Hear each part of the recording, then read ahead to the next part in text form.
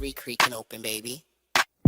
Yo, welcome to the screen where the plot gets bent. Julie B deep dives, not just for content. She don't react, she dissects those threads from the lens. Catching clues y'all missed when the credits end. What you know about freeze framing frames and while you blinking, she building an evidence drum. Got a notebook thicker than the lore itself. In a chat full of nerds with a mental health shelf. Yeah, she sees the glitch, peep the double cross. You just watching TV, she talk to the boss. Every theory and thesis, no throwaway guess. While y'all on season 1, she in season 8. Said rewind it slow it, zoom in enhance. Julie B caught the symbol in the window glance. While you tweeting what just happened like a clown, she already made a flow chart, color coded breakdown. They don't die like us, they don't vibe like us. They binge and they bounce, we revive that trust. They skip intros, we every frame. You watch shows, we decode the game. They don't die like us, nah, they don't die like us. She cracked Severance before y'all knew it was deep. Predicted the Last of Us deaths in her sleep. When the camera pans, she ain't blinking once. Catch a ghost in the glass, call it theory punch. Watch parties lit like apocalypse nights. Call-ins while they bringing alien rights. Hey Julie, I think the trees are spies. Well, I have a spreadsheet that confirms that, guys. Zoom in, boom in, she moving through clues. Spinning Discord in the courtrooms, Lord of views. Got mods with receipts. Time stands with heat. Every rewatch turns into a Reddit elite. You stuck on the surface, we beneath with maps. Cross-referencing lore with the rector's caps. If your fave show got secrets, don't be dumb. Julie got the chalkboard out in From's where it's from. They don't dive like us, they don't vibe like us. They skim the edge, we inside that crust. They zone out, we zone in the pain. You say plot twist, we say nope, chain. They don't dive like us, nah, they don't dive like us. What's that? That ain't a blooper, that's a plot thread. You thought it was a shadow? She thought it was a coded message from season 3. And she's probably right. Step this way if your mind's unbent. Step that way if your theories pay rent. Say Julie B, deep dive queen. Now zoom, scroll, theorize, pull. Ain't no rabbit hole safe once she got the cloud.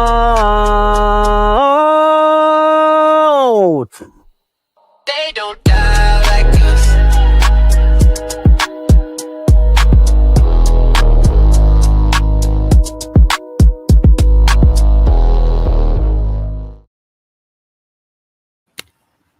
Hey guys, it's Julie B, and I am here to dive into a crazy episode of From this week. An absolutely batshit crazy episode after a much slower, more theory-heavy one, I would say. I would say episode 6 was great for us theory crafters who like to get down in the weeds and dissect the slower episodes, because frankly, that's where the theory building comes from. It comes from the slower episodes. So I just put out a deep dive into episode 6. It was so full of clues that it took me this long just to get it done. Plus, I mean, I've been dealing with a lot of elevated pain that just keeps getting worse, and it makes it a lot harder to concentrate and get content done. And so things are taking me a lot longer than they normally would. So unfortunately, I couldn't get it done until today. So the episode 6 deep dive is out now. It came out this morning. And so if you haven't checked it out, I'll go get a link and I'll put it here. Hold on. So yeah, I would appreciate it if you'd still watch it, because it's not a recap. It's a deep dive heavy with theories. In for every scene of the episode, practically, I have theories that I break down related to that, related to Ghost Khatri and what is the nature of the ghost entities here. So there's a lot to go on now. The episode 6 gave us a lot of clues on, some key clues on Ghost Khatri and his connection, in my opinion, to the boy in white. So I discuss that. I get into more on my manifestation theory. Episode 6 was really full of clues related to how manifestation works in Fromville, that it's not just fears and nightmares that can manifest. It's also hope. It's also dreams, positive things. And Boyd, I think, manifested Donna back to life, manifested her pulse. So I get into that in detail in the video. And what else is in there? Gosh, there's the beginning of Sophia's nefarious plan in that episode, and I break down exactly what I think is going on. And I wrote the script prior to watching episode 7, so you're getting my thoughts without having seen episode 7 in this video. And it's, I frankly, it was great. I didn't have to rewrite the script at all after watching the episode. I didn't have to go back and be like, oh, I was wrong about this or that, so I better change stuff. I didn't have to change anything really.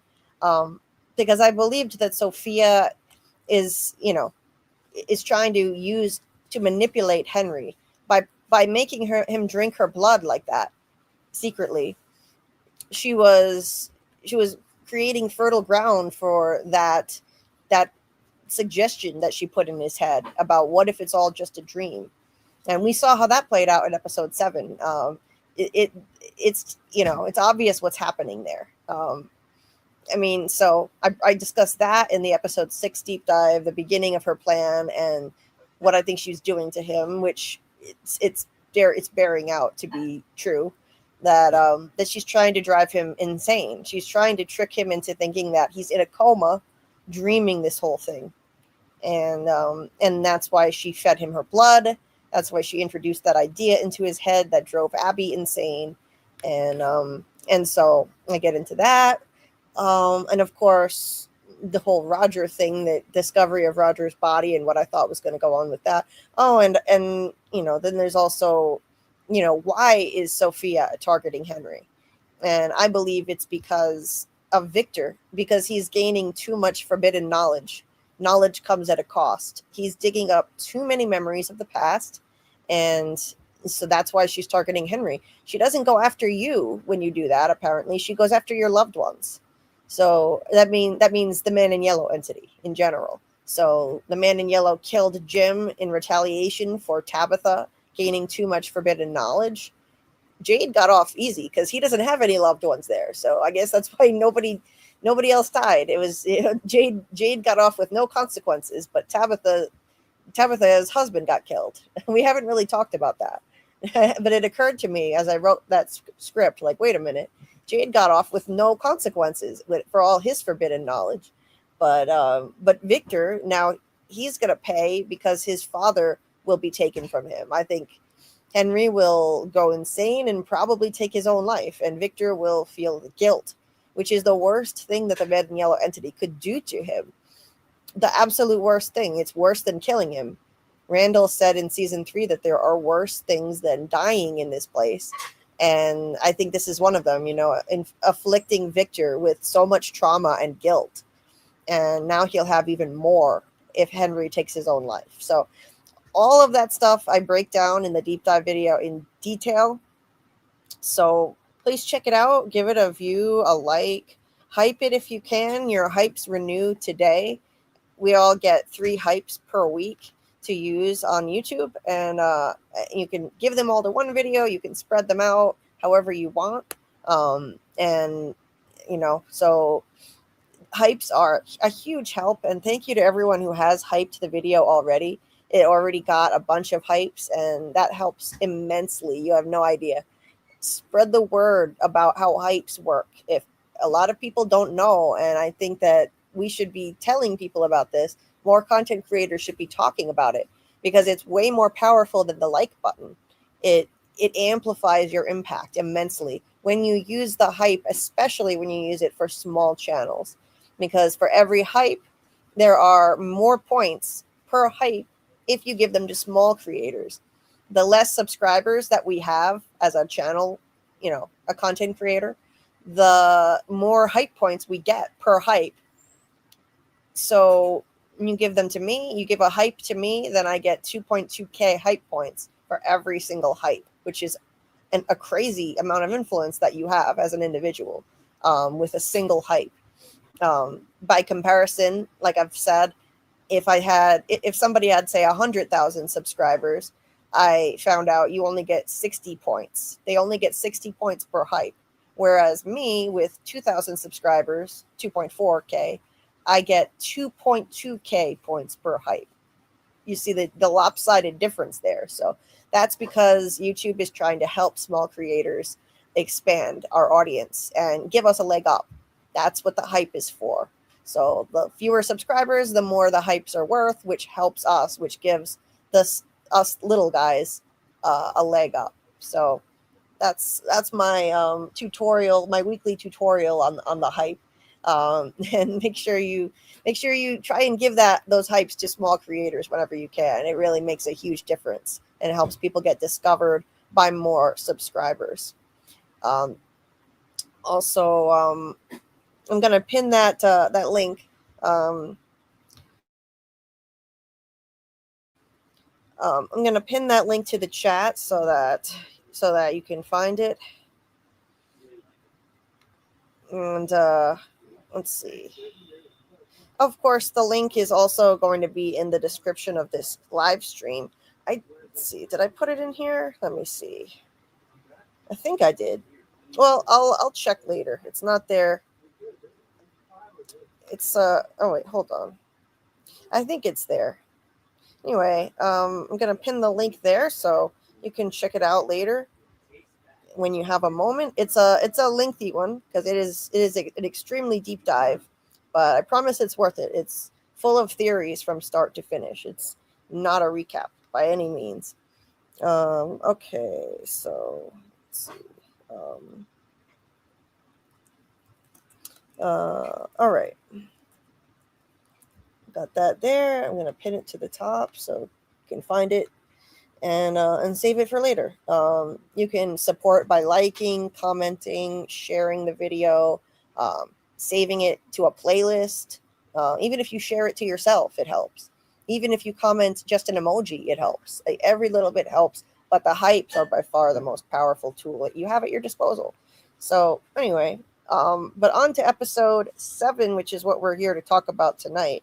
So let's say hi to the awesome chat.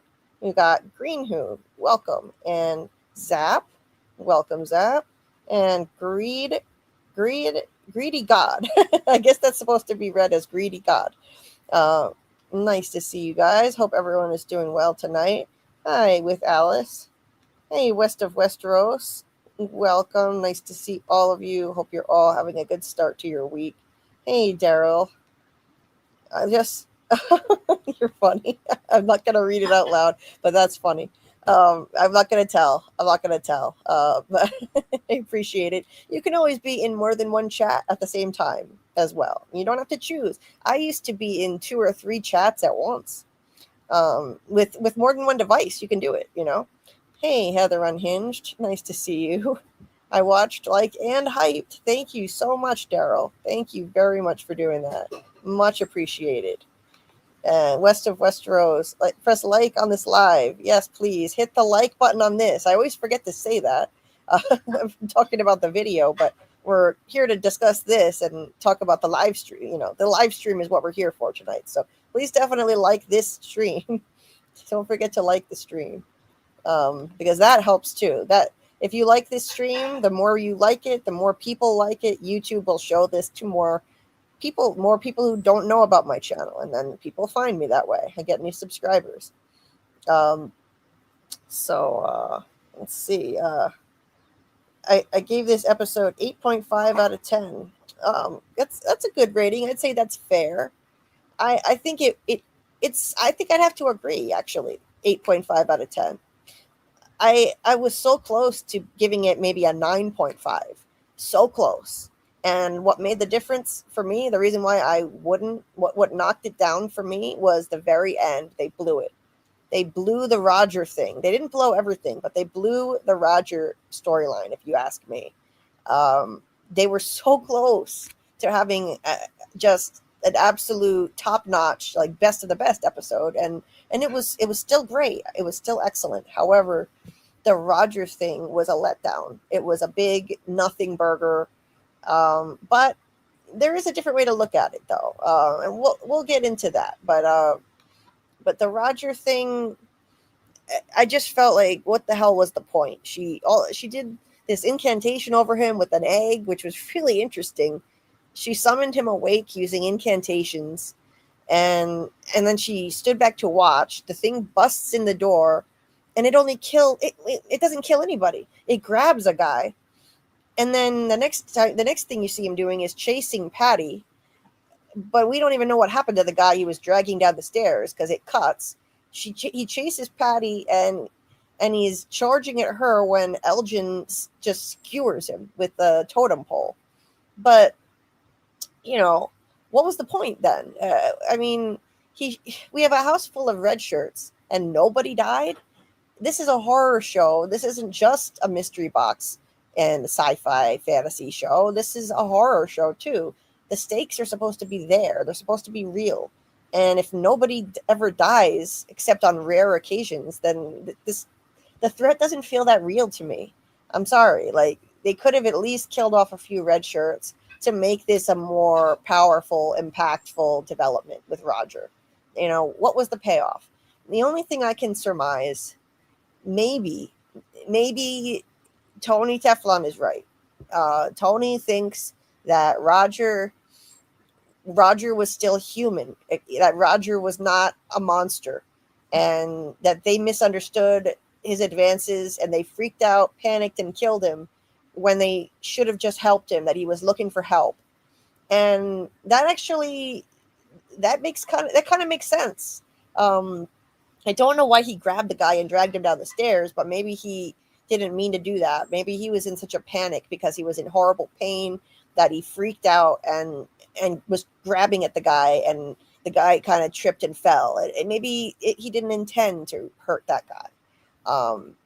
And he did seem like he was in pain. He was whimpering, trembling, screaming, like ripping at his mouth, trying to talk. It was really heartbreaking, actually.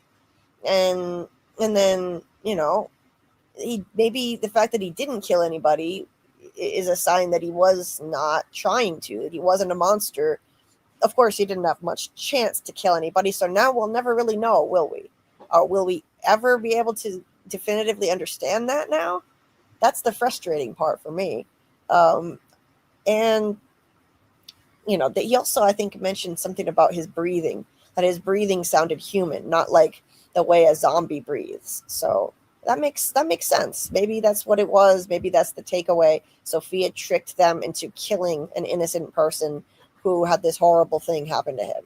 She tricked him into killing one of their own people. Maybe that's what it was, and that was her goal in the first place. If that's the case, well, mission accomplished. I just hope that they shed a little more light on that so we understand it a bit better somehow. Because I don't want to just be left in the dark on that. And what was the other thing about Roger? Oh, yeah. Phil the Issues guy said that Roger, it would have made a lot more of an impact if it had been Ellis or someone else we care about instead of Roger, a glorified red shirt who literally just got a name a few episodes ago. Like right before he died, he got a name, which is such a classic, cop out when a show doesn't want to harm one of the people that the viewers care about.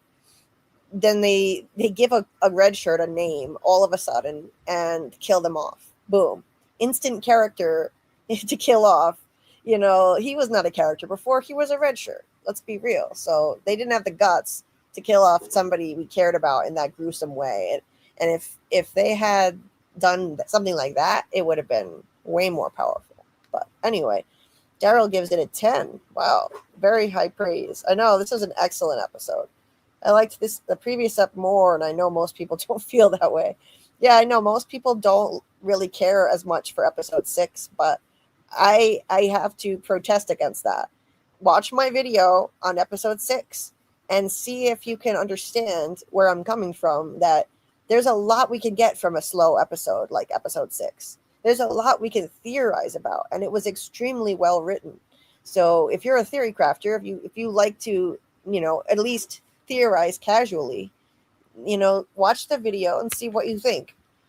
See what you think about the theories I put forth, and maybe come up with your own theories or counter theories and share them in the comment section. I want to see if we can, actually get a dialogue going about that episode, which was, you know, a slow one, but that's where we get all the good little details that we can dive into. And, you know, that's where the theory crafting is. That's where it lives, in those slower episodes, for those of us who'd like to do that. And I thought it was great. I agree with you, Daryl, on that. I don't think it was better than episode 7, but I think it was a great episode. The amount of people who think Henry is actually in a coma is insane. Oh no, you got to be kidding me. A lot of people think Henry's in a coma? Come on. Come on, but Sophia set up what this is. Right before this episode, she as she put her blood into his drink, she said, right after it, she introduced the idea to prime him for the coma hallucination bullshit. She primed him with it. She primed the pump by saying, "You ever wonder if it's all just a dream?" That was the suggestion she put in his head to prepare him for the hallucinations. It's you know, it's a trope. It's been done before in other shows. The fake coma hallucination bullshit. It's been done on Star Trek. Karl told me about that. They did it on an episode of Deep Space Nine, where some enemy tricked them into thinking that they were, like, this character was in a coma. Tricked him into believing, well, he tried to anyway, trick him into believing that his reality was fake and that he's been in a coma. And it was all a hallucination. It's a trope. It's been done before. It's just a trick. And I don't understand how people, I mean, okay, no shade or disrespect to people who believe he's really in a coma. No shade intended. And I'm sorry if I made it sound like that. However, if you really look at episode 6 and you listen to the details, she's priming him to think he's in a coma by saying, what if it's all just a dream? And then putting, what do you think the blood was for that she put in his drink? So that he would hallucinate. She doesn't want to show him the truth. You think she wants to show him the truth? Like, hey, guess what, Henry, you're actually in a coma and none of this is real. This is reality. No, she'd want to trick him into thinking he's dreaming. That's why she said that about the dream stuff. And when you're in a coma, you dream. So, yeah, he's not in a coma. It's a hallucination. In my personal opinion. Now, all theories are welcome here. Daryl says Roger woke up as himself and was freaking out. Yeah, it was really sad, actually. I felt bad for him. Dolly Roger Seed was absolutely horrifying. Yes, it was, Heather. And I felt sorry for him. That was really sad. He was in a lot of pain. It was obvious.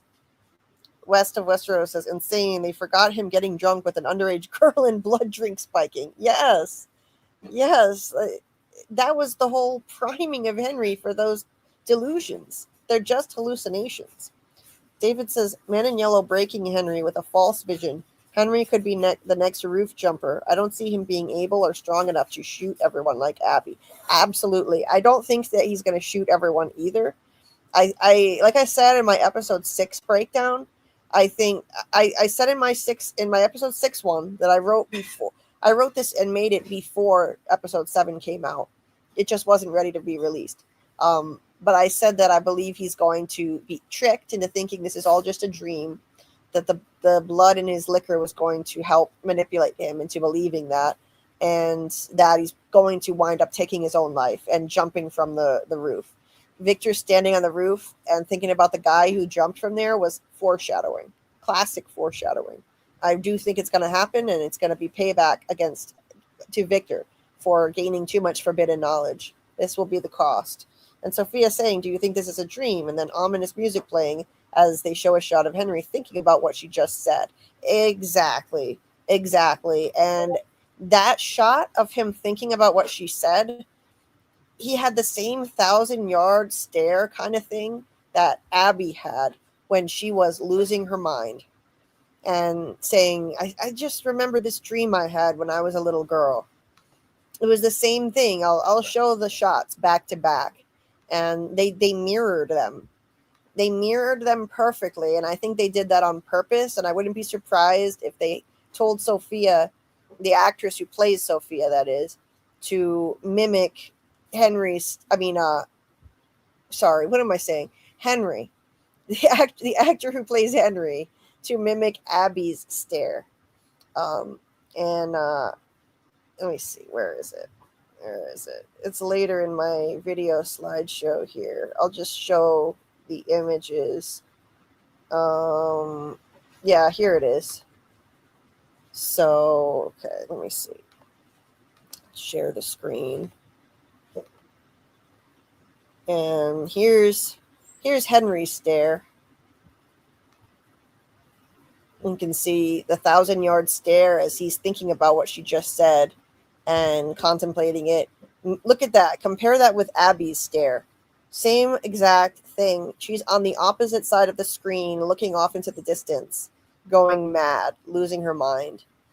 And Henry, there on the other side of the screen, staring off into the distance diagonally. I think this was intentional. This was definitely intentional. They wanted us to draw this comparison because Abby lost her mind over the same concept.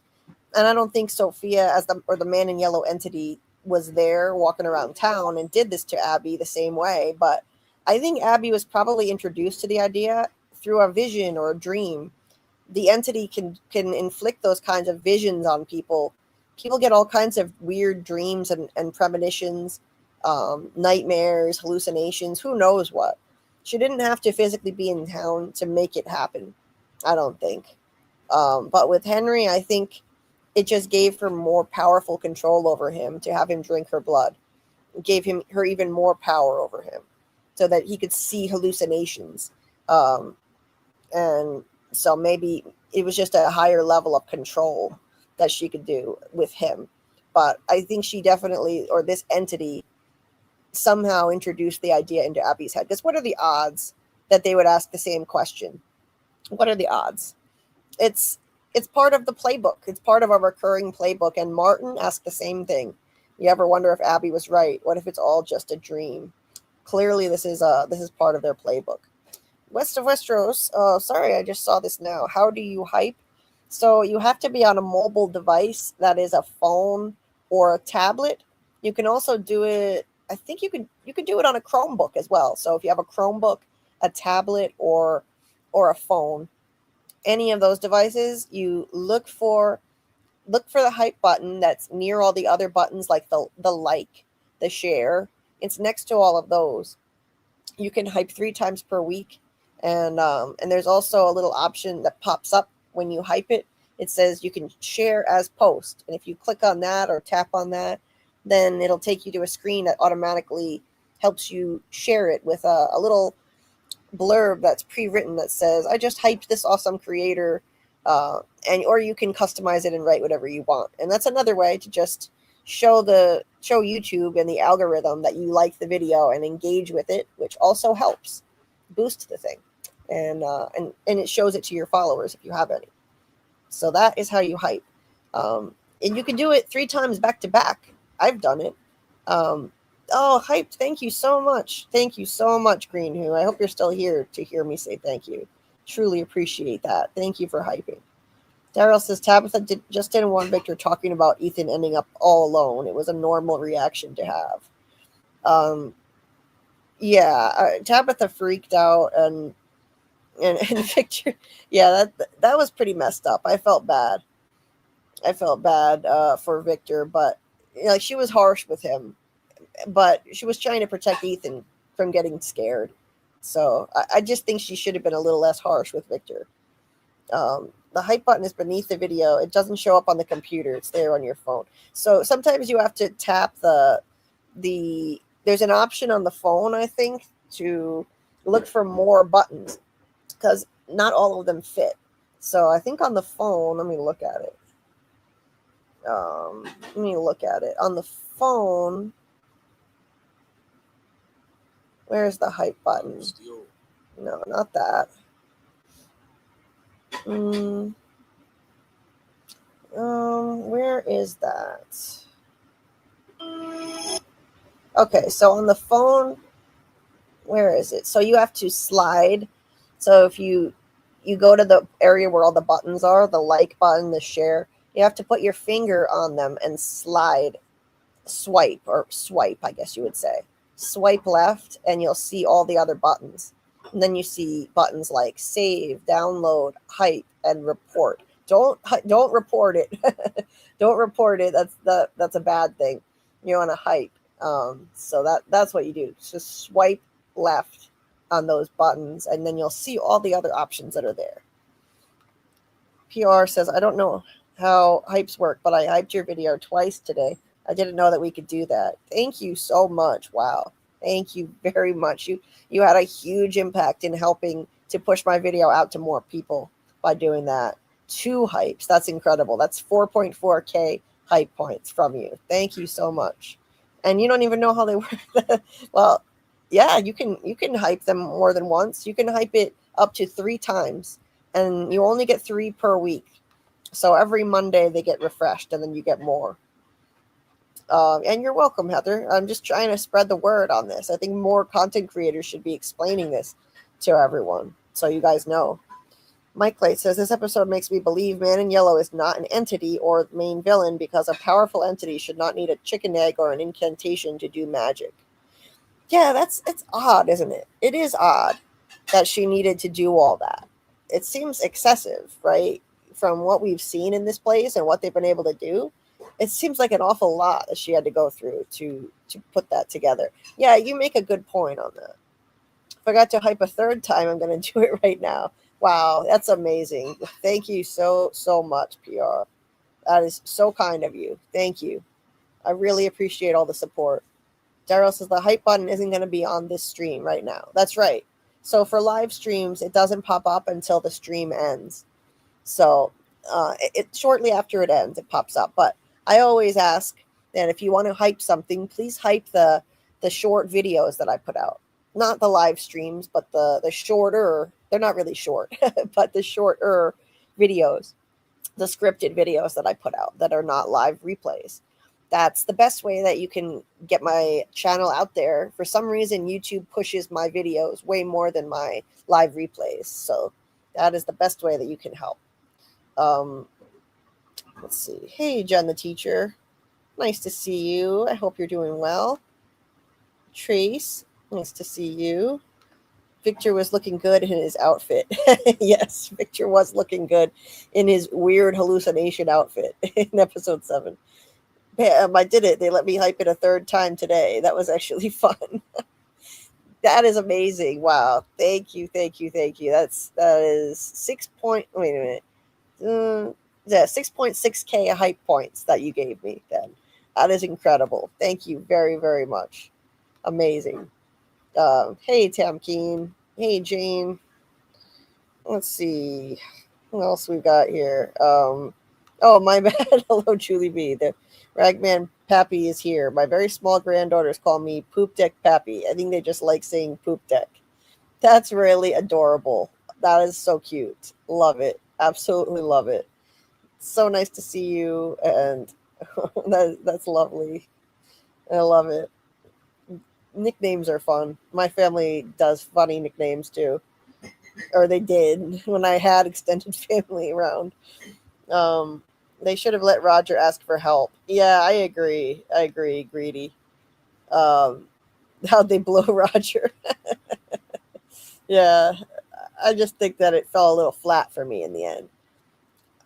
Hey, I'm Abdul. The Roger thing shows that Sophia is a necromancer. Yeah, basically, yeah, that's a good point. A necromancer. Yeah, she is. She can bring back the dead. Tam says, I think the guy on the stairs is fine. No one died. I think so too. But I would have liked to see what happened. Like, what happened as far as just our information. Like, for our information, it would be nice to know what happened to the guy. Why did Roger let him go? Did the guy just fight him off and run away, or did Roger let him go? Because that would tell us, okay, Roger wasn't trying to hurt anyone. I would like to know that. That's all. But I didn't think that anything happened to the guy. Heather says, but for real though, if it was proper Roger, the horror for him was immense. Sophia needed to charge up her sorometer. Right. That was horrible. I think I think it may have actually been Roger. David says the whole point of Roger was to show talismans don't work for dolls and totem poles don't work for nightmare creatures. So they are forced to use the golem for surveillance and protection in tunnels. Yes. Yep. That's it. Exactly. So, well, I mean, we saw. Yeah, that's right. The talisman didn't keep Roger out, but we already knew that because they had a talisman at the cabin in the woods, and the Kool-Aid man, the demonic Kool-Aid man, busted through the wall anyway. So we knew that part. But I hear you. Yes. Hey, Shorty Womp Womp. Nice to see you. Welcome. You don't need to kill people to move the story along. No, you don't. You don't need to kill them to move the story, but I do feel that they need to kill off people once in a while just to show us that the stakes are real in terms of the horror there, in terms of these monsters. If the point is that these monsters can kill people at any given time, we've got to feel that anyone could go at any time. We've got to feel those stakes. That's all I'm saying. I don't want a high body count. I don't want a lot of people to die. Maybe a bunch of red shirts that we don't care about. But as far as the people we care about, I want them to keep it as small a body count as possible. PR says that incantation sounded Swedish. I moved to America from Sweden 10 years ago. I think she said, and they will suffer again. Oh, no way. That's really interesting. Damn. That is so cool. That's fascinating stuff. I wonder. Heather says, I don't always agree with Tony, but I'm with him on this one. Yeah, I think I am too, actually. Greedy says, if for real, if I could say a word with no jaw, it would have been wild. If he could say a word with no jaw, it would have been wild. It would have scared everyone. Oh, God, yeah. Yeah, and he couldn't see either. He was blind. He had button eyes. It shows you different items are used to kill different things. Right, that's true. That's true. We got that from that whole ordeal with episode 7. Yeah, it was horrifying to see Roger wake up 100%. You could tell he was Roger by the way he woke up. He was still Roger. I think so too. Yeah, the scream when he was ripping his mouth open was bone chilling, 100%. Yeah, it's so obvious Roger was still Roger, just like it's obvious that Sophia is tricking Henry. I think so too. Yeah. Shorty says, I think he was a puppet for the man in yellow. He was going to kill people on her command. Okay, so you think that he was still going to be, maybe he would be forced to kill people, even though he seemed like he was still Roger. Could be that. Could be a little of both, Hey, Jordan. Nice to see you, my friend. Hope you're doing well. Heather says, doesn't explain who stitched Roger up, though. Good point. Who the hell stitched Roger up? PR gives this episode a 10. Nice. Very generous rating. Hi, Kamira. Welcome. Six Head Revelations we've been theorizing about for years, so I agree that slow episodes are still important. Absolutely. This is what I'm saying. Hey, Gabby. Welcome. Nice to see you. Hey, Lucas. I wonder if Abby was having hallucinations like that, too. You have to wonder, right? But if Sophia had to feed him her blood, feed Henry her blood for him to have these hallucinations, then I don't know.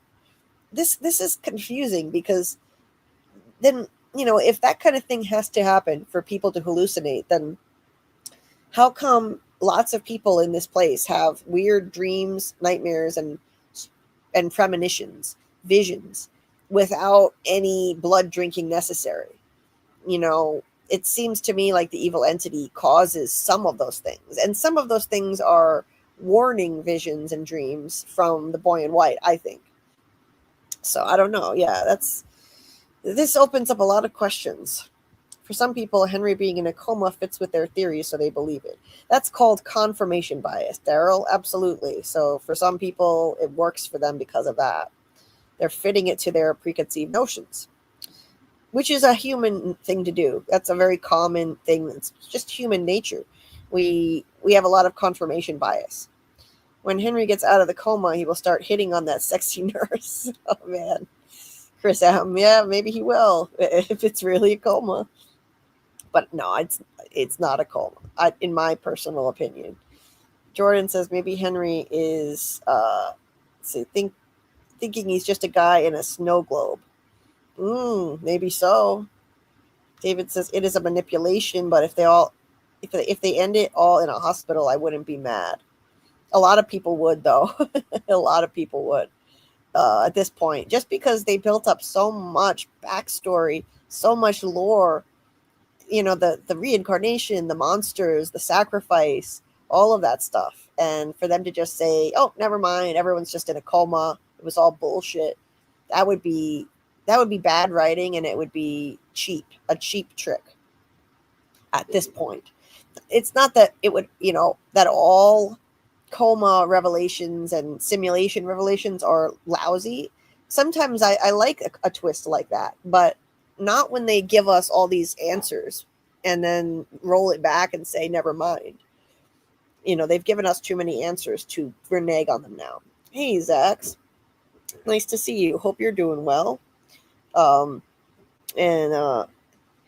see. PR says that was exactly what the man in yellow did when he appeared as Martin. He put it in Boyd's mind that it might all be a dream.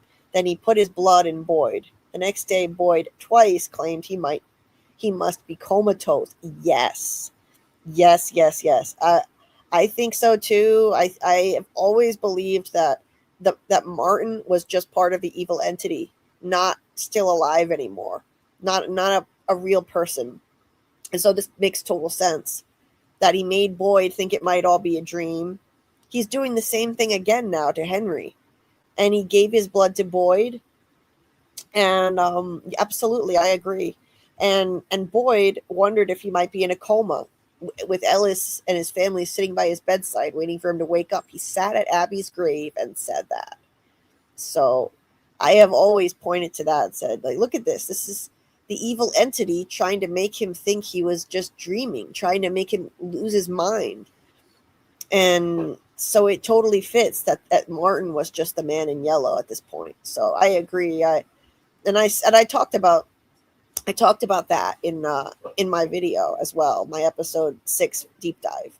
I discussed that, and I think this is really interesting. We're seeing the same playbook, and so now we can start to put the pieces together and realize, oh man, like certain theories now are being confirmed indirectly, like the nature of Martin, either confirmed or disproven, depending on what your theory is. Jordan says, when Tabs got out and landed in a hospital, I genuinely thought this was a world made by children dying in a hospital. Oh, interesting. Yeah, I mean, I'm sure a lot of people thought that. They made it look like that. Like maybe this whole place was a simulation, because there hadn't been any revelations yet about reincarnation or the sacrifice and the monsters. So it was a reasonable theory to have at that time. Chris M says, Sophia thought Henry needed more iron in his blood. Yeah. Let's see. David says they are putting everything in question and giving information overload to hide the truth in plain sight. The cheesy way Henry's hospital vision shot reminded me of the lodge in Twin Peaks. Absolutely. I haven't seen enough of Twin Peaks to see that, but yeah. Chili Outside says, I wish they would have shown another scene of Randall detailing the monster's habits. Yeah, I didn't know why they didn't do that. They said go talk to Randall, but we didn't get to see that part. Boyd said to Jade to go talk to Randall, but they decided not to show us that. Samuel says Sophia is trying to make Henry try to wake everyone up, just like Abby did. Yeah, either that or just make him end his own life. I don't think he has the strength. Like Abby was a strong person, and I think Abby was trying to help everyone by waking them up. But Henry wouldn't have the strength to do that. I think he'll just take himself out. Chris says Roger went to Colony House to get revenge on Ellis. Oh, yeah. For just leaving him behind? Yeah, maybe so, Chris. Daryl says, I personally don't think Martin was the man in yellow. I think Martin just had the man in yellow's blood in him, which is why he was unable to die until he gave the blood to Boyd. Okay. That's possible. Yeah, maybe he had worm-infested man in yellow blood in him. Could be. Greedy God says, what if Henry tries to kill Victor to wake him up. Oh man, can you imagine a murder?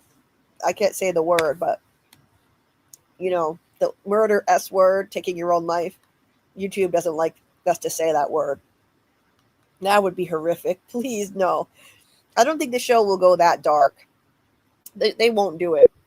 But Henry, they'll take him out, though. I could see that. But I do think the man in yellow was probably Martin, because and then what if it's all just a dream thing? And how did he know about Abby? How did he know Abby said that? Jordan, yeah, I agree that he wouldn't try to kill Victor, even if he thinks it'll help and wake him up. I don't think he'd have the strength to do it. Please don't forget to hit that like button. 73 people watching. Thank you so much. We're doing our discussion of the episode. First, we discuss the episode in general, and then I break down scene by scene from start to finish with all the images. I got lots of them.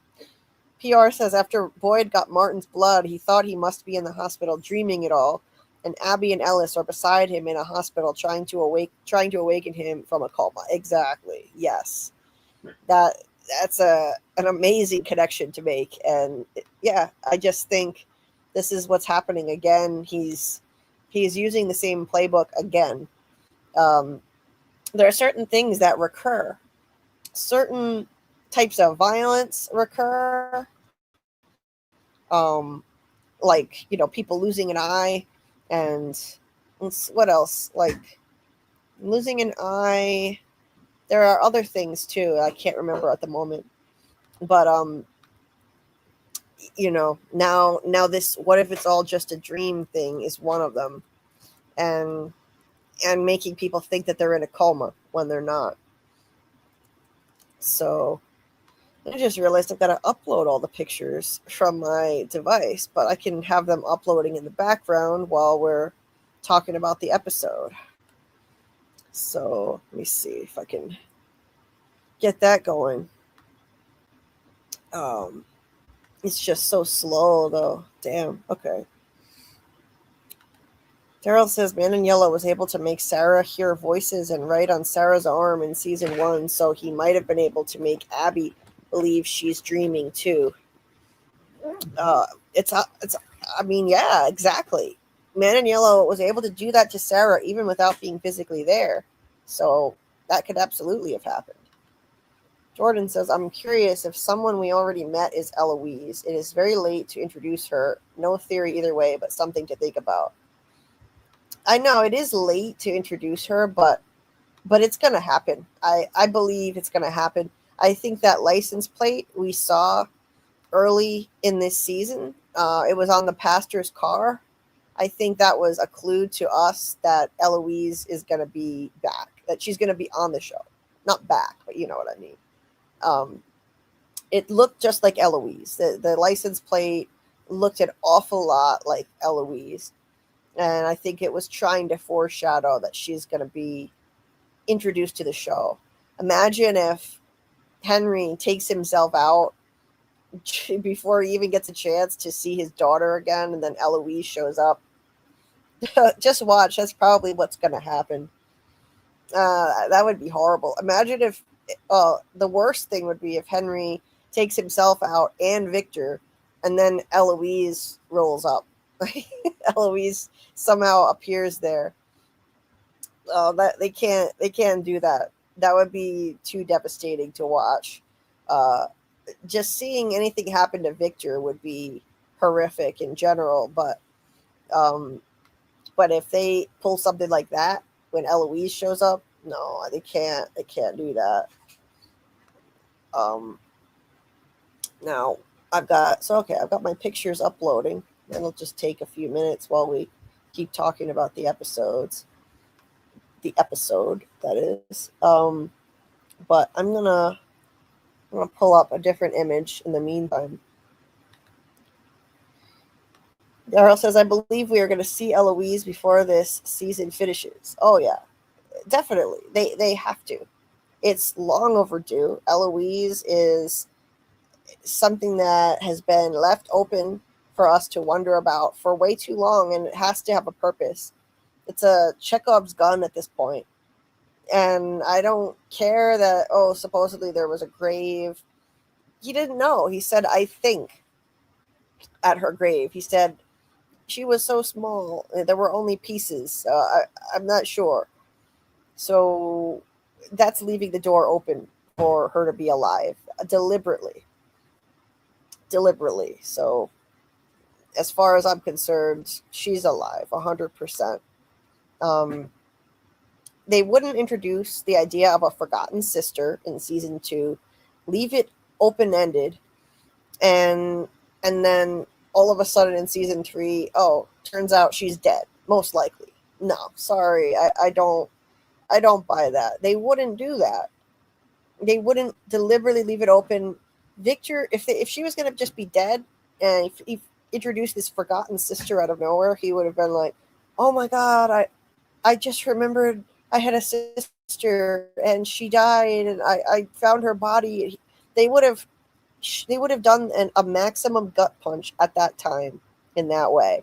They wouldn't be like just leaving it open like they did. They never said a word about what happened to Eloise at that time. So yeah, that to me that constitutes a Chekhov's gun. So I'm trying to find here it is.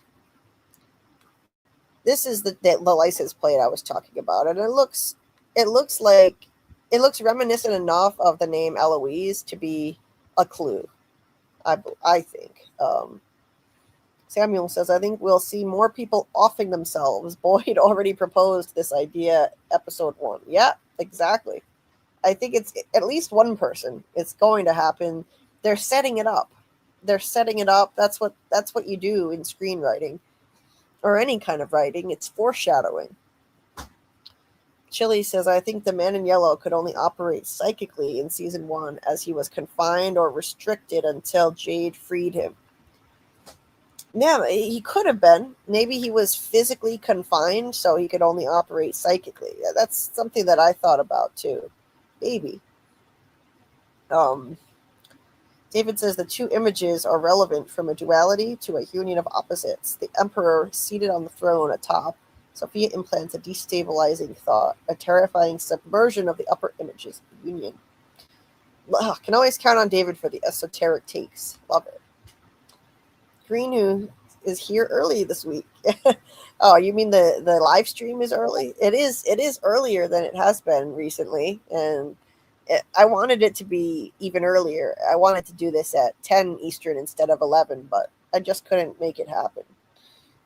Emma Abdullah says, I think Victor may have seen the man in yellow take the teeth from the dead. He just doesn't remember correctly. Yeah, that was creepy. I think he may have seen it too, and he just doesn't quite remember. But what are the teeth for? What do you guys think about the teeth? What are they for? Why is he collecting them?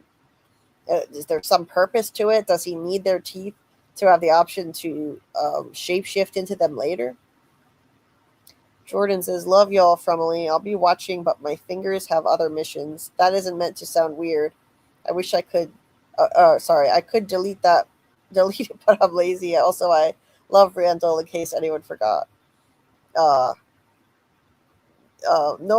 yeah, no worries. That doesn't sound weird. Just glad that you can be here with us. Appreciate you. David says the top image is enthroned authority. Sophia completely shatters Henry's defensive mental walls with sensory confusion. Oh, that's for sure. PR says Tabitha is turning into Jim. What's wrong with you? Is Jim's quote that several people repeated after the Matthews family arrived. Yeah, he did, actually. It's a good point. He did. Let's see. I think Randall is dying this season too. Agree, Daryl. I think Randall and Henry are on my death list. Lucas says Randall is a good guy. I liked him from the start. Oh, he's good at heart. Absolutely. And he's on a redemption arc now, so he's even more easy to like at this point. He's always had a heroic streak, so you could see there's good in him. Jordan says that's Jewish for shut the fuck up. It's funny. I never heard of that. TCP says Henry being taken out of From like that just shows me this is all a simulation. Oh, okay. So you think it's a sim?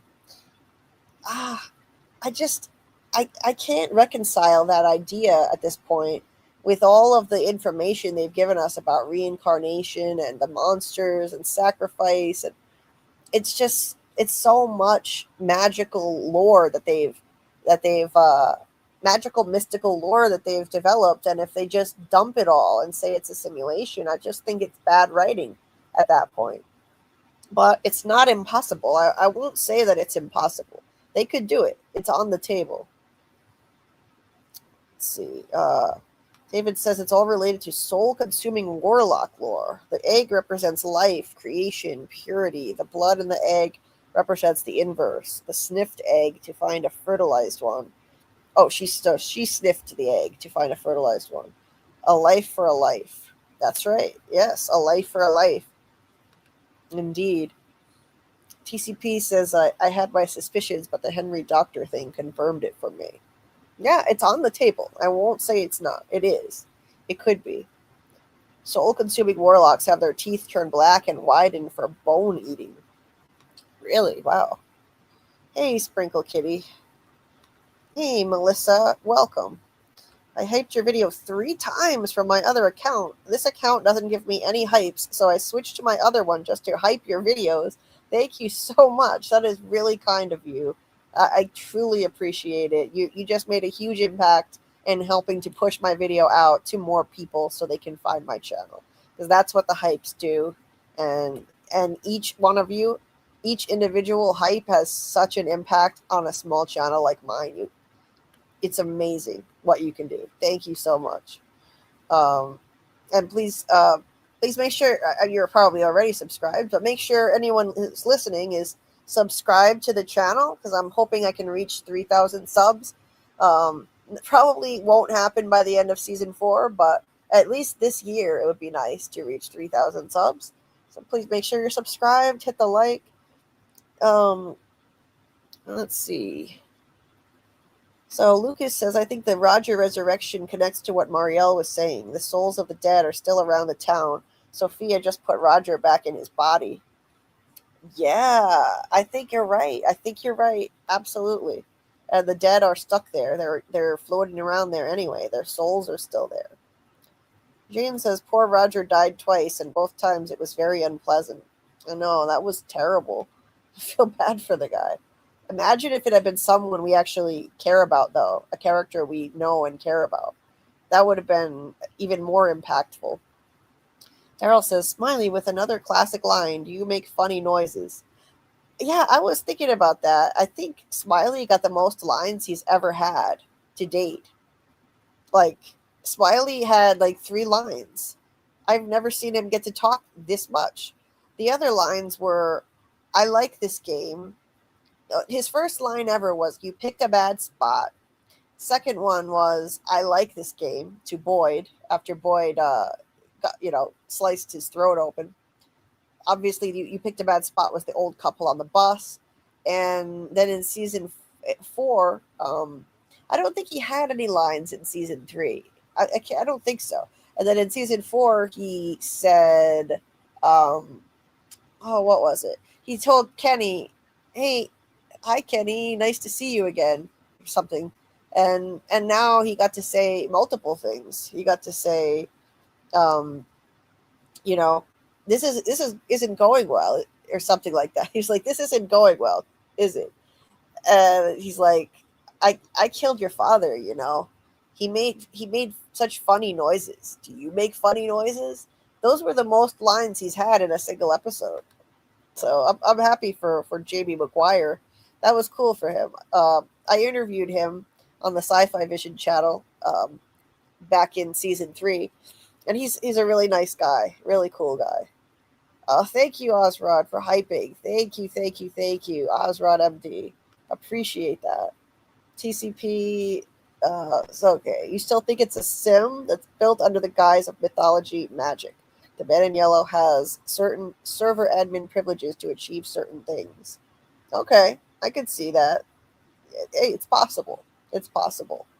Lucas says, now I think the ghosts of Katri, Abby, Tom, Jim are the real deal. Me too. Me too. What do you guys think about the ghost entities? What do you all think? Do you think they're real now? These ghost entities that we can see, are they actually real? I think they're real now. But it does beg the question, then why is Abby evil as fuck now? I have a theory on that. Why is Abby acting evil as fuck to Boyd? You know, popping out at him and snarling in the spider webs back in season 1, season 1. Remember that? And when she was in the RV telling Boyd, "Come back to me." In other words, stay here in the RV with me and die so you can come be with me in the afterlife. Because the monsters were advancing on the RV at that time and he needed to run. And she was trying to keep him there, saying, "Come back to me." Then she appeared to him in the dungeon dream state and told him, "Don't smash the music box." In essence, she said that they'll all die screaming anyway, that it doesn't matter what he does. Then just let go, you know? And she's like, you know, hope is what made you, go away when I needed you the most. Hope is what makes you willing to suffer. She guilted him for leaving her alone, and which led to her death. You know, she guilted him and tried to convince him not to smash the music box. If he hadn't smashed that, the whole town would have died. They would have all been dead. So why is she evil? I think it's because after death, my theory, that I've said this in my videos, is that after death, some of the ghost entities, most of them work for the boy in white. And so he's using them as, as guides for some of these characters, like Boyd and Jade, and now Ethan. But with Abby, because the man in yellow entity broke her while she was living, and she did something evil. She killed a bunch of people. She thought she was helping, but she did something horrible. So I think she's being forced to play for the Man in Yellow's team, the Man in Yellow side, and has to torment Boyd against her will. I think that's why she's acting like that, because I don't think she would do it of her own free will. And I think the other entities are working for the boy in white, trying to help, offering guidance. And Katri said the same thing that the boy in white said. He said, "You're running out of time." Ghost Katri, that is. Why'd they say the same thing? Because I think he's the real Katri and he's working for the boy in white, passing along a message. The boy in white is trying to help and employing the ghost entities to assist with that.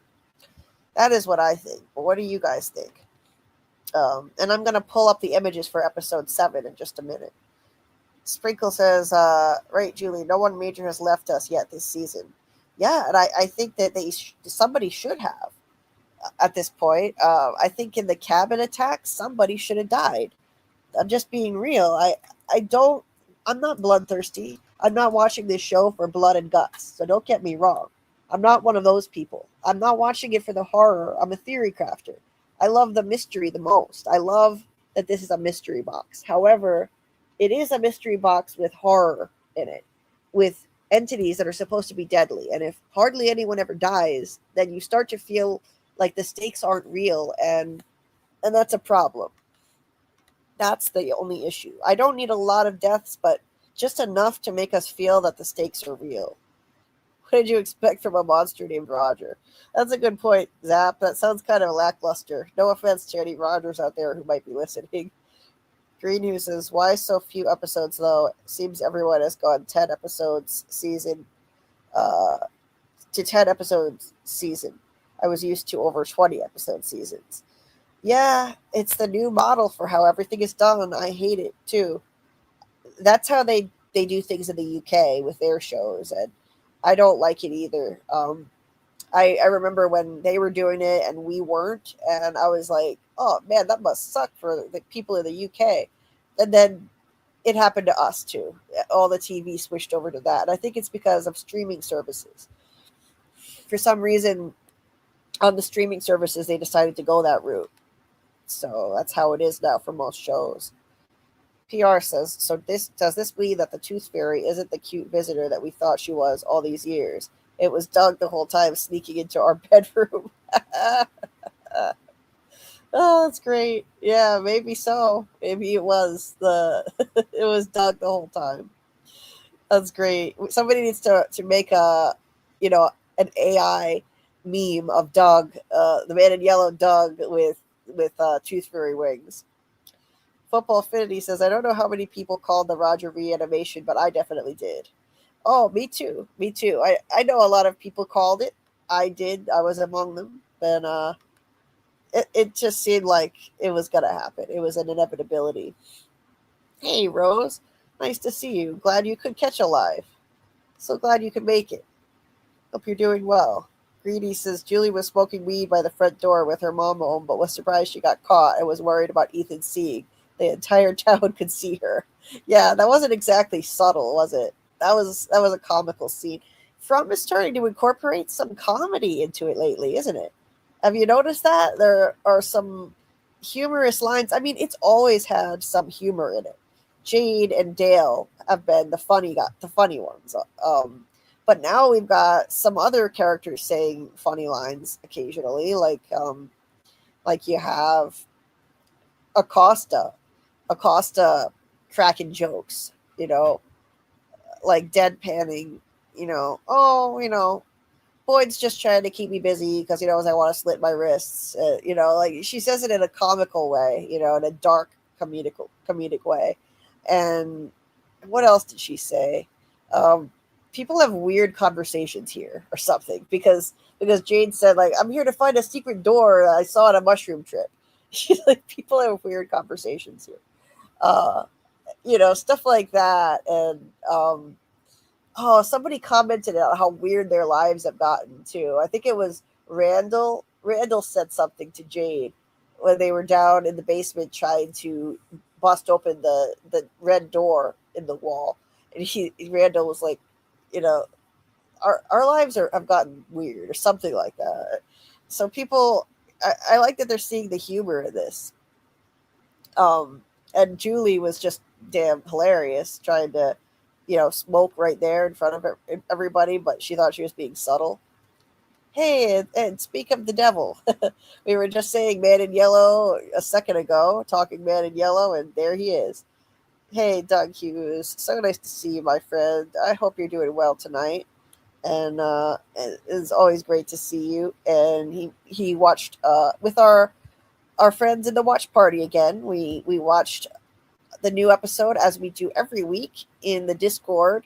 So if you want to join the Discord and watch with us and with our friend Doug, who's also joining that virtual party, then you can join the Discord, and it's every Saturday when the episodes drop. I stream them at midnight Eastern. And I'll put that Discord link in the chat right now. So, and it's always in the description of my lives and in my videos, so you can find it easily. And share your theories in there. Love to hear from you guys. James, welcome. James says it really is Henry in a hospital, but Sophia is able to show people their parallel universe self. It could be, I've heard Tony Teflon believes that. He has that theory too. And so it's possible. I don't personally agree, but it's absolutely on the table that could be a parallel universe version of Henry. I do like parallel universe storylines. And hey, Distellar Napster. Melissa wants to know, was the nurse the same actress that played the ballerina? I don't think so. I'll pull up the picture of the nurse in a minute. Let me see. Is it there yet? Hold on. Yes. Okay. So let me find the nurse in my photo gallery here and see if she looks like the ballerina. Let's see. I didn't have time to go through these pictures and delete the duds, so I'm sorry in advance because I do have some dud pictures in here I've got to get rid of. But let me see. Here it is. I found her. Let's look at the nurse. I see the resemblance, but I would say that's not the same person as the ballerina. But what do you guys think? I'd have to look up in the credits, but I don't think it's her. Let's see. David says for the coma theory, it could be they are all suffering TBI and NDEs, and Jade's code is groundbreaking neuroplasticity experiments to repair the mind by creating a place for them to remember. Okay. That's interesting. That's an interesting theory. And I wouldn't mind something like that. I wouldn't mind. However, the issue I have if they were to go that route, I don't like that they introduced all of this lore about the children getting sacrificed and then the people who did it get turned into immortal monsters. Jade and Tabitha have to get reincarnated over and over again so that they can try and figure out how to come back and save the children. That's too much lore. Those are too many specific mystical answers to just turn around and say, never mind, none of that is true. It's just Jade doing this experiment on everybody, his company. That's the issue that I have with that. That's the problem. Man in Yellow controls the writers. I hate falling for it. Hey, Lady Amano. Henry should test Hospital and Fromville victors. Ask each victor something he should know. Ah, very good point. Oh, and by the way, guys, I have an interesting point that I noticed on my third rewatch of this episode. And let me know if in the chat if you guys have heard anybody point this out yet. I haven't had a chance to watch any content. And I try, personally, as a content creator, I try to avoid watching a lot of other creators' videos just so that I'm not influenced by them too much, so that I can make sure that my ideas are purely my own, right? Plus, I don't really have the time. I'm too busy working on my own content, which takes me forever to produce because I'm so, detailed and wordy. So I also didn't have a chance to watch Tony's entire live stream. I only saw parts of it, right? So have you heard anybody mention this, or have you noticed this? When Henry had this hallucination, the nurse asked him, she said, blink twice if you can hear me. Let me look at my notes and make sure I got that right, that's the exact quote. Hold on, let me see. Because now think back to when Sophia had the pastor paralyzed in bed. The pastor was in bed in episode 1, and he was comatose, and she woke him up with her touch. And she said, wake up. And when he woke up, she made it so that he couldn't move, so that, he couldn't fight back or anything, and she'd be able to just kill him. I'm sure she paralyzed him. I don't think he was paralyzed by the accident. And he couldn't speak either. She made it so that he couldn't speak. And she told him, blink twice if you can hear me. This nurse said the same thing. She said to Henry in this hallucination, blink twice if you can hear me. Okay, I just looked at my notes, and it's the same quote verbatim. That is the dead giveaway that this is fake, guys. That is the dead giveaway that this is a hallucination put in his head by Sophia. The clues already lead us that way. But the nurse says the same thing that Sophia said to the pastor. Blink twice if you can hear me. That's not a coincidence. That is a clue from the writers that this was a hallucination planted in Henry's head. It's not real, guys. It's not real. So let me know in the chat if anyone else has said that. It just came to me as I was watching this for the third time before the live. I'm going to be putting that in my video. I have yet to write. I have to write the script. Hey, Quan Solar. Thank you for liking the stream. You think Victor may have to kill Henry like Boyd did Abby? It's possible. It's possible, but I mean, I don't think so. I don't think that Henry is going to go on a murderous rampage. I think he's just going to take himself out. However, it's possible that I don't think Victor has the strength. Number one, Henry doesn't have the strength to kill a bunch of people. I don't think. And Victor definitely doesn't have the strength to shoot his own father. I don't think Victor could do it. TCP says Tabitha was walking in the real world and the same extras kept walking around her teleporting in different places. It means the real world was too big to simulate, and that's why we saw glitches. Yeah, I saw that. And that was weird and trippy.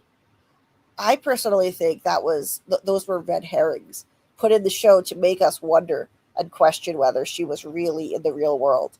Um, and there's also the possibility they could have screwed up too, but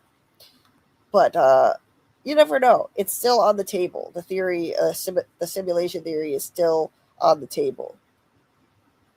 So, okay. So, M. Abdul says D&D has pocket universes. The domains of dread are pocket universes for evil nightmares. I think Friendland is inspired by D&D domains of dread. Sophia is a necromancer like Vecna. Yeah, that makes sense. I think maybe they're getting some inspiration from D&D. Yeah, interesting stuff. I didn't know that about D&D and pocket universes for evil nightmares. Wow, interesting. Yeah, that's a big parallel there. Is it Eloise in Paris? Doug, I know what you're referencing there. It's an inside joke. Yeah, I thought Eloise was supposed to be in Paris. I guess not. Um, Quan says that would be terrible. That means that From is just straight copying Stranger Things with Fatima controlling the monster will mind power. Yeah, I hope not. But if anything, I think From is copying Stephen King's It in a lot of ways. Sophia is a lot like Pennywise. Man in Yellow is a lot like Pennywise. An evil, godlike, shape-shifting entity that's ancient. That's it. That's Pennywise. James thinks Clara is Eloise. Oh, interesting theory. I hadn't heard that before. Daryl says Eloise is showing up before the season ends. Take it to the bank. Agreed. This TCP says the license plate, I believe, hints that Eloise is the one creating the narrative or the author. She's driving the story. Oh, okay. I like that. Hey, Ace. Welcome. They will all die. Oh, that's a dark prediction. Damn. Yeah, maybe that faraway tree took Eloise to Paris. David says, Marielle said the people are all trapped here, even if they die. I think it is the teeth Man in Yellow keeps that is trapping the souls in Fremville. They have to release the teeth to set them free, perhaps. Huh. That's that is a good point. Maybe the teeth somehow are part of what traps the souls there. Yeah, that's a good point. Interesting. It could be. Yeah, I wonder about these teeth. It's fascinating. What do they need to do with them? How do they exactly release them? That's the question, though. Yeah, Doug, why are you collecting teeth? Hey, Henry Deals, welcome. M. Abdul thinks Eloise was eaten by the Man in Yellow. Victor said there was only one survivor. Yeah, but he doesn't know that for sure, though. He just never saw Eloise. I still think she's alive. I think she's story walking. I think she's probably been story walking all this time. David says Marielle and Christy, the two atheists, one prophet and Mary and Christ. Writers must be making jokes. Right. So Marielle is the prophet, right? And Mary. I'm not sure what you mean, and Christ. But yeah, I get the gist though. And I agree. Hey Kim, welcome. Eloise became a kid's meal. Oh damn. A literal kid's meal. Shit. James says no one wondering where Tilly is. No burying the body, no cremation, no one asking where the crazy lady is. That's so sad, right? What happened to poor Tilly? Hand Deal says, I want to know what happened to the teeth our parents kept growing up. Yeah, maybe they're using them to cast spells or something. I'm going to scroll down to the bottom of the chat for a minute. And then I'll go back up to see what else I may have missed here. But let's see. I want to just scroll down so I'm caught up for a minute with you guys. Kayla, hey, welcome. Haven't heard anyone else say that yet, Julie. Good catch. Thank you. I was like, oh shit, when I realized that, that she says the blink twice if you can hear me the same damn thing that Sophia said. It's the same thing. Heather says, I didn't catch the blink twice thing. You're on fire, lady. Thank you.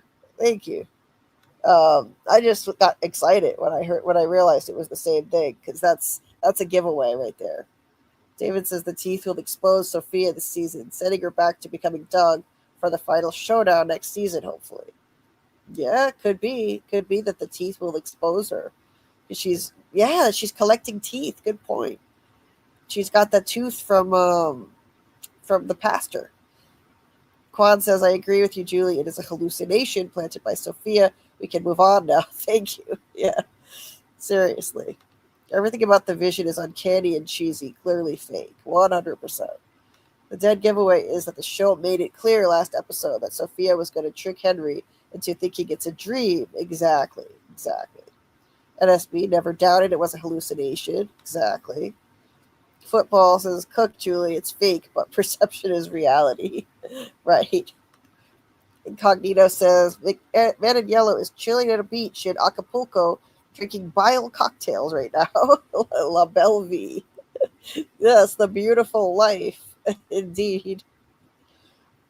Imagine Doug Victor puts Henry into a tree with his lunchbox and sends him back home. Oh, man. The Taito Guardian says, I think something similar happened to Abby that's happening to Henry. Obviously, it happened differently because no corporeal Man in Yellow, but it's so similar. Absolutely. It happened differently, but it's something that it is similar, you know. So Daryl thinks Victor will kill Henry with his gun that was taken from him to stop Henry from killing Eloise. That would be dark. Oh, damn. Imagine if Eloise shows up and Henry is like, that's the last straw. This can't be real. She can't still be alive. That's it. Because Henry doesn't know about story walking. Suppose Eloise has been story walking all this time and she comes there and Henry is like, oh, she can't possibly have survived too. And he tries to kill her. That would be dark as fuck. Doug says, I think you're looking at the extras thing from the wrong angle. They have a limited number of background performers to choose from. Exactly, Doug. Exactly. They have limited extras, and it doesn't mean that it was a hallucination, that Tabitha wasn't really out. Hey, Blazing One, I want to see a rampaging golem. Oh, you're going to get your wish. That golem is going to rampage. You can bet on it. They wouldn't be showing all these scenes with Fatima and the golem if it wasn't going to come to life. If it's just going to be a nothing burger. Trust me, it's going to come to life. Hey, Delilah. Welcome. Let's see. Gosh, I can't even keep up with you guys. We got a very, very active chat here. As much as I would like to read everything, I definitely can't read everything, but I'm going to look through as much as I can for sure. Out of the streamers I watch, Julie guessing shot percentage has to be high. Wait, what? Julie guessing shot percentage? What do you mean, football? What do you mean? Holy cow, you're late with the chat. Yes, I am. I always am. I always struggle with that because I want to read everything and I realize I can't. So I'm going to have to start skipping around, I guess. You know, it's hard. It's hard to juggle all of it. And I want to be able to read everything. But NSB says, I thought the golem was going to come to life this episode when Kenny was in danger. Yeah, a lot of us thought that. You know, we're like, oh, it's golem time. But not quite yet. Not quite yet. It looked like it was about to happen. Where's my image tab here? It looked like it was going to happen. Where is it? So it was down in this. Yeah, here it is. There's the scene. Fatima was right there in the room with the golem when she had the smiley vision, just like Vecna vision on Stranger Things. Now we've got smiley vision. Smiley vision is happening. She can see through Smiley's eyes. That was an amazing twist. Amazing. Quad says, Julie Football was complimenting you, saying that you must make a lot of correct guesses. That's your shots that hit. Oh, well, thanks, Football. Appreciate that. Thank you. I can be a little dense sometimes with my pain level. Football says, does people will not realize he was by himself in the real world to be the only reason he is there right now is because of Tabitha. Yes, absolutely. Tabitha brought Henry into the real world. Exactly. Let's see. Sounds like Tony will be owing a lot of people chips. Maybe so. Maybe so. I called into Tony Teflon's live stream last night. Check out the replay of Tony's live stream if you haven't seen it. I called in, I think, about half an hour before the end. So if you look like half an hour before the end of the replay of Tony's stream, that's when I called. And I was on the phone with him for a while, for at least 10 minutes. Yeah, it was a good time. I always enjoy calling in and talking with Tony. Doug said Tony owes me a hot chip. Oh, really? You already won a bet with him? That is hilarious. I wonder, I can't remember which bet it was. What exactly the two of them made the bet about. Hey, Not Killa. Yeah, I'm trying to remember what Doug's bet was with Tony. Glue guns. Hey, glue guns and roses. I think higher quality shows, 10 to 12, is a good amount to tell a story per season. I know lots of people disagree. Yeah, I wish that we had more. I like to have more episodes, you know? I just don't think it's enough. I don't even mind when there's filler with longer seasons. I like even the filler if I enjoy the show. Kamira says there is a shocking similarity between what is happening to Henry and what happened to Abby. I wonder what kind of direct or indirect influence the Man in Yellow had over her. Did she drink his blood too? I think it probably wasn't like that, because I don't think the Man in Yellow has been shape-shifting around all the time. I think this has not happened in a long time. I think he was the Man in Yellow, and he wasn't in town since the 70s. You know, just my opinion, except probably I think he probably appeared as Martin in the Dream State with Boyd. But I think that the Man in Yellow can still inflict things upon people, like the voices and Sarah. The Man in Yellow entity wasn't in town when he put some of the voices in Sarah's head, and it still worked. So I think he did something with Abby, putting ideas in her head remotely, you know, through voices, visions, dreams, something like that. It gave her the idea. BR says, I wonder how many people remember Roger as one of the people who looted the diner when food was short. I had forgotten that, honestly. I thought he was brand new this season. I had no idea. I had no idea that was him until somebody reminded me. Let's see. Simulation theory is weak. Sophia clearly doing that to Henry. Please use logic. Yeah, I just don't think it works anymore. I don't think it works. But, you know, all theories are welcome here, as always. David says, saving the children equals sending love to your inner child. It reprograms the central nervous system, healing the soul by reimagining negative associations with childhood trauma. Oh, I really like that. I really like that esoteric analysis, David. Nice. Why would Roger try to attack his old friends? But the question is, was he trying to attack them? Was he? I don't know. I don't know if he was actually trying to do that. I think Tony's probably right, and he was looking for help. That's all. I think he was actually looking for help, and they panicked and killed him. Hey, Dave Dorf. Someone said in a video, wasn't sure how true that was. Someone said what in a video? So, someone said what? So maybe it was something I was saying at the time. Blazing One says, when I saw the teeth, I thought of the Edgar Allan Poe story, Bernice, which ends with an obsessed man's collection of teeth. Ooh, interesting stuff. I had never heard of that story. Melissa says, I think Randall will die saving Julie. Absolutely agree. definitely gonna die saving Julie. I've thought that since season 3, just because of all of Randall's dread surrounding the ruins. Since he feels like it feels wrong to be at the ruins, I think he'll die saving Julie too. Osrod says the teeth will be the man in yellow unmasking. Sarah will find the tooth Sophia has hidden in her room and will find out about the bag of teeth. Still think a picture will show her from another past time also. Oh, that's excellent. Yes, I think that's very likely that that's how the man in yellow gets unmasked as Sophia. Quan says, I think the teeth is just a collection compulsion that the man in yellow entity has because you don't trap souls in teeth, to my knowledge. That's a good point. It does sound kind of weird, doesn't it? TCP thinks it's all a Shutter Island type style experiment. Can't believe they tried to do this in TV form. Oh, so you don't like the idea? Well, I don't think that it is that, but you never know. I personally loved Shutter Island though.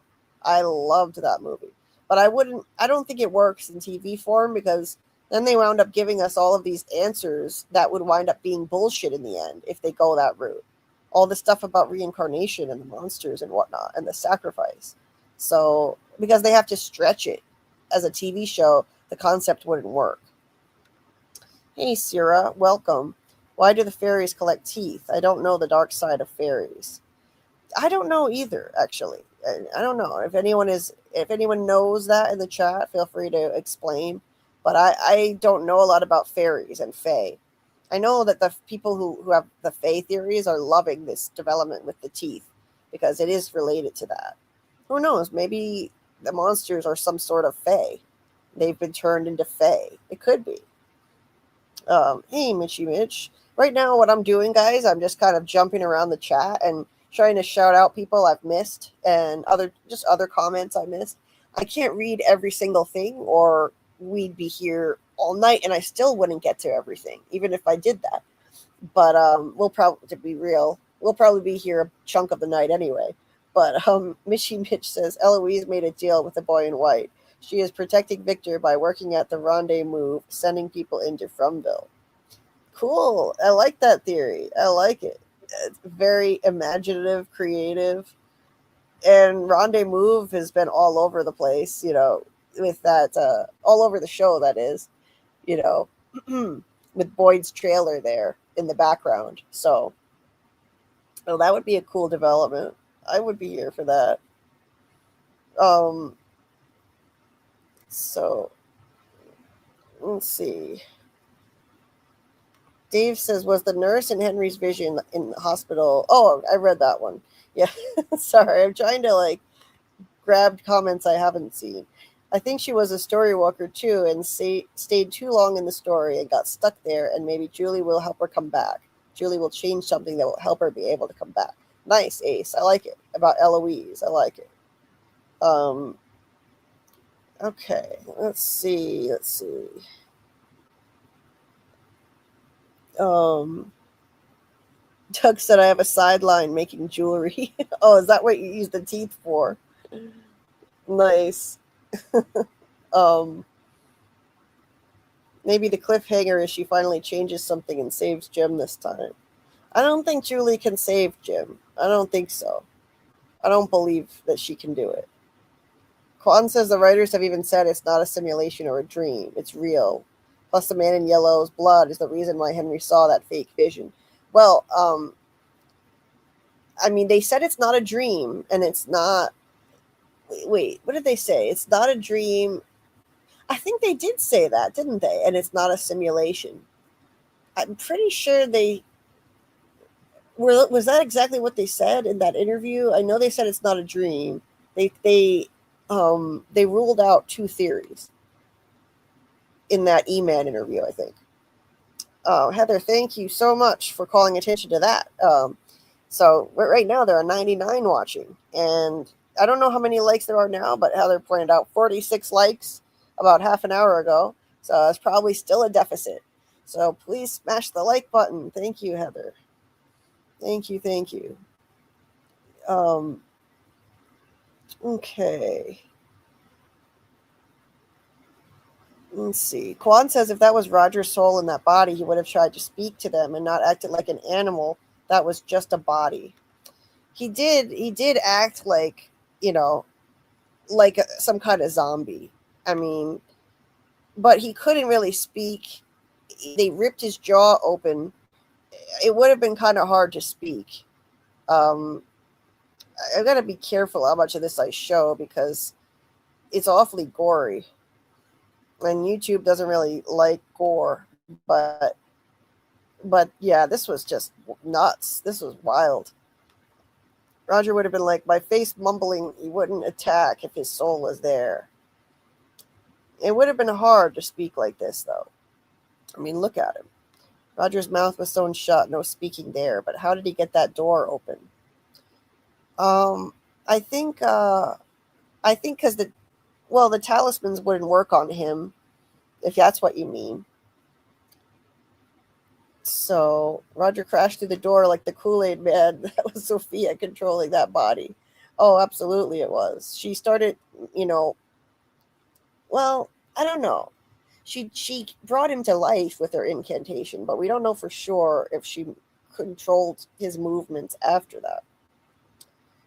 PR says, if you're asking me, I'm 100% positive that there are no ghosts in the series, only the two entities that materialize and can produce visions. Okay. So you don't think that any of the ghost entities are real spirits. But they did say that the spirits of the dead are trapped there. At least Marielle said that. So the spirits are there somewhere. I think she's right about that. However, that doesn't prove that the entities like Katri and Tom are those spirits.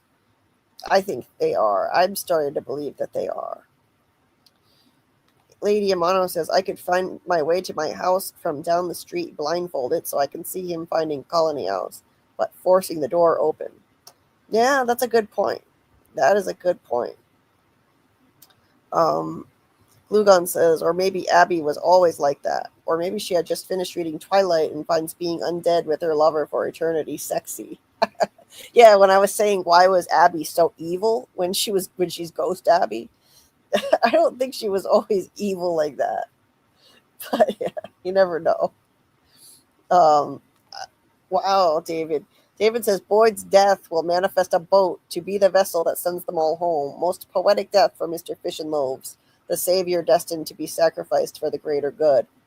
Yeah, I agree. I think that Boyd is going to die in the series finale, and he will manifest a boat. That it will manifest a boat. I 100% agree with that. In my theory video on manifestation that I put out last week, I said I think Boyd will manifest a boat in the end. His hope will manifest a boat. I don't think that he has to die to manifest things. I don't think people who have enough hope that's powerful enough, like Boyd and Fatima, they have so much hope that I think they can manifest things even though they're still alive. I think Boyd manifested Donna's pulse to come back, and Fatima will manifest the golem to come alive just through their hope.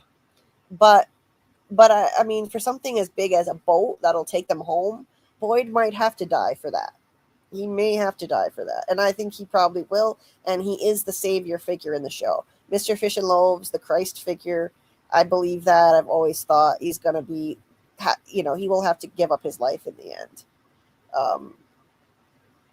So James says the music box weakened the Man in Yellow and kept him in handcuffs in the tunnel. Man in Yellow tricked Boyd into breaking the music box. Music soothes the savage soul, so Man in Yellow got his strength after the box broke. Oh, so you think that was a bad thing? Interesting. Maybe reverse psychology, that he broke the music box and they actually wanted him to do that. Hey, you never know. I personally think that it was a good thing that's what saved the town from the cicada entity when he broke it. But hey, it's possible. Emma Abdul says, I think the dolls and creatures wolf out and become demonic before attacking someone. Fatima disrupted Smiley from taking his demon form. Okay. Yeah, I have to agree on that. Yeah. Roger freaked out. He was having a panic attack. Yes, indeed. I think so too.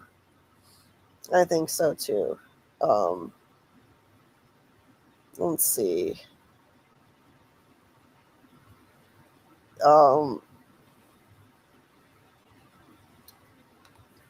Let's see here. Dara liked watching Julie and Elgin hang out. Yeah, that was cool.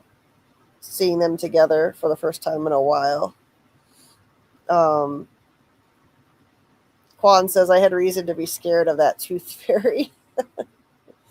I know I would love to see Martin putting some blood in Abby's drink during that cycle.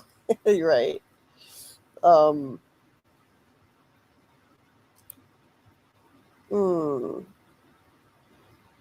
Just looking through the comments here, trying to pick out some. Patty was pretty funny. Like, what the fuck is happening? Remark. It was. Patty Melt was great. Agreed. Poor Patty. She's been through a lot. Was Elgin premature in skewering poor Roger? Was he premature in grabbing that and doing this? And look at this. Look at Patty Melt. What the fuck is happening? Yeah, I think that's a perfect way to sum up a lot of our impressions of the show, watching it as viewers. Like, what the fuck is happening? She's all of us in that moment. Incognito says, did it occur to you that some memories could have been planted by something or someone to mess with people's perception in FROMtown? That's possible. If you're talking about Tabitha and Jade, that some of their memories could have been fake or all of them, it's possible. But I personally think all of their memories that they're dredging up are real. Let's see. Yeah, I'm with Quan. I really hope that Doug will be back in From. I think Sophia is terrific, and the actress is terrific, but I really want to see more of Doug playing Man in Yellow. So Doug can't tell us if he'll be back. He can't reveal that. It's confidential, but let's hope that he will be. Daryl says the actress who plays Julie says she was playing the character as being flirty with Randall. Really? I think she said that about her interactions with Elgin. Oh, Doug said his bet with Tony was about Donna being a mole. Okay, so he thinks that Tony owes him a hot chip now.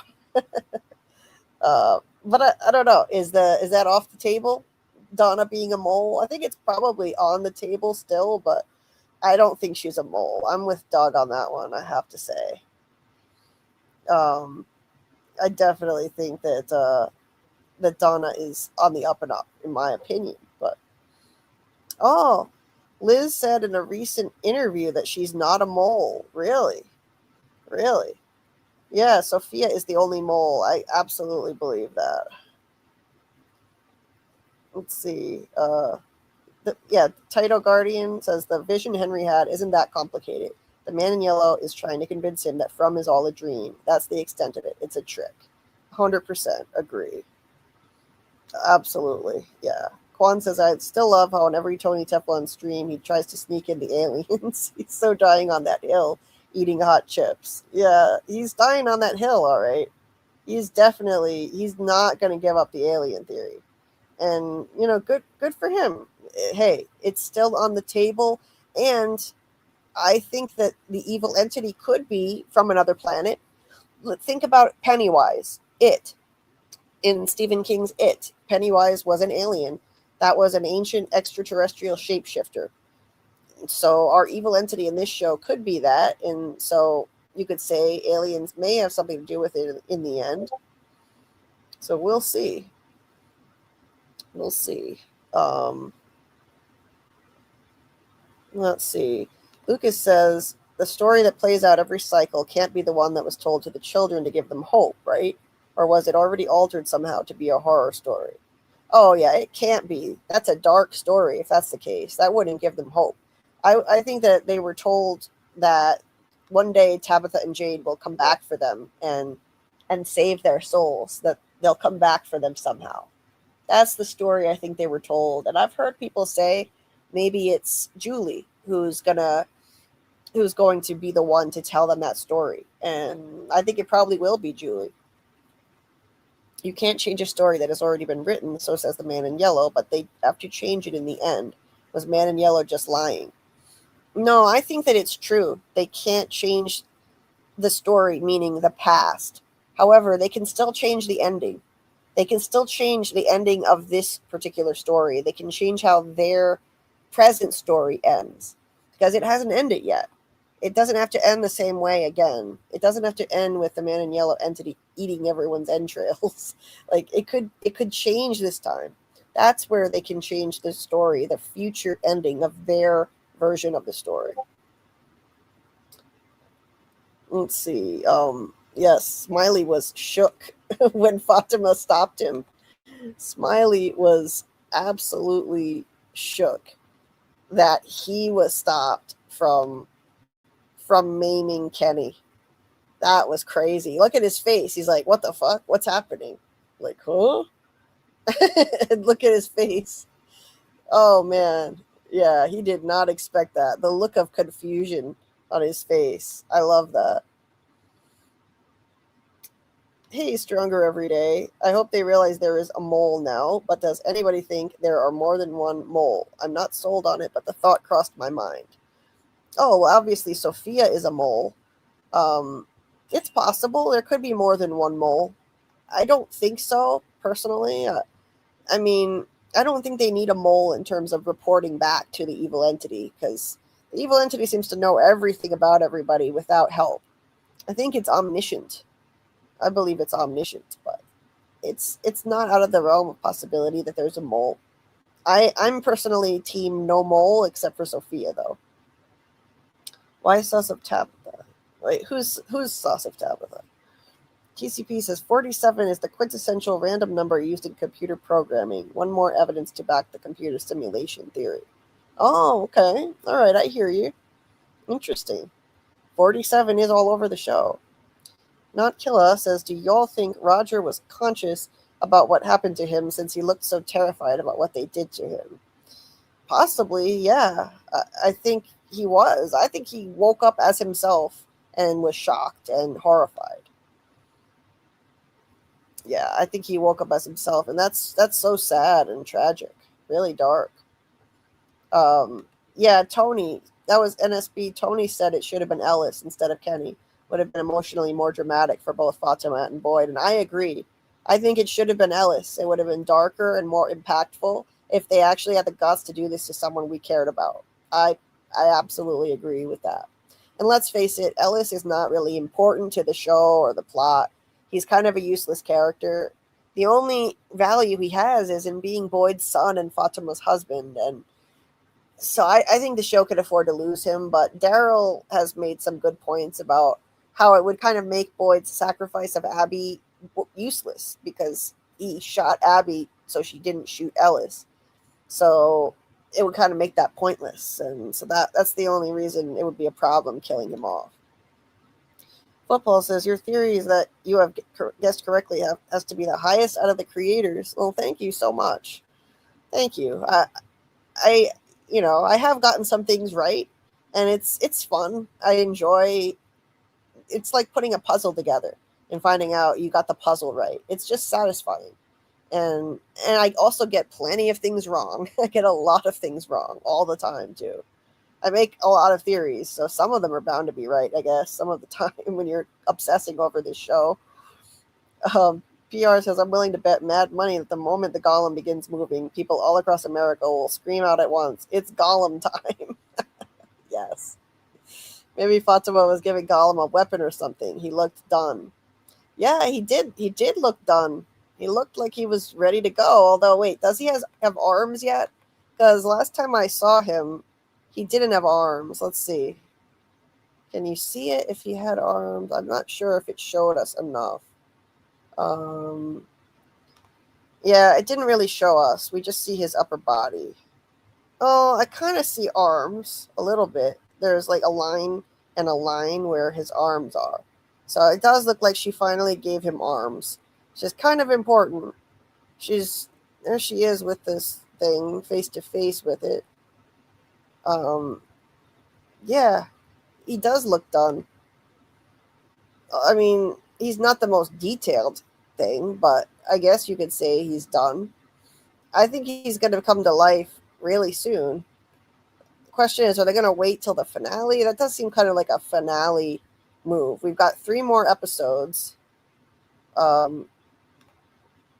But I think they probably they're gonna have him come to life soon. I thought Roger was confused, scared, and just terrified. That poor dude. Agree, NSB. Absolutely, it was devastating. Lady says Miranda must have been definitely trying to figure something out when she drove the other car. Yeah, yeah, yeah. She was driving a different car, guys. That's so. So on the subject of Miranda, let's go to that scene. That she was driving a different car. Was this a mistake? Was this something that they hoped we wouldn't notice, or was she actually driving a different car? I don't know. I think they just hoped we wouldn't notice. But what do you guys think of that? Karl noticed this too when we watched it again tonight. Karl noticed that when Tabitha had this memory flash, um, where is it? Tabitha had this memory flash, and what the hell? I think I went by it. Oh, here it is. And this is a different car. So here's the car that she's looking at. That's supposed to be Miranda's. Here's a window crank. There's a window crank visible on the left side of this passenger door, and there's a handle here to open it. And then you see in Miranda's car, there's no window crank there. There's the handle to open it, not the window crank. It's a different style door. There's a red stripe here that was not there in the other car. Red stripe, so different colors. There's no red stripe here. And the seats are a different style. So what the hell? Were they just trying to, did they just not want to pay? Karl thinks they just didn't want to pay to get the right kind of car for her to drive, because this other car is too shitty and, broken down to drive. And they just hoped we wouldn't notice. But they should know that we're a detail-oriented fandom, and we're going to pick this apart frame by frame, so of course we would notice that. Stronger Every Day says Ricky went live, and who's Ricky? I never heard of. Oh, you mean Ricky He, who plays Kenny, and said they cut the scene where he and Ellis talk, and they figured that if Ellis died, they would lose Boyd as a leader. Oh, interesting. Okay. All right. Yeah, because Boyd would just fall apart. I could see that. I suspect they gave Kenny that heroic role over Ellis because they prefer the Kenny actor for big scenes. Definitely, Taito. Yeah, definitely. It's a golem, not a golem, not a golem. There's no ring. It doesn't have a precious. That's true. That's true indeed. It's not Gollum from The Lord of the Rings. Yes, Daryl, the milkman, gave an Oscar-worthy performance when he was stabbed. The screaming, the fake-out screaming was great. And then it was like, just kidding. Absolutely diabolical. Diabolical. When Ellis and Kenny were talking about how important Boyd was, I thought the second most important in this scene was Kenny. Not a loss if they lose Ellis, except for Fatima and Boyd. 100% NSB. They need Kenny a lot more. Kenny is a stronger person, stronger leader than Ellis. Daryl says, I wasn't worried about Kenny dying. I've been saying this the whole time. The 5 characters they won't ever kill are Ethan, Julie, Kenny, Fatima, and Ellis. Yeah, I was worried for a second there. I was thinking for a second they might really do it, but I've always believed Kenny is not going to die because the evil entity likes torturing him too much, and it wants to keep him alive and torture him with grief, So I don't think Kenny's dying, but it had me kind of almost faked out and worried for a second there. I was yelling at the screen, like, no joke, yelling at the screen, like, no, what the fuck, and in the end, Kenny made it out, and I'm glad. I thought that was a great twist. Excellent, genius twist. Roger had monster teeth. He was about to go demonic before Elgin killed him. Okay, so you think Roger was a monster. Okay. I should do a poll and see how many of you think Roger was a monster versus human. Okay, so try and catch up with the chat here. Hey, Lori, Real Cinema Therapy. Nice to see you. She thinks the teeth are trophies. And probably so. Incognito says the monsters are just the extension of the man in yellow, eternal life to be ugly and mean slaves. What a bargain. Yeah, pretty much. What a great bargain they made. Let's see. NSB says, I think Kenny won't die either. They're setting him up to be the next sheriff in time of need. Look how he was aura farming at the end. It was his plot point in season 2, which was never completed. Oh, he had an epic scene. It was absolutely epic. Football says, see, I don't know, because Roger did have the monster teeth and was trying to grab the girl's leg and pull her down. But Elgin killed him immediately, so we don't really know what was about to happen. Yeah, that's the problem. It ended too fast. He tried to grab a guy's leg, actually. So why was he doing that? What was going to happen? Now we'll never know. Hey, Brandon K. Welcome. Nice to see you. I hope you're doing well tonight.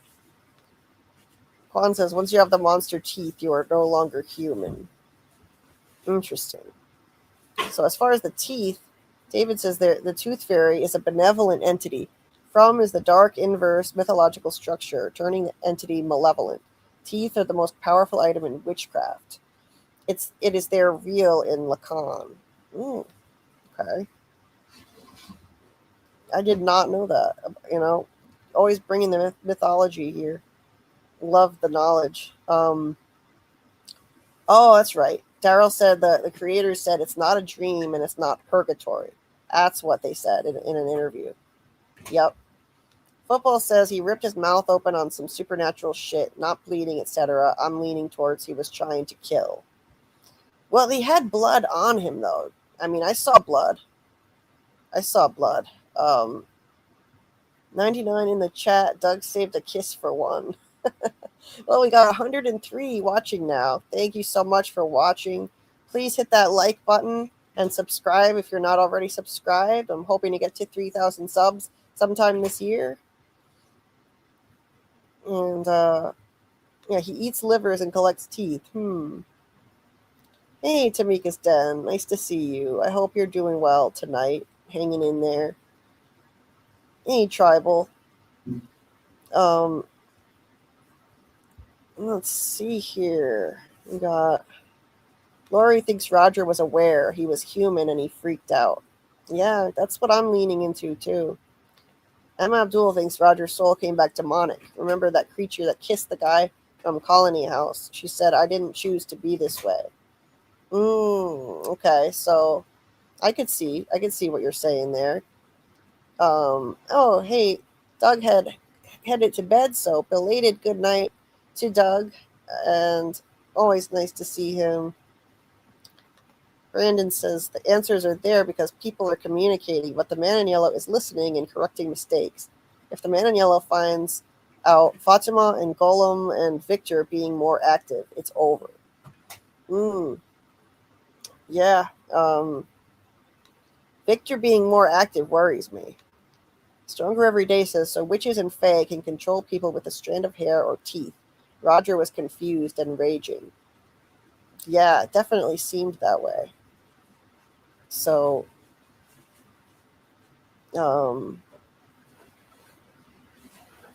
let's see. TCP says, another one to back my theory. The first groundbreaking simulation for artificial life was called Boyd's. Boyd's, you can't make this shit up. Really? I'd never heard of that. Fascinating. Brandon K says the teeth are the trapped souls. That's why ghosts are appearing, because they're getting close. Because the Storywalker needs a chapter or an anchor. If she gets the bones or the Ankui kids, it's done. All right. Yeah, I like that. They are definitely getting close, but they're running out of time, as the Boy in White and Ghost Khatri have said now. Heather says, I think we could all be right in this fucking show and town. Aliens and magic are not mutually exclusive. Absolutely. That is very true. We can all be partly right. We'll all probably have certain things we get right and things we get wrong. Brandon says, Fromville is an ant form the man in yellow loves playing with, looking down on everyone. Nice analogy. I agree with that. Definitely, I think he's always been watching, even before he infiltrated the town as Sophia. He's been watching. I think he's omniscient. And hey, Lexi, up early, and look who's live streaming. Oh, it's nice to see you over in the UK. Hope it's not raining over there for you today. You know, it happens a lot. Yeah, Sprinkle Kitty, it's weird that no one has suspected Sophia yet. She asks too many questions, is always there, and is too calm, 100%. She's really sus, and yet nobody has suspected her. It's weird. No one has even cast her a strange look. Kwan says, I think the man in yellow comes when someone in From starts getting close, like Miranda during that cycle, and Tabitha and Jay during this cycle. Oh, 100%. Agree. Absolutely. Taito says, just because Miranda painted the man in yellow doesn't mean she would realize he was evil. Oh, yeah. She didn't know. I don't think she knew that. And Brandon says, I believe that Ms. Pennywise did have kids. In Dark Tower, her son feeds off of laughter. Oh, okay. Oh. And yeah, Pennywise was female. They said that in the book. Yep, Man in Yellow comes forth because it's massacre time. He's aware it's massacre time soon, or else they will escape. Yes, Quan. When it's close to massacre time, that's when it appears. TCP says Jade is a programming language created by the company called Jade Software Corporation, founded in 1978, same year Victor was in town when massacre occurred when he was a child, not a simulation. Wow. Well, you definitely bring a lot of compelling evidence for the simulation theory, and it is valid. It is still on the table. 100% it is on the table. I hope it's not, but it's a valid theory. Smiley taunting Kenny about his dad made me happy that it was Kenny, right? It was so satisfying when Kenny shoved Smiley off the bus, but Smiley went back to smiling. That was fantastic. Oh, yeah. It was great. I just love Kenny. He's one of my favorite characters. Incognito says, I sent you Martin painting if you can show it. Okay, thanks. I will check that. PR says the mole now is Smiley. If Fatima can see through Smiley, Smiley has to be careful. The same is true the other way around. Right, maybe he could see through Fatima's eyes too. That's a chilling thought. Absolutely. Let's see. The golem has some big eyes. That's Fatima's sight. Indeed. Miranda ran out of gas and used the other cars. That's what Brandon thinks. Okay, so you think maybe she got in another car and used that to try to escape? That's possible. It showed her pulling up and going. Let's see. I'll show you.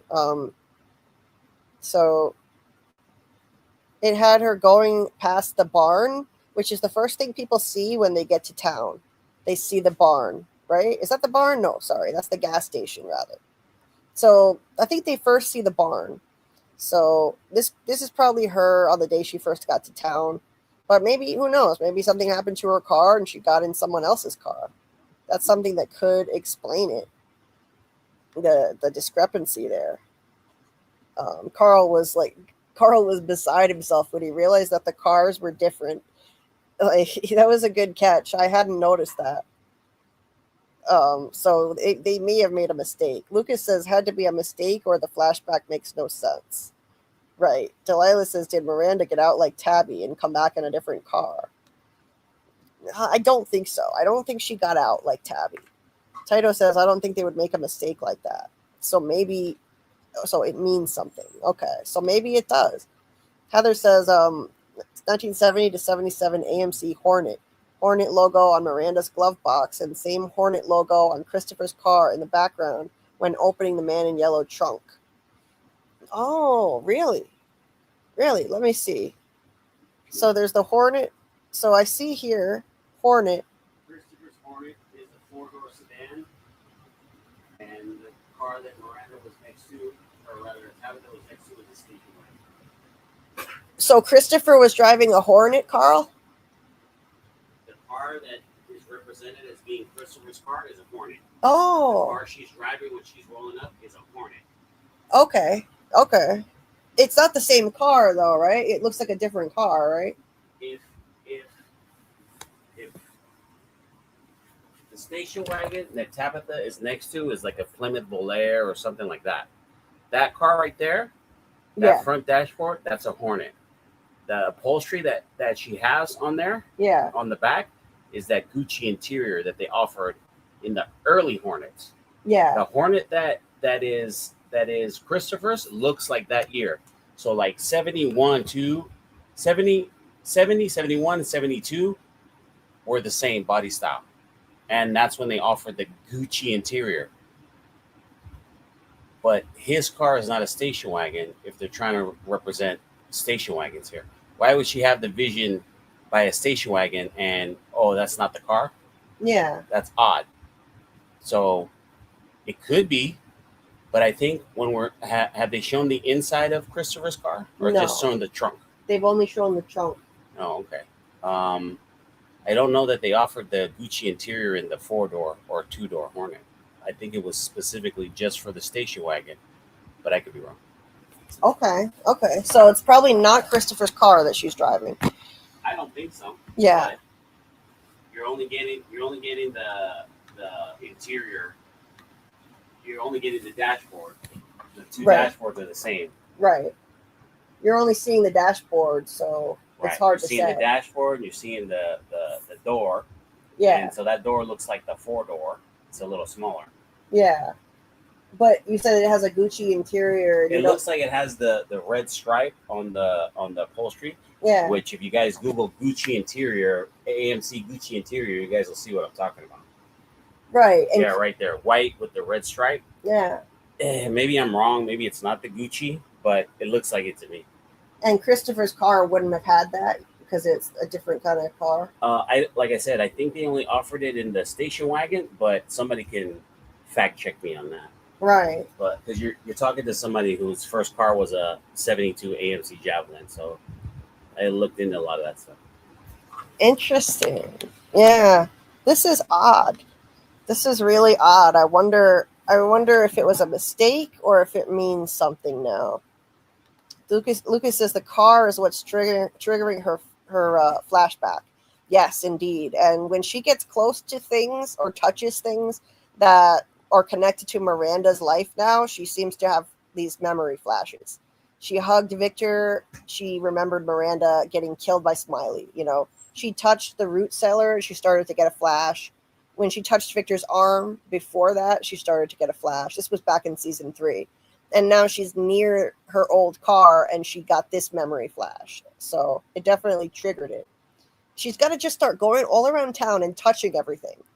Like, go touch everything in town and she'll get a lot more memories.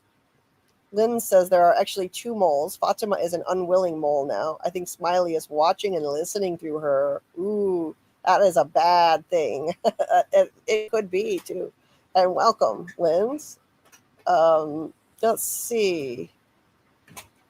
Miranda used up a lot of cars to get out. It never worked, which is why they started using the spikes. Gas is useful. Could be, Brandon. Maybe she tried to get out, driving around in other cars. That's possible. Maybe that's why they started using the spikes. Could be. Boyd said something about how they drive, they start driving too fast and they could hurt somebody and then they got the spike strip. He says this fits the pattern. She's going faster when Acosta stole the ambulance. So then they got the spike strip. So I think that people driving crazy is another reason they got it. They got the spike strip. Heather says man in yellow car also not in the car graveyard until this scene, which could be a continuity thing, but there's a cluster of the same 6 to 8 cars that have remained the same. So why not use one of those for teeth? That's a good point and really good eye, Heather, noticing that the car wasn't there before. I didn't go back and look to compare. That's weird that it wasn't there already. It could be a continuity thing, but it could mean something. The milkman is a comedian now. Agree, Linz. That was funny. Heather clocking that she's remembering driving Christopher's car is important. I think Tabitha needs to check his car too. Yeah, Heather, that is a great catch. Great catch about that. And Karl spotted the car difference too. Like, what the hell? And I think Heather, I think I heard her call into Tony's show and talk about it too. She was spot on. Really great eye there. I think it probably does mean something. And maybe it was Christopher's car she was driving. Lucas believed Kenny was going to die. That's just the most scared I've been watching this show. Yeah, I was scared for a second too. I was definitely scared. Yeah, the dolls probably sewed up Roger, Blazing One, I think, like Tito said there. The team going into the tunnels, who would you take? Who would you keep behind as a backup? It's a good question, Brandon. Well, definitely take Kenny. Boyd, I think, needs Acosta. Kenny is actually helpful. He's tough. He just proved himself. Acosta is proving to be an asset, so definitely take her. And let's see, who else? I'd say Donna if she didn't just have a heart attack. So not Donna. Who else? Who am I not thinking of? Well, obviously Jade. And maybe Marielle, Randall, Sarah. Sarah could probably be helpful. Hey, Maddie Moore, welcome. New here. Well, welcome to the channel. We're happy that you found us. And please subscribe if you're not already subscribed. I'm trying to reach 3K subs sometime this year. And maybe drinking. So you say maybe drinking Man in Yellow's blood is the answer, since Jade keeps getting the visions of his former self drinking blood. Yeah, that's an excellent point, Maddie, about drinking blood. Excellent point. It's a bad thing, though. I mean, look what it's doing to Henry. It's giving him hallucinations that he's in a hospital somewhere dreaming all this. So, I don't know. It could be just that, I mean, Jade drank the blood in the hallucination, in the, not the hallucination, but the mushroom trip he had.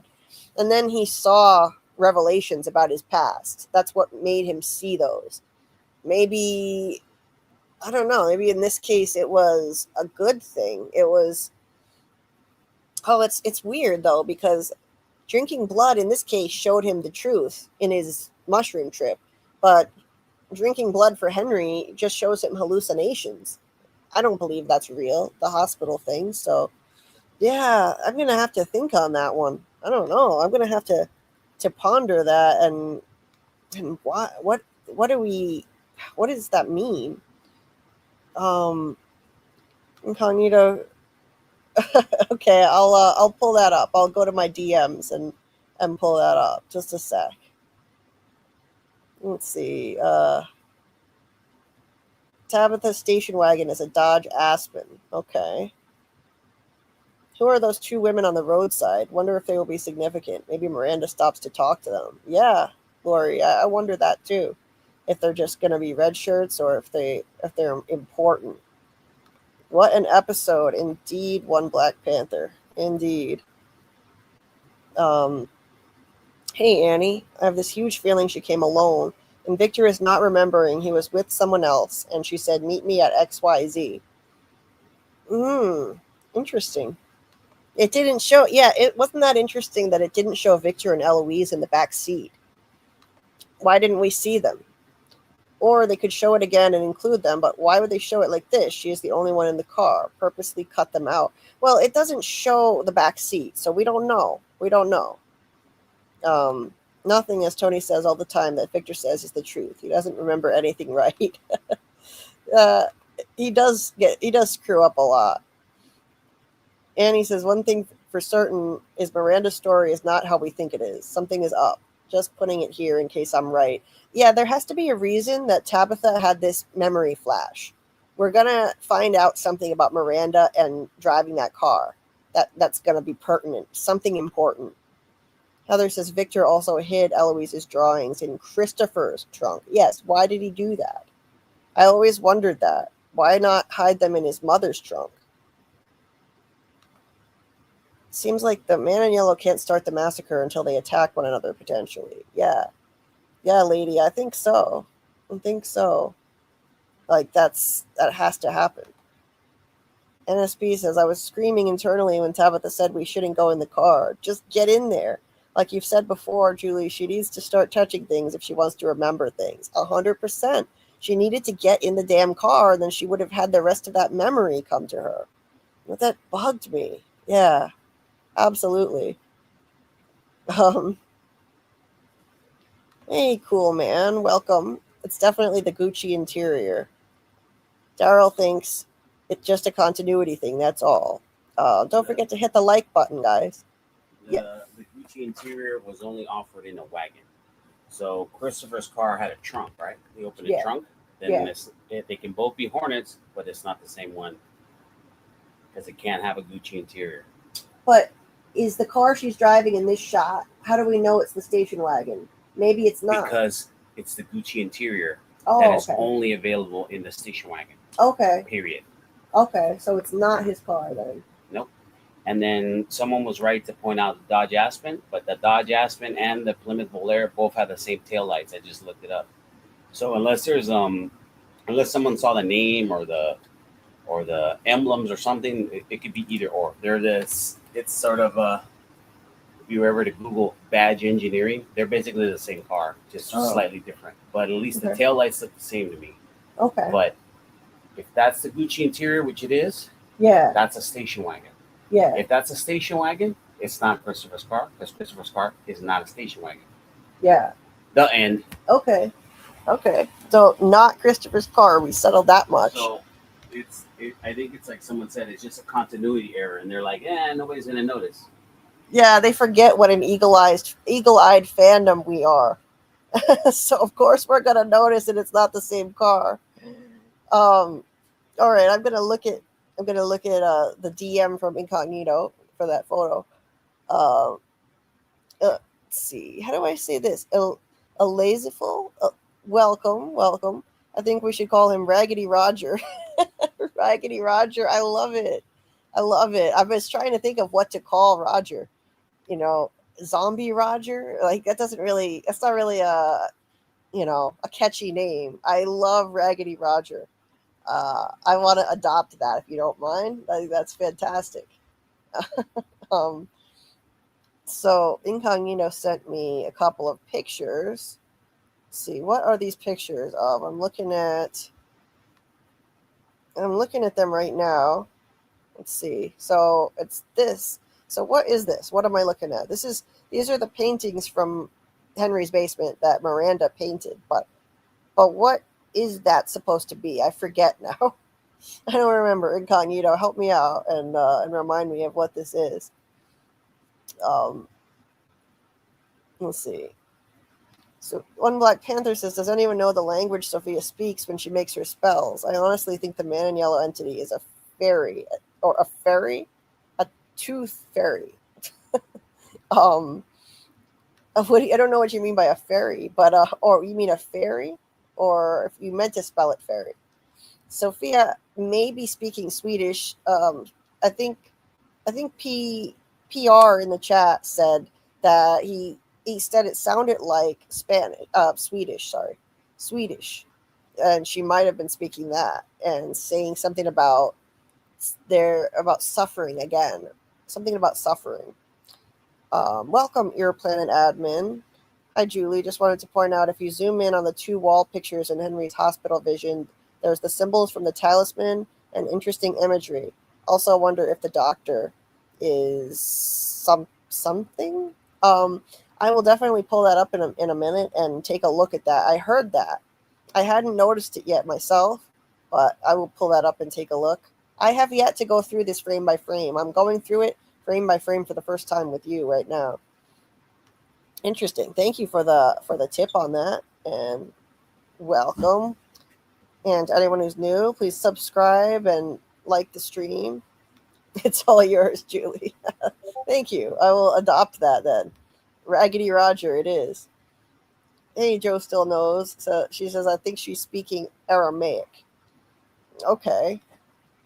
That could be. I read something about Aramaic. What was it?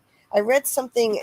It was related to abracadabra, the power of abracadabra manifesting reality into being. Meaning I create. It comes from avra cadabra, meaning I create as I speak. That's where the word abracadabra comes from, and I think it's relevant to this show, and that Boyd manifested Donna's pulse to come back with the power of his words, by demanding it, forcefully demanding, and concentrating on what he wanted. Same with the door that was in the wall. Anyway, so it's interesting that you said that about Aramaic. AA says, yes, he's a tooth fairy. I left a theory like that on your Discord weeks ago. Nice. Hey, AA. And I saw someone else. Oh, hey, MG. Welcome. Nice to see you. Your planet says, if the doctor is someone, sorry, wondering if maybe she's another entity or somebody we'll see again. Oh, okay. And incognito. So what is this again? What am I looking at here? Heather, yes, definitely put out your own content. Absolutely. You should start a channel. She says, y'all are giving me the validation I need to maybe finally put out some of my own content. Definitely. You have great ideas and a good eye. You're really perceptive, so you should do it. Heather says, Sarah needs to be Julie's story walking anchor because she can hear what Julie experiences. She heard her, Mari, and Randall in the dungeon and could hear the music box at the ruins. Yeah. I think that would help. Sarah could definitely help. Oh, thanks, Incognito. So this is some of the hospital art right here. The hospital image. And holy shit, yeah, look at that. The runes are there. The runes that are on the talismans are there. Some really interesting imagery. There's a man and a woman in a dress, and there's a woman up here. I don't know what that means exactly, but the runes are there. Interesting stuff. Lady says, I think the man in yellow's blood produces hallucinations, so former Jade was telling him to purposefully hallucinate, which he did with the mushrooms. Oh, okay. Except Jade's hallucinations were real things. It was, he's seeing revelations that are legitimate versus just bullshit, mind games, I think. So that's why I don't know. I don't get it. Zoom in. It's Martin. No way. It's Martin, Julie. He's even shackled to the wall. Oh, let me see. Right here? Oh. But it looks like a dress, no? Doesn't that look like a dress? I see it looks like shackles here. It does look like he's wearing a dress to me, but yeah, maybe that does indicate or symbolize Martin. And then two other people here maybe represent the two other people in the dungeon chamber, because there are always three. Interesting stuff, guys. Love it. It's a freaking yellow room. That's another great point, lady. It's a yellow room. Everything about this hospital scene is screaming fake, phony. It's a yellow room. It's got runes in the pictures on the wall. And the doctor asked him, blink twice if you can hear me. Right? Yes, that's what Sophia said. That's what Sophia said to the priest. To the pastor. Yeah, you caught that too. Yeah, nobody else caught that yet. From what people have said, like they hadn't heard anybody else say it yet.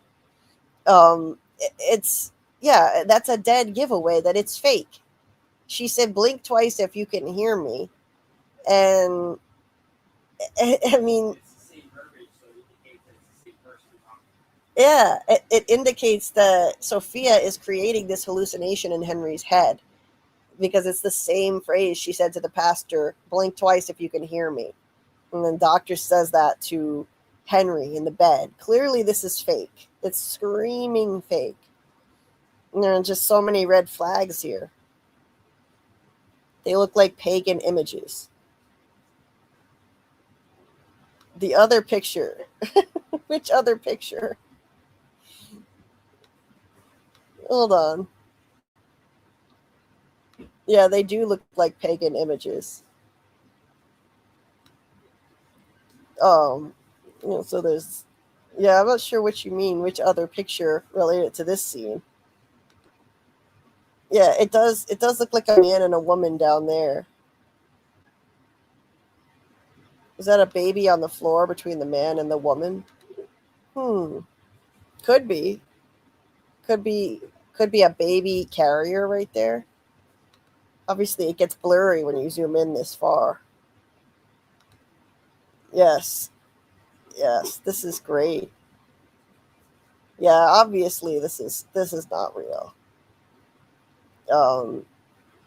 Looks more like hospice or even home care than a modern hospital. Right. The talismans have figures with their arms up. Yes, they do. It's the back rooms. I still have to see that movie.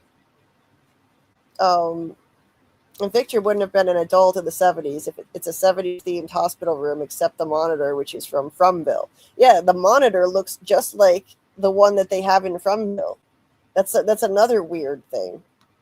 The monitor in the scene. Let me go to the scene in my folder now. I'll go back to the hospital scene and let's see. Where is it? There it is. The heart monitor, the monitor next to his bed, it looks just like the one they have in town. It looks just like it. And the room is very, very yellow. This is screaming fake. This is screaming fake. The pillowcase is yellow. The wall is yellow. Yeah, just look at it. Yeah. What's down here? There's a picture down here.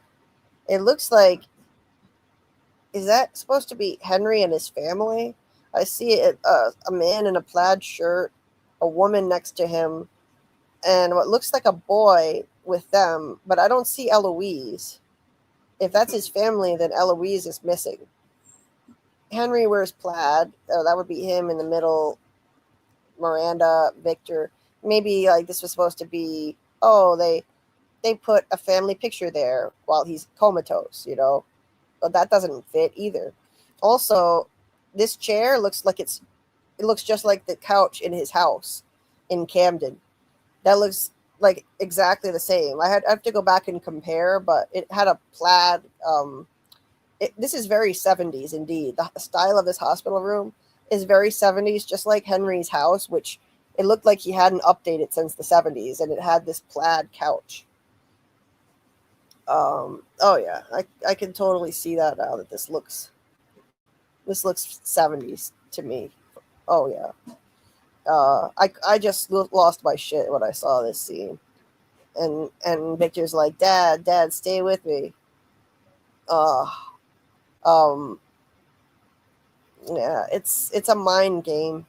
This is terrible what she's doing to Henry, and this is all to get Victor back for all the knowledge that he's gaining. The Martin photo is a shot from is a shot from Miranda's basement. So that's what he was trying to tell me. Okay. All right. So let me look at that again. So in Miranda's basement, it looks like she painted Martin. So like this here, down here would be Martin. Yeah, I guess I could see that. It looks like he's got long hair and very skeletal looking too. I can see that. Yeah, I see it now. He's got a long beard. Yeah, that totally looks like Martin. Yeah, definitely. So Miranda painted Martin. I wonder where you found this, because I have screenshots and I have press photos and I didn't see this. I don't know where people find these things, but thank you for sharing, Incognito. Appreciate that. Cool.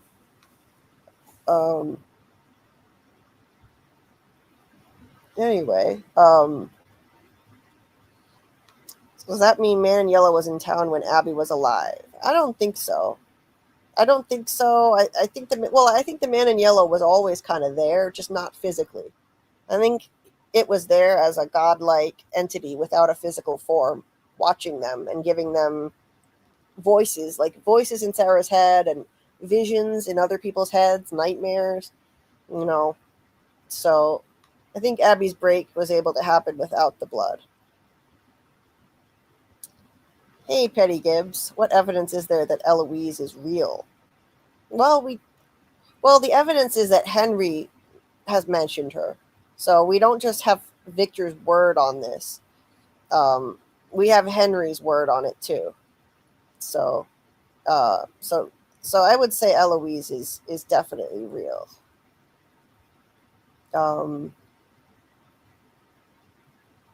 Okay.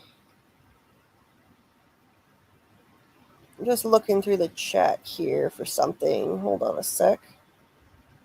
Cool Man says Man in Yellow probably attacks once they actually figure it out.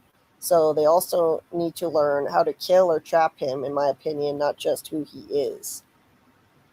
Yeah, they need to figure out what the rules are for the Man in Yellow entity, because they all have rules. And so they've got to figure that out. Even the Man in Yellow entity has certain rules. Oh, thank you so much, Tamika's Den, for the support. Please hit the like, turn on notifications, and subscribe. It is important to turn on notifications because sometimes I have to reschedule due to my pain level to manage my pain condition, and join the Discord too, because in the Discord, I have much more reliable notifications for you in there. So I always notify everyone when I go live, and anything that's upcoming, I'll tag everybody. And Discord notifications actually work, unlike YouTube, which doesn't work as well. So if you're not in there, plus we do, here's the link. Plus we do, the link is in the chat right here. Hold on just a second. It will be in the chat. Just a moment. And we do the watch parties every Saturday night for the new episodes. So if you're not in there already, you should join. And just get a link here. Okay. Now we need to get into the scene by scene breakdown. And yeah, so Daryl just thinks that it was a continuity error with the car. Heather thinks it's Christopher's car. But yeah, according to Karl, and Karl is a car expert. He knows everything. He knows so much about cars. He says it can't be. So I don't know. We'll see. We will see. I hope that Tabitha goes back to that car and gets in it, and then we get more information. Thanks, Heather. I like Discord a lot. Discord is a lot of fun. Question: who can put rules on the creator of the game? That's a good point, Brandon. Maybe it's not so much. I don't know. That's a good point. Maybe it's not so much that there are rules he has to follow, but that the boy in white entity has power too and checks the Man in Yellow's power. So there are certain things he just can't do that he has built-in limitations. So MG said that the top picture in the the hospital room, looks like a lady in a dress, possibly a witch being burned. It definitely looked like that, yeah. Has trees on the sides, thus outside, not in dungeon. Yeah, not Martin on that one. Yeah, I was just confused by what Incognito was telling me. It's not Martin. if Man and Yellow collapsed the house, I want to rewatch to see if there was some type of blood or something spilled there that enabled it. Yeah, lady, it's interesting. It's like it seems like now she has to go to all these measures to get things done, whereas before the Man in Yellow entity was doing things without being physically there. I do think it collapsed to the house and put voices in Sarah's head and didn't need to go around doing incantations to do it or feeding people blood. So I don't know. It's kind of hard to reconcile. Brandon says, I laughed when they had the meeting. They asked, are we all reincarnated? No, some of you are meat shields to move the story along, like the randoms on Star Trek. Yes. Thank you. Yes, they are. Some of them are just red shirts. We need to get some lemons. Lemon? Oh, you're oh. What are you doing? Gas station. Oh, I was gonna say, what's open now? Okay. The gas station has lemons. Okay. Okay. Anyway, yeah, I think that was kind of a shout out to the fandom when they said, "Are we all reincarnated?" Because the fans wondered, is everyone reincarnated? Who else is reincarnated? And it turns out I don't think anybody is except Tabitha and Jade. So they're theorizing in the show now. The characters are theorizing just like we do. It's just funny. Has Henry ever used Eloise's name, though? He says, my children, when showing Tabitha the bedroom. That's true, he does. But when Victor takes him to the graves, he shows Henry. He says, Henry says, is that? And Victor says, it's Eloise, I think. And Henry doesn't say, well, who's that? Victor says it's Eloise when he takes him to the grave. So that shows that Eloise is real, I think. Yes, 100% answering a fan question. Writers are absolutely direct info dumping to the audience. 100%. Jade spoke to the audience when he said he thinks it's just him and Tabitha who are reincarnated. Oh, absolutely, Daryl. So on that note, let's go to that scene and start just breaking down the whole episode, because that's the start of the episode. So at the start, well, it's close to the start of the episode. Boyd and Kenny show up, and they're at Colony House to do this info dump on everybody, and I just personally thought this was so stupid. This was idiotic, if you ask me, telling them that they were reincarnated. I don't think this was necessary, but you guys tell me what you think. I mean, about telling everybody, do you think this is good? I know we wanted communication. I know we wanted that, but come on. They didn't need to tell them everyone was reincarnated. I mean, that Tabitha and Jade were reincarnated. This was a bad move.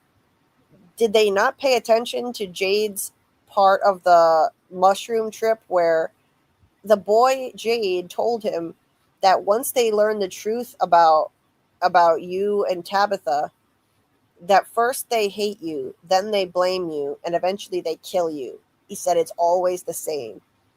So then they go right over and tell everybody that they were reincarnated. What the fuck? I was like, I couldn't stop ranting about it when I saw this on the show. Like, what are you doing? Why are they telling everybody? They didn't need to. They could have told them that Jade had a revelation that there were kids that were sacrificed and that started all this, and their bones are down in the caves and they need to go down there. People have all kinds of weird premonitions, dreams, nightmares, all kinds of things all the time without being reincarnated, and they didn't need to explain how Jade figured this out. They could have just said that this all started because these kids were sacrificed. We need to go get their bones. Did they have to tell everybody about the reincarnation? This was stupidity. This was just setting into motion what Sophia said was going to happen. That they're going to tear themselves apart. This was setting everything into motion the way it happened before. First, they blame Jade and Tabitha, then they hate them, and eventually they kill them. Oh, I forgot I was going to do that poll. Do you think...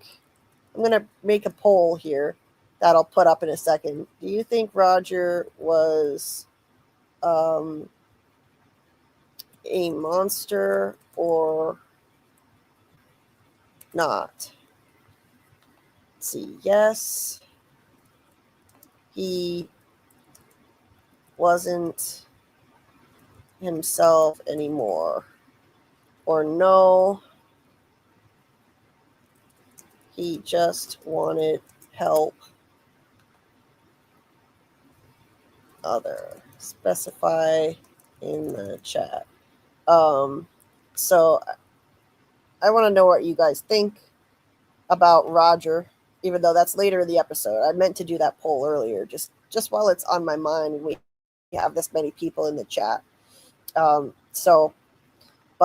what do you think? Was this a good idea to start telling people? Henry certainly didn't react well to this. I Am 3 says the dumbest decision Boyd ever made, but it's Jade's fault for not speaking up after the trip. He never told Boyd that part, if I'm not mistaken. No, yeah, I don't think he did tell him that part, unless he told him off screen.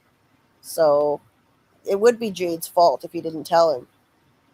Tito says the red shirts are scared. They're going to blame Tabby and Jade eventually, and they're stupid, so they'll kill him. Yes, indeed. They already sounded a little hostile. And he says, Victor just told us how it's going to end. Yeah, he makes it sound like he definitely thinks Ethan is going to be the sole survivor again. Victor is thinking it's all going to happen again, but that doesn't mean he's right. Yeah, I agree, MG. Why even introduce Eloise if she's not real? 100%. NSB says, until now, they weren't sharing anything with anyone, and now they're just oversharing. Yes, my thoughts exactly. I wanted the main characters to share things, not these NPCs. Yes, we need the main characters, the main players to share things, not a bunch of NPCs. They didn't need to tell everybody. This was just idiotic. Straight Edge says, I know everyone loved episode 7, and I hate to be a downer in the friendly, but I had lots of issues like this with the episode. I'm sorry. Hey, don't be sorry. Don't be sorry. Your opinion is perfectly welcome here. You don't have to love everything. Just because we love this show, it's fine. You can speak your honest opinion. You know. Straight Edge says, I guess Jade never told Boyd. I assumed it happened off screen. Jade should tell everything. That's very important info. You should have told him every detail of that trip.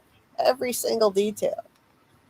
Daryl says telling about reincarnation was a way to convince people that they were telling the truth, because they talked about that being the reason why Jim died and why the barn said knowledge comes at a cost. That's true. That's true, but I think they could have probably convinced people without spilling everything. I don't know. Brandon says Henry wasn't speaking. Man in Yellow was speaking. His frustration comes out from Henry. Man in Yellow has done this a long time, but that's why he said, you're already dead. Why care? That's Man in Yellow's weakness. He is used to old tactics. Yeah, you're right. I mean, how much of what Henry is saying is of his own free will? How much of what Henry is talking about is really him, and how much is influenced by the Man in Yellow's blood in his body right now? I think her blood in his body might be making him more hostile. You know, it's definitely possible that he's being influenced by the Man in Yellow, having that blood in him. Lori says, Julie, what do you think the significance of 2 back-to-back episodes involving a heart monitor and lights shining in the eyes? What's the connection? Well, I think the heart monitor popping up again was a sign that's a fake, that what happened with Henry is fake. It's just a hallucination. That heart monitor is identical to the one in Fromville. And the light shining in the eyes, yeah, that was interesting that they did that twice. Two back-to-back episodes with someone laying in a bed with the light shining in their eyes and a heart monitor. I mean, I think it's just a subtle hint that it's fake, that what Henry is dealing with is fake, and it's just kind of there are echoes in it of things that are happening in Fromville. It's not real. It's not real. It's just It's just Sophia manipulating him. Laura says, I think Victor is right about the ending. Green light for From 2. Oh man, that would be a dark ending. Imagine, we've talked about that. Imagine if Ethan is the sole survivor at the end, just like Victor. Daryl says that was just confirmation that it's not going to happen. Well, I certainly hope so. Let's see. Vithalis says, is Henry connected to Donna somehow because of the monitor? It does make you wonder. One Black Panther didn't like this either. Telling them they are reincarnated was not a good idea. Yeah. So let's go through these scenes. Boyd approaches Henry, and he's drunk again. Is Henry ever sober? I mean, he's just got alcohol swimming in his body nonstop. And Boyd says he got something to tell him, and he's got to tell everybody something. But he thinks that Henry and Victor should hear it first. And so Henry gets up, and he starts to walk and staggers because he's so drunk. Boyd goes to try to help him, and Henry just backs off, like, don't touch me, don't touch me. It does seem like maybe there's a weird hostility there in him that could be an influence of Sophia's blood, the man in yellow blood inside him. Like, why was he getting hostile over Boyd just trying to offer him a helping hand because he's staggering, falling down drunk? Over at the Matthews, Tabitha is going through Jim's clothes because she's grieving, she's feeling sad. That was a sad scene. Ethan catches her doing it and says that he does that sometimes too, and he goes through Jim's stuff. He says Julie's home, so she goes down with him to talk to Julie. And she tells Julie about the giant doll attack. Julie's reaction was funny. It's just, giant dolls? Like, you gotta be fucking kidding me. Like, what next? Well, here's the what next. She tells Ethan and Julie that she's been here before many, many times since the beginning, and the last time she was Miranda. That's a bombshell to drop on your kids. Like, hey kids, your mom's been reincarnated. I was reincarnated, and I was also Victor's mom. That's a lot. That's a lot. They look at her in shock. And over at Colony House, Henry and Victor get the same reincarnation revelation from Boyd, and Henry is extremely hostile about it, saying, "Are you insane? Oh, you're in a town where you can't escape, and monsters come out at night. Shape-shifting monsters come out at night, but reincarnation is insane. Gotcha." I mean, I just think that this was a really crazy overreaction. He's like, you come in here and say those things that my wife... He says, Victor, let's go. You don't have to listen to this. He tries to get Victor to leave with him. And once again, he's kind of staggering, and Boyd tries to help him, and he's like, no. Like holding his hand up, like, don't touch me. He did that to Boyd before, even before Boyd told him anything, though. This needless hostility.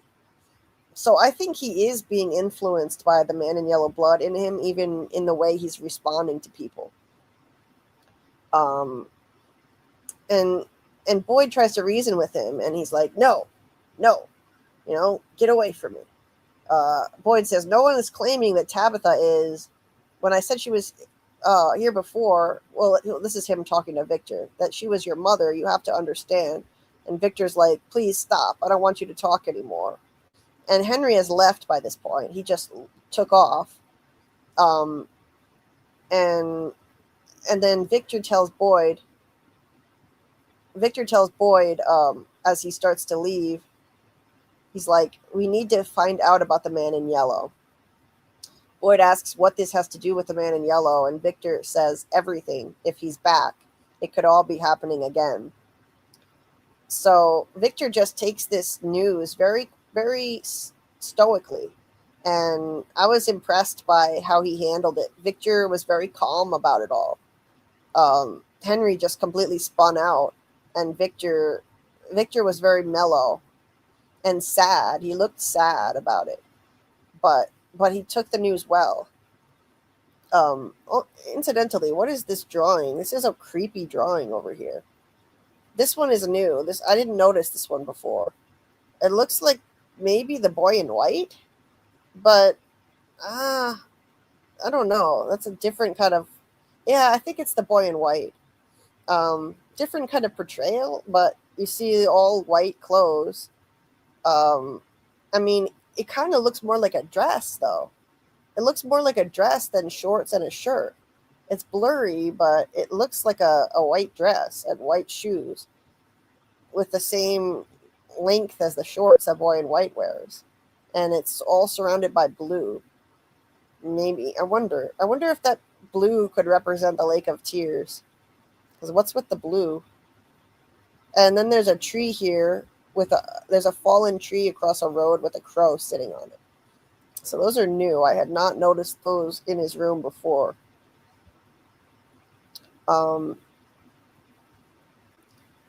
So Victor, I loved how Victor took the news so well, so brave of him, and was able to have the presence of mind to think about finding the man in yellow, finding out more about the man in yellow. If he's back, it could all be happening again. He wants to help, however he can, even in this moment where, by all rights, it would be understandable if he only thinks about himself. Finding out that Tabitha is his reincarnated mother. That's a heavy thing to find out. And emotionally, he's like a child. And he's had a lot of meltdowns, but he doesn't melt down in this moment. He stays calm. So I thought that was really impressive. And he's right, that this is important, like the fact that Tabitha and Jade are reincarnated, all of this is connected. And it all has to do with the man in yellow. So, yeah, I thought that was great. This did not need to be done, though. This did not need to be told to Victor and Henry. This just caused them unnecessary trauma. But Henry was acting like they said something dirty and perverted about his wife. Like, you say these things about my wife. You come in here and you say these horrible things. He didn't say horrible, but you say these things about my wife. Victor, you don't have to listen to this. Like, what is he on about? He's acting like they told him something disgusting. I don't understand. What is he? I think the only explanation is Henry is under the influence of that man in yellow blood in him. That's what it is. Julie and Ethan, Jade is our stepdaddy now. Yep, pretty much. See you later, Incognito. Thank you for being here. Henry should have been told a long time ago, one-on-one by Tabitha. Yes, he should have. But then again, does he really need to know? Does he really need to know? Do any of them need to know? It's upsetting information for Victor and Henry, and it just doesn't seem necessary. Daryl says, this is exactly how I expected Henry to react. This is a lot to take in. He's in a bad place right now. I mean, he's already spinning out after finding out Miranda's body was eaten by the man in yellow. So we have to take that into the consideration that he's already spinning out over that. Brandon says, wow, just thought of this. Victor collected items and remembers people from that. Why hasn't the man in yellow approached Victor yet like it did to everyone else? Yeah. Yeah, I don't know. She hasn't approached Victor yet.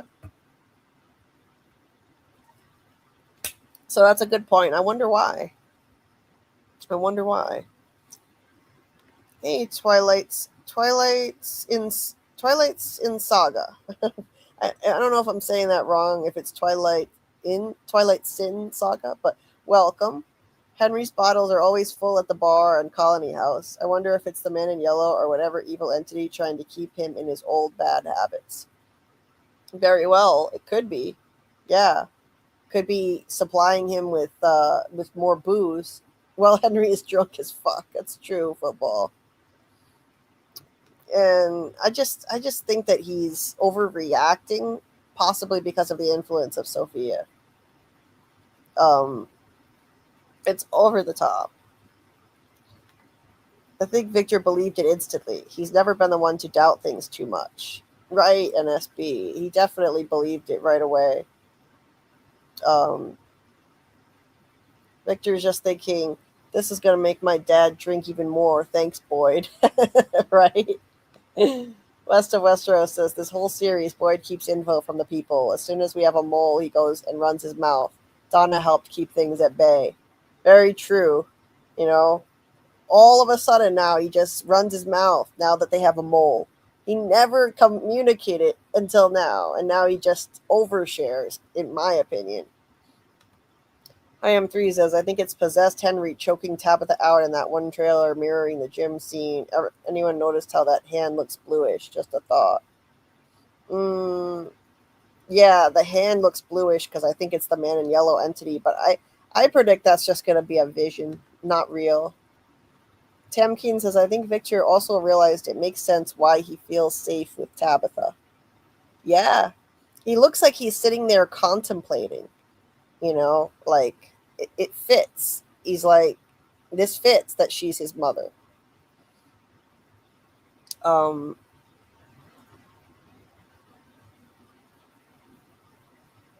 Let's see.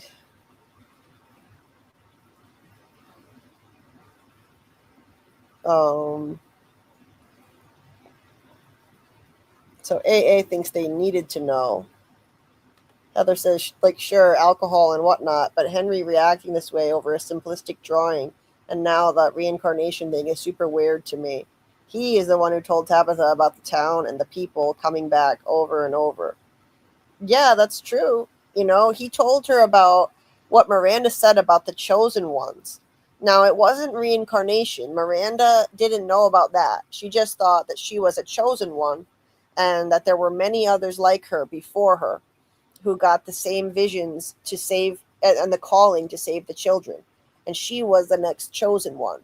But she didn't know she was reincarnated. However, it should click in his mind that what Miranda was actually seeing were her past lives. That should click in his head. Oh, okay, you're still here. If you could show the drawing of Man in Yellow, it's above the others I sent to you. Sure, let me take a look. Let's see. It'll give me a second to take a drink, too. Hold on. I need to just drink a few big sips of water. I'm getting dehydrated from all this yakking here.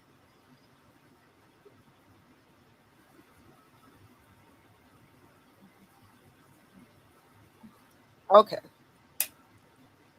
So, so Incognito sent me this. Where did you get this from? This drawing, was this in the show somewhere? Because I don't remember this. Where did you get this from? Because this doesn't look familiar. I don't remember seeing this. Let's see.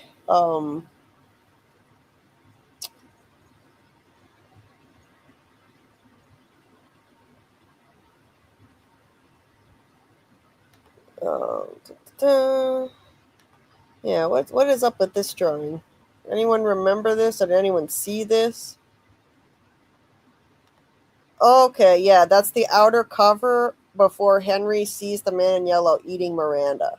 Right, there was a bunch of drawings. There were a bunch of drawings Victor buried, and this was like on the back of the pile. Yeah, Victor had that and buried it. That's right. And good night, West of Westeros. Thanks for being here.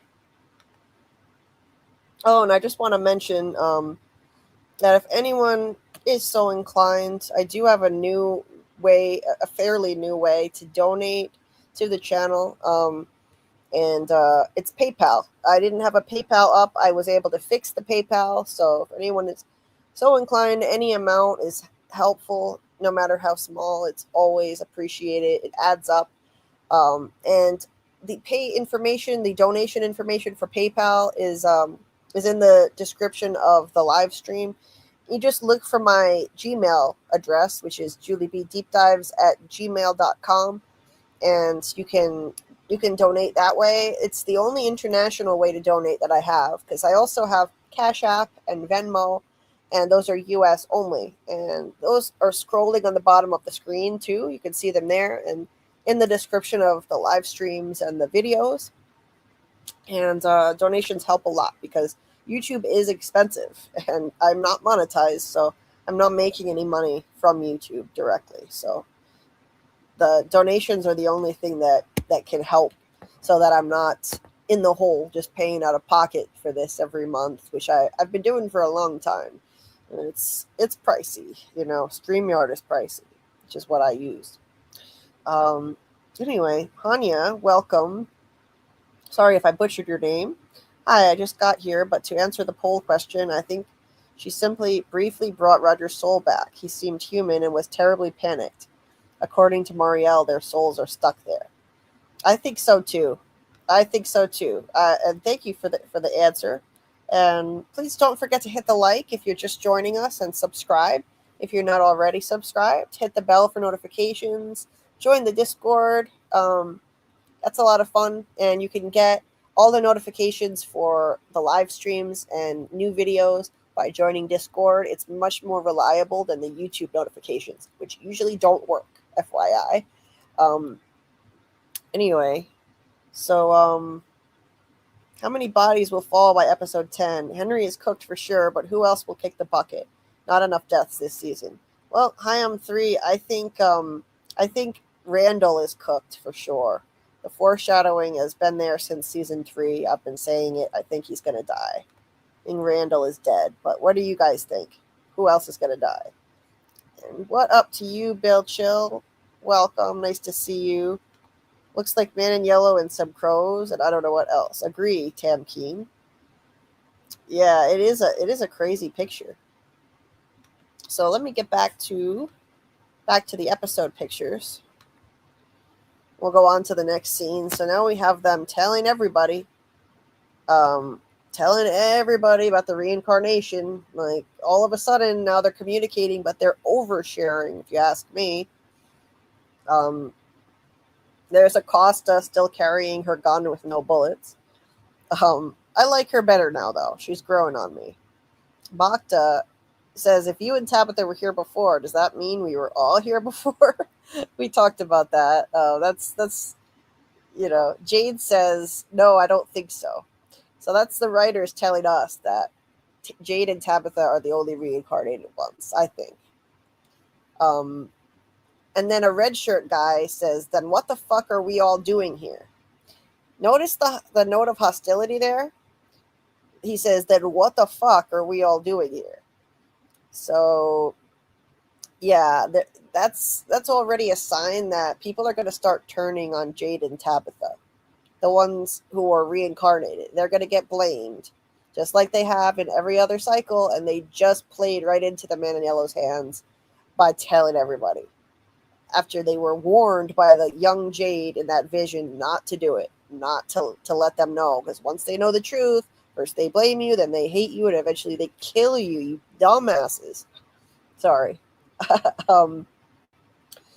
So Jade says, these children that were sacrificed, they have been crying out to Tabitha and me for help for all these years. And that cry, I think on some level, maybe you heard it too. Dumb. So Sophia's standing there listening, like everybody else, snooping around. Christy looks like she is definitely not buying any of this.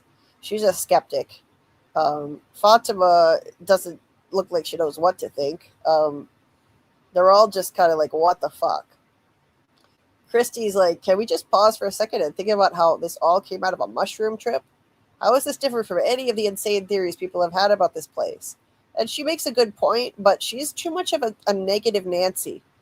They need to start thinking more positively. This place, it, like, it's not just nightmares and fear that can manifest things. Hope can too. And they have to start realizing that, because if people like Christy and Marielle don't stop with the negativity, they're never going to get out. They have to start believing they can escape. And she's always talking about how there is no way out. There is no way out. That's what she said to Acosta, that anyone who's ever had a theory about this place just ended up dead. Well, and all their theories wind up being wrong. Well, guess what? Now Jade and Tabitha have theories that are actually correct. And she needs to stop with this negativity, because I think manifestation is a powerful thing, and she's going to manifest that there is no way out for sure if she believes that. She has to start believing that there is a way out. And Boyd says, well, this is different because of the door in the basement. The door behind the wall. I was the first person to call bullshit on all of this, but Jade saw something in that trip he couldn't have possibly known. So, but Marielle's like, how do we know this isn't just like more weird shit? This place puts weird shit in our heads. And Boyd says, I know, I thought of that all too. But it's different because of what they did to Jim. That message on the wall, knowledge comes at a cost. It's possible that Jim died because of what Tabitha and Jade remembered. And then he makes a great point. He says, look, that message was meant to scare us, but I think that message tells us something else, that we are close. For the first time, we are close to figuring this place out. When your enemy threatens you, tries to scare you, that means they are scared of you. That's an excellent point. And I think he's right. That was a threat because the entity is scared of them. They're getting too close. Unlocking the truth. And because they unlocked revelations of the past that are going to help them figure out why they're all there in the first place. Because if you don't know where you came from and how this place even came to be, how can you get out? If you don't know where you are, like how can you know how to get out? Like if you don't even know what you're trying to get out of. So they needed to find out about their origins, and now they have a fighting chance to figure this out, how to escape. And so that's why the man in yellow entity is scared. It's absolutely scared and trying to scare them into not digging any deeper. And Bhakta says, you think this place is scared of us digging up the bones of these children? Because that could be what gets us home. Boyd says, yes. And I think it is right that that's what's going to get them home. So Henry stumbles out, his drunk ass, once again. Like, I guess you told them. And then he goes around like, it isn't true. Whatever he said about my wife, about Tabitha, about him, pointing at Jade. He's like, what you're doing isn't right. Come on, man. He's acting like they're spreading dirty stuff about his wife. Dirty lies. Like Miranda was a whore. Or like, what the fuck?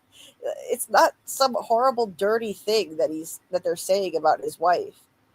Reincarnation isn't something disgusting or wrong.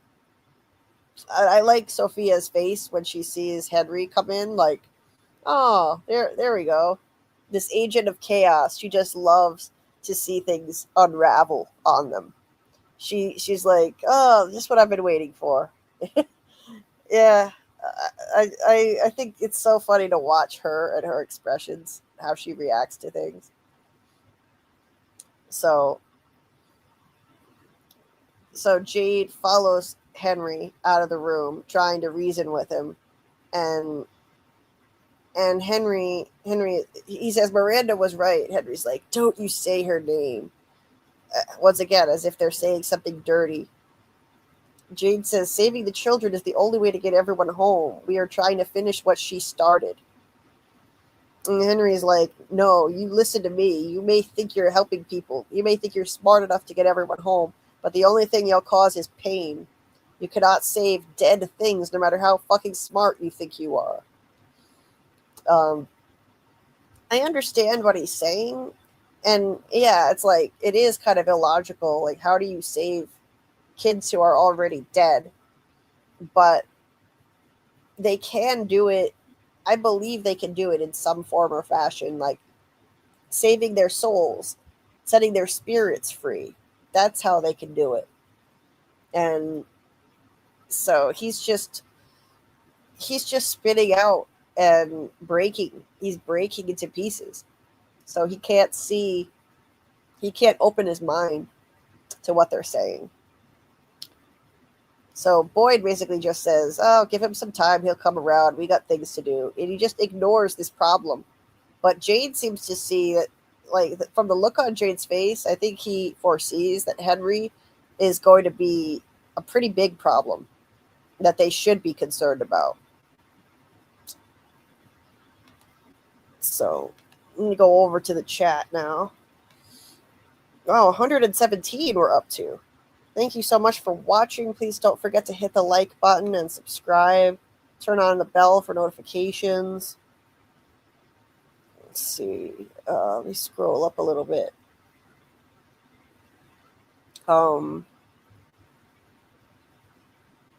That red shirt is dead. What the fuck are we doing here? Yep. There's a very interesting circular artwork in Victor's room. It looks like an abstract map of the town. I remember in the Peach Truck there was a circular map. I don't know if you mean that one. It's all blue, and it looks like it has tree runes. The trees are all runes.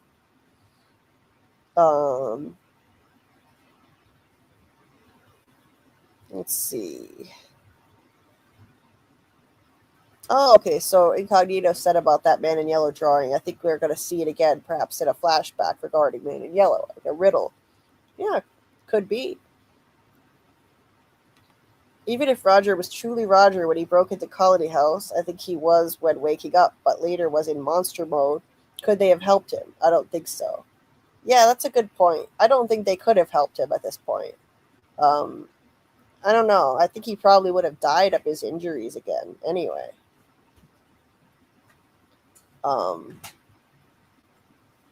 Yes, Heather, baby Jade literally told present Jade what would happen, right? Exactly. And they still did this. Street Edge says, I hate it knowing who Sophia is in this moment. It took all the suspense out. I knew the plan wouldn't work. I will never not think it was a mistake revealing Sophia. Yeah, I gotta agree with you there. I really wish we didn't know. I wish we didn't know about her and who she is. Tanya says, I genuinely, I don't get why they told them about the reincarnation bit. I feel like they could have skipped that bit. Absolutely agree. Christy was so childish in this episode. She is just a doctor. She needs to understand that. Boyd ain't going to share everything instantly because he is busy as hell. Yes, NSB, exactly. Tam says, I think Fatima believed it here because it complements her own info through the smiley birth visions. Yes. And Bill Chill says, Christy is a control freak. She teased love with Kenny, got her spouse back, and still sucks. Now she is mad that Boyd doesn't tell her everything. Manipulator. Yes, Christy's irking me. I feel that. Elazeful. Sorry, I don't know how to say that. This behavior out of Marielle, not believing there's a way out and stuff, is part of the self-sabotage part of trauma and staying stuck. Well said. Very well said. That's classic self-sabotage, keeping yourself stuck. That's true of real life being stuck metaphorically in trauma. Let's see. Boyd, Jade, Tabitha, Julie, Kenny, Donna, Fatima seem to be the main hope bearers. That's why they're being attacked the most. Yes, Hi-Am3. Yes, exactly. That's why they're attacked the most, because hope can manifest things. Hope is powerful. I talk about that in my theory video that It's a theory and episode breakdown video that's linked at the top of the chat right now. It's on episode 6, and it's not a recap. It's a deep dive analysis of episode 6 with all my theories, and I talk about how hope is powerful. Hope can manifest things just like nightmares and fear in this place. So naturally, Boyd and Fatima, since they bring the most hope, they're targeted more than anybody else because that hope is a powerful thing. These people just don't know it yet. They don't understand it yet, but they need to figure it out. I think hope manifests all kinds of things. Boyd, I think, manifested the livestock in the woods and the talismans when he was searching through the woods. I think he manifested them with his hope. I think Fatima's going to manifest the golem to come to life with her hope. Boyd manifested Donna's pulse to come back with his hope. And Tien Shen, she manifested the crops in the woods because she hoped for new crops to be planted in a new place. And then she died that night, and the next morning they found new crops in a new place that shouldn't have been there, logically. So hope is powerful. They need to figure it out. Sophia is so good at acting innocent. Yes, she is. She is, Daryl. Twilight says, I feel like Man in Yellow was a real person that sacrificed maybe the boy in white to get powers. Could be why Sophia seemed scared of the spears, but the monsters weren't. Maybe someone put souls into the dolls like Roger. Yeah, I mean, she did seem scared of the spears, but the monsters weren't. She seemed like upset by the fact that they had the spears. I saw that look on her face. Let's see. Straight Edge thinks Man in Yellow started off as a human, got stuck in Fromville once, but embraced the place, worshipped the entity, and got powers. Okay. Could be. Mike Light says, I think Henry is upset because it makes it seem that his wife, Tabitha, and Christopher Jade are soulmates. Oh, okay. Yeah, I could see that. Bill says, y'all thought Patty Melt would be the party pooper, but it turned out to be deadbeat Hank. yeah, so far it's just that jerk, that guy. But I think Patty Melt is still going to be a problem. Just wait. They're giving her a bunch of screen time all of a sudden, so I think she's going to be important. She's going to be a problem, a troublemaker. Lucas says there are houses, sun, moon, and looks like a spider web under the town. Oh, and one of the drawings? Okay. MG drops some rotated pics of the weird drawing on Discord. One of them looks suspiciously like a messed up head, neck, face, but hard to tell how it's supposed to be oriented. Well, thanks. I'll take a look at that. The circular thing they're referring to is the thing mounted on the shelf between the RV and car toys over the window. Oh, okay. Oh, okay, it's in Victor's room then. Gotcha. Hey there, no. Let's see, how do I say this? No, Chris? I'll just say no. welcome. The point of revealing Sophia early is to get people to think about how deep her plot goes. She's been talking to the monsters since the nurse's station with Kenny when she got out. Yeah, I guess so. Revealing her early so you could kind of see her machinations at work versus keeping it more like mysterious. AA says, Boyd tried more with Henry, though, from what we saw. Plus, like we said, Henry is super hostile with Boyd. Let's see. To the current circumstances, Ben in Yellow Blood, maybe the reincarnation news, alcohol. Yeah, super hostile indeed. Epifactor, welcome. Julie, did you notice that when Henry wakes in the hospital bed, the nurse looks exactly like the actress that played the ballerina? Somebody mentioned that earlier. I didn't notice that. She does definitely resemble her. I don't know if it's an exact match, but when we get to that scene, I'll take a look at it again and look at the. Let me look at. I'll pull up the ballerina. I have screenshots of her. Let me see. Where is it? It's a little further back.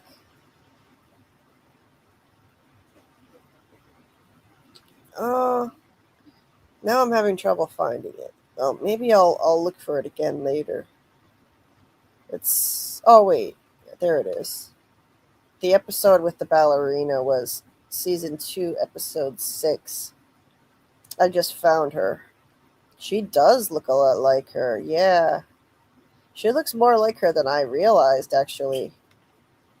So, let me just for a moment, I'll just leave this scene to go down to that scene in the hospital again. Just to compare it back to back. Here it is. So here's the doctor. Okay, now let's compare her with the ballerina. The only issue I see is the eye color. Those eyes look brown to me. Those eyes look brown. Now, it could be that the lighting is wonky because Doug's eyes, the man in yellow's eyes look dark in some scenes, but Doug's eyes are blue. This looks kind of brown to me. It looks brown or hazel or green, but I don't really think they look blue. Whereas, wait, let me see. Am I sharing the right thing? Yeah. Whereas this doctor here, her eyes are notably blue, very blue. I would love it if it's the same actress, and they might be going for that look. They might have, maybe they couldn't get the same exact actress, so they tried to get a lookalike. Because this is just that would be another giveaway that this is a hallucination. Having the doctor be the ballerina actress. I see like the nose looks similar, the lips look similar. Let's see. And we look at a picture of her where she's not ghoulish with a bunch of worms. Yeah, look at that. Look at that. Let me go back to the ballerina. Look at that face. And that is uncanny. That is freaking uncanny. I gotta look up on IMDb if it's the same actress. Oh, and her ears look the same too. She has like little ears. Oh, that's wild. Yeah. It's just the eye color that I'm having trouble with here. I'm having trouble with the discrepancy in the eye color right there. But yeah, what do you guys think?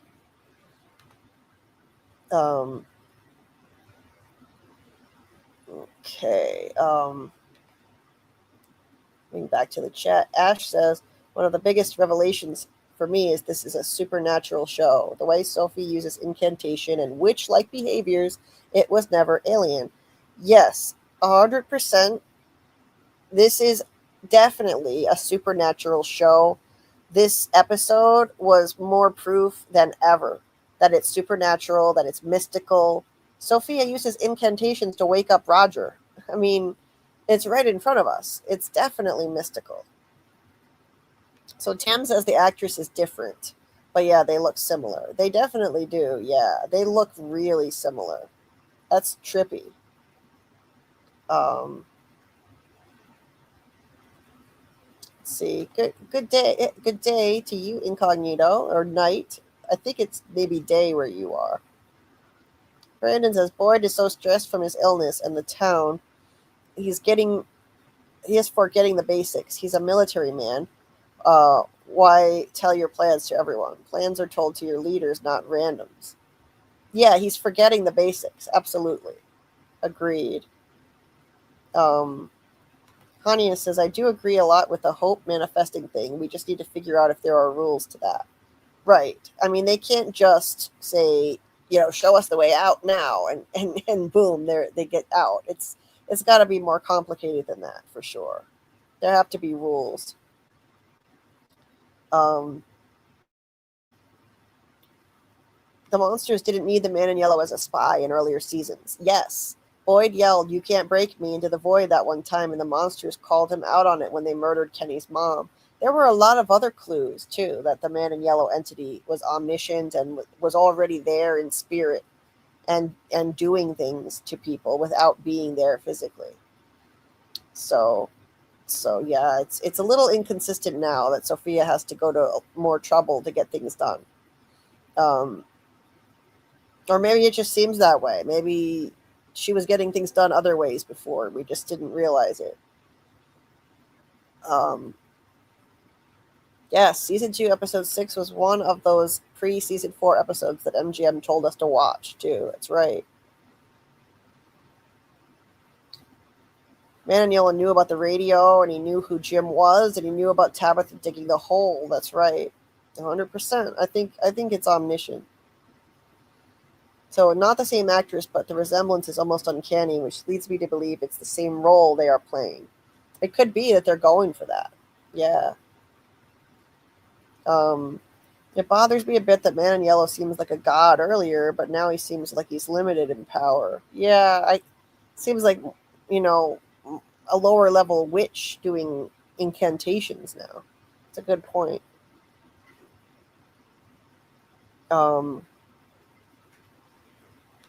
Yes, MG, yes, it's a reincarnation narrative, spiritual, magical, whatever, not aliens, future science, yada yada. Just saying, they're being pretty clear about it with the narrative. Yes, 100%.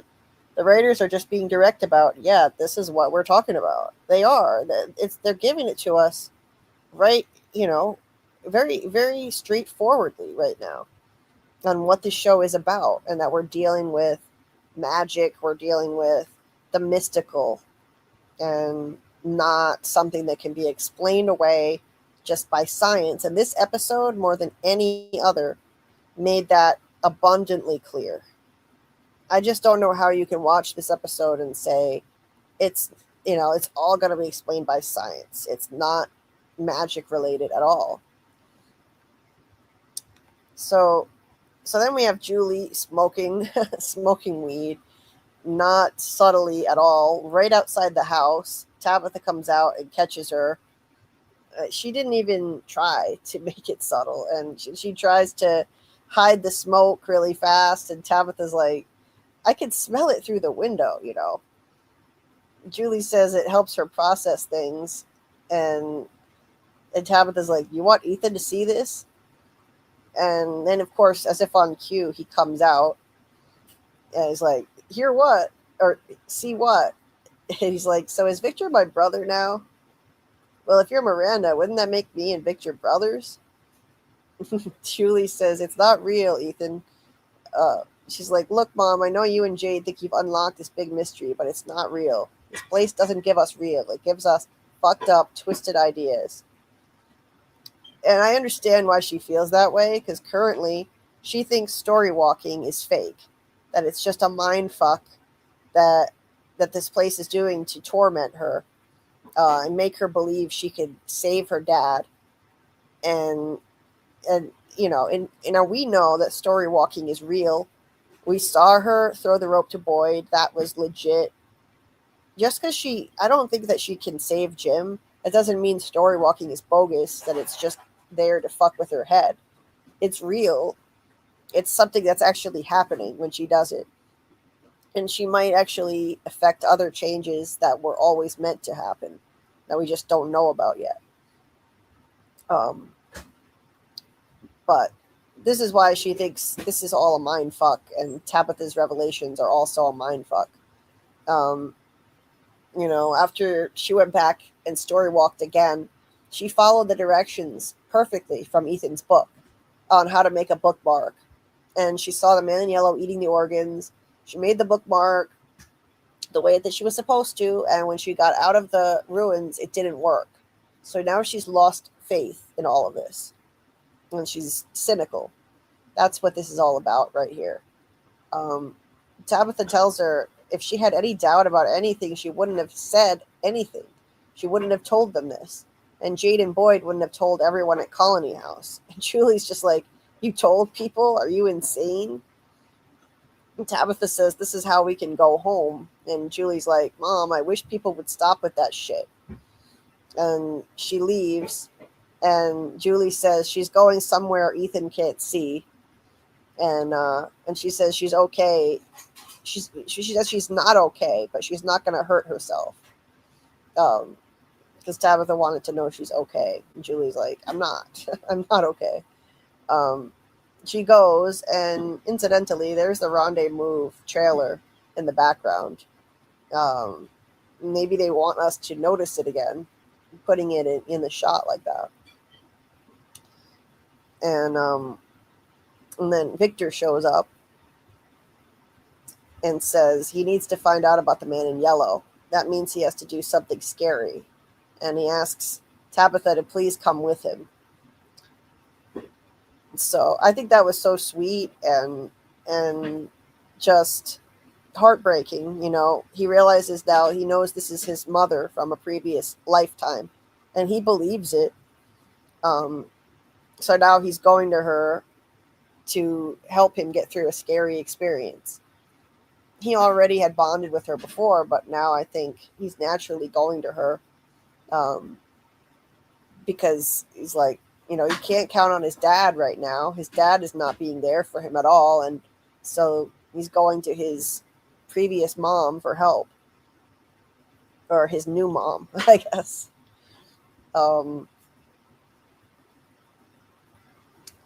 Yeah, really heart-wrenching moment, I thought.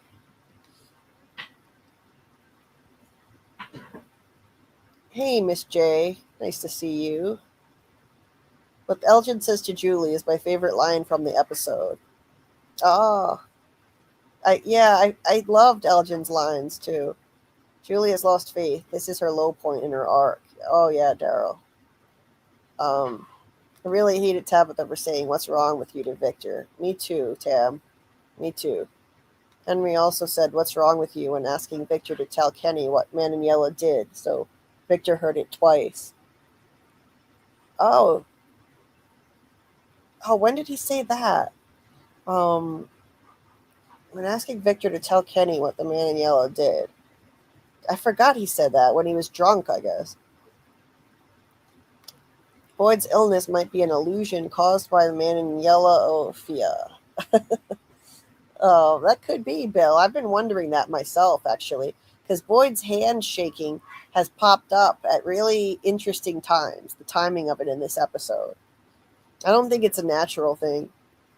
NSB says Julie was pushing Tabitha to tell her what she was seeing and all that, and now she is calling BS. I'm so tired of all this character plot now.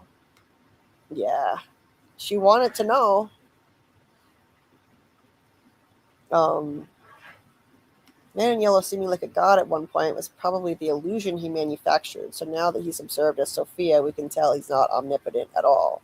Maybe so, Hanya. Soul Brothers. Hey, Adil, welcome. Sophia achieved what she wanted. That's why she was smiling. Yes, indeed.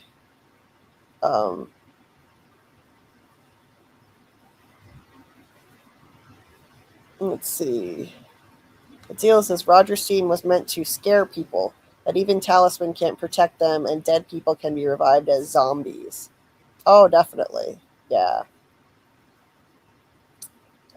So it definitely had a purpose, even though I was disappointed that he died so fast.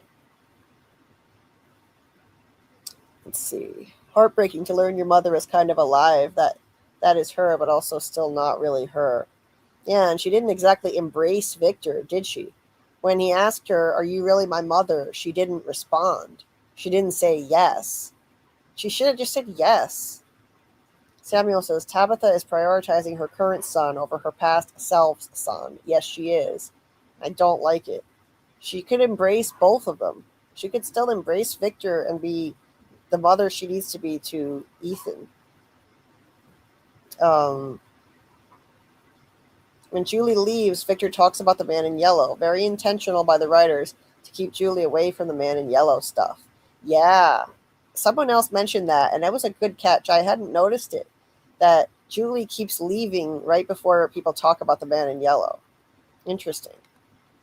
Yeah, she embraced Victor until he was one of her kids. Yeah, what the fuck, Heather, right? Hated how Tabitha yelled at Victor. Oh, that made me mad. Yeah, Miss J. It was pretty much everybody reacted that way. During the watch party, everyone in the chat was pissed. So over at Colony House, Boyd is strategizing with Jade and Kenny, saying we have one shot at this, so we need to ask every question we can think of, and then we need to ask them again. You should have been doing that before.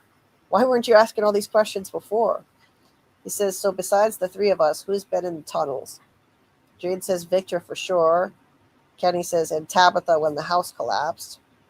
He's like, okay, that's a start. We need all the info we can get on this layout, on the layout of it.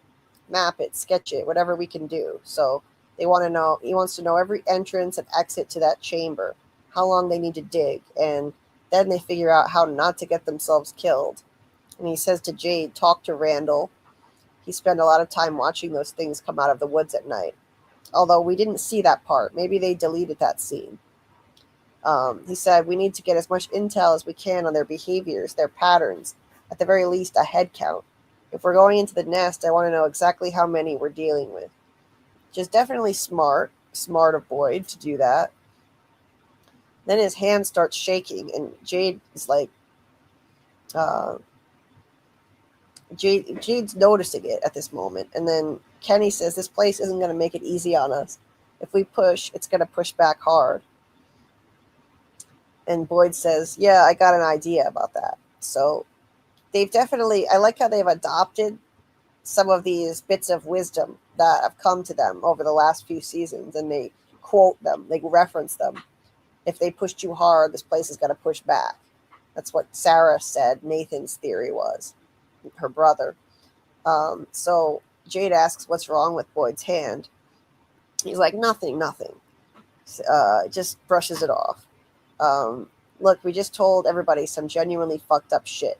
The longer they get to stew on it, the greater chance somebody gets it in their head to do something stupid. So we need to do this smart, and we need to do it fast. Let's get to work. So that's why you shouldn't have told literally everybody in town, you idiot. Like, what the hell, Boyd? They shouldn't have told literally everybody. Somebody could do something stupid after they just told them all this. So they shouldn't have told them this at all. Maybe just restrict it to the key players in town, and that's it.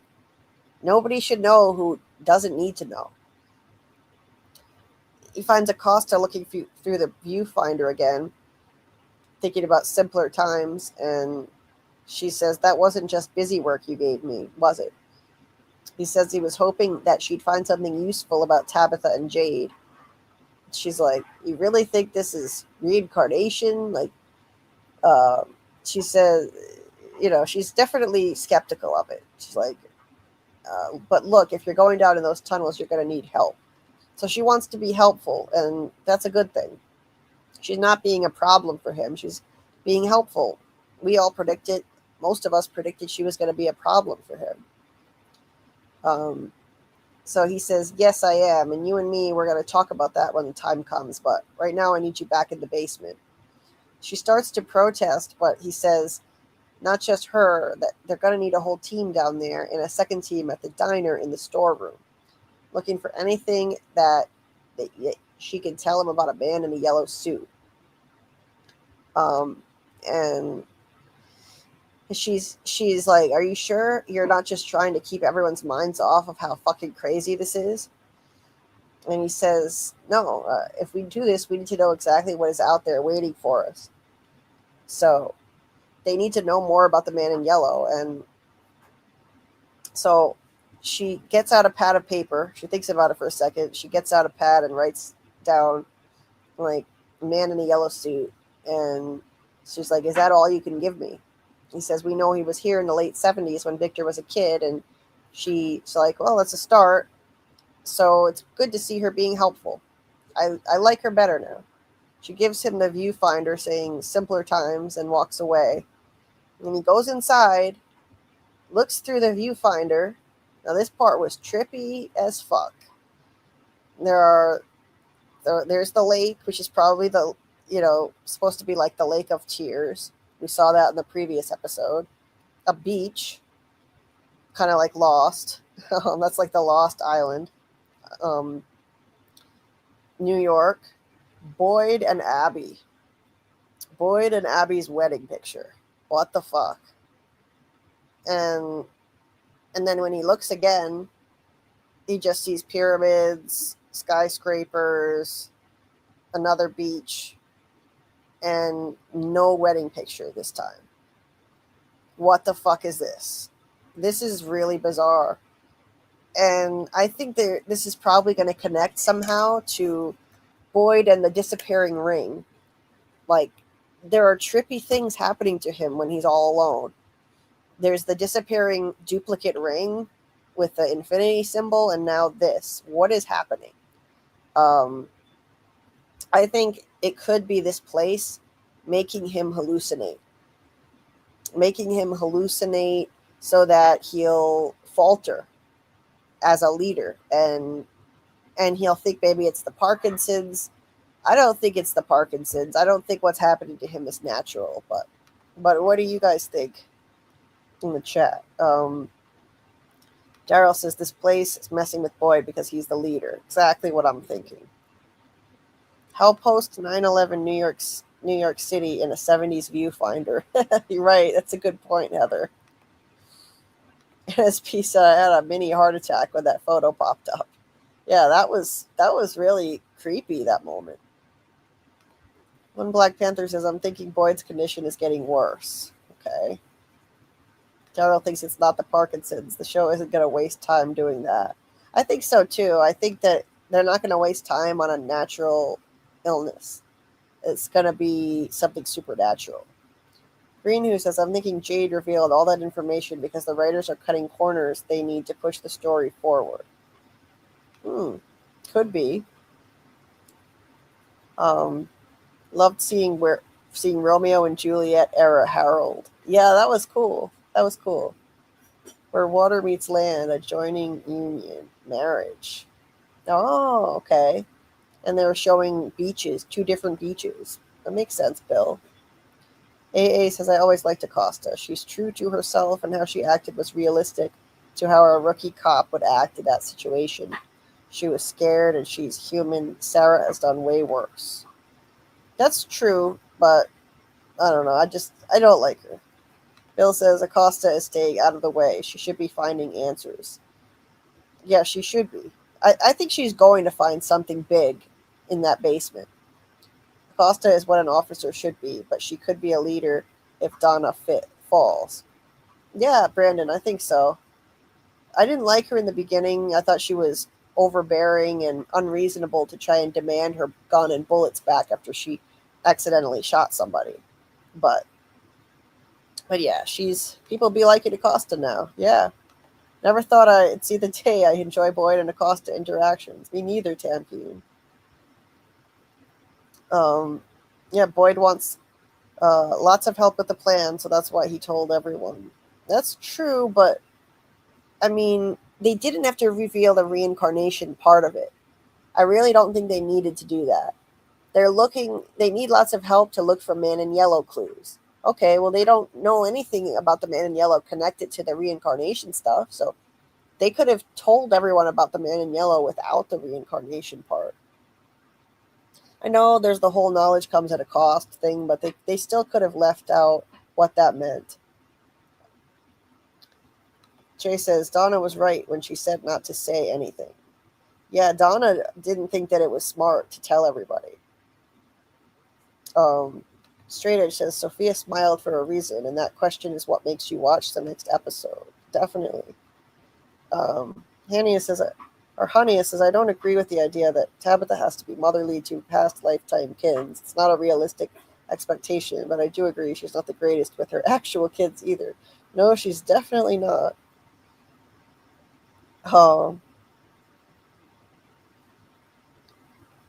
Strader says, I'm thinking that if Roger actually was innocent, maybe Elgin killing him with the voodoo stick has some kind of unexpected magical consequence. Maybe Elgin's soul is corrupted now.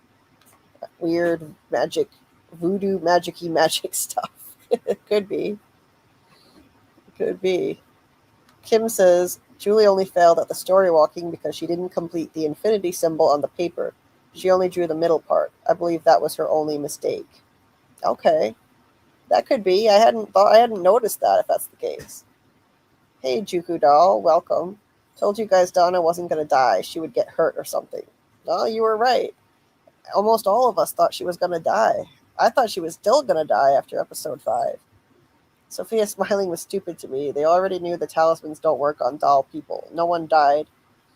They already knew that. That's right. They found that out at the cabins. No one died. Elgin got him quick. But yeah, I guess she caused fear. Right. And maybe it was just, she tricked them into killing one of their own who wasn't even a monster, even though he looked like it. Maybe that's why she smiled. Anyway. So Straight Edge says, I think Julie will find the bookmark on the ground in the present where she dropped it. That's going to be the big moment. Oh, okay. Could be. Could be. Let's see.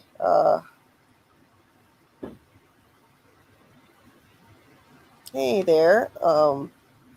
Mr. Snicklefritz. I love your name.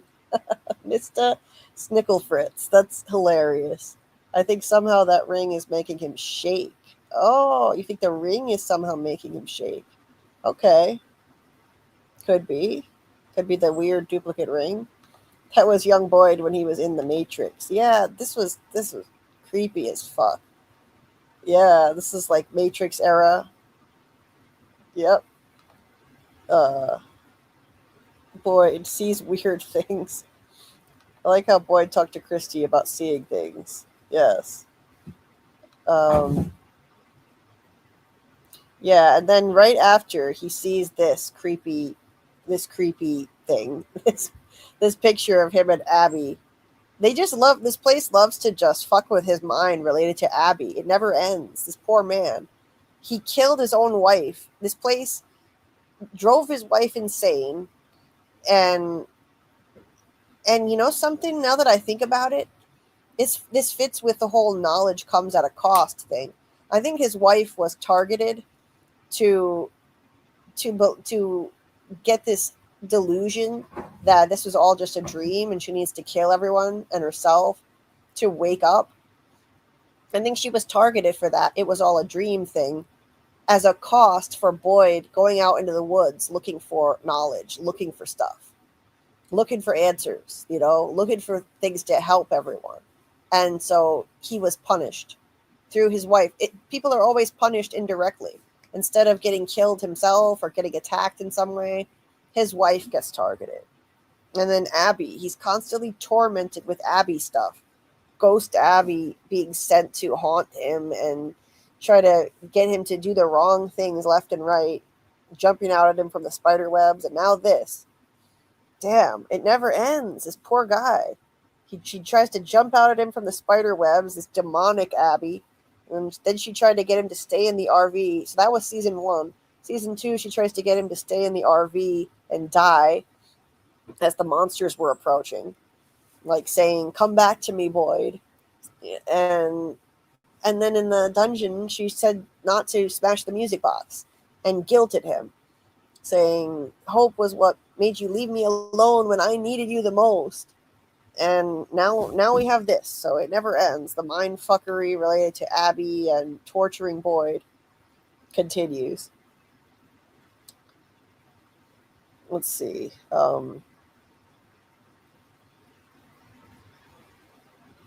Bill says, wooded areas and forests hold profound symbolic weight, primarily representing the unconscious mind, mystery, and transformation.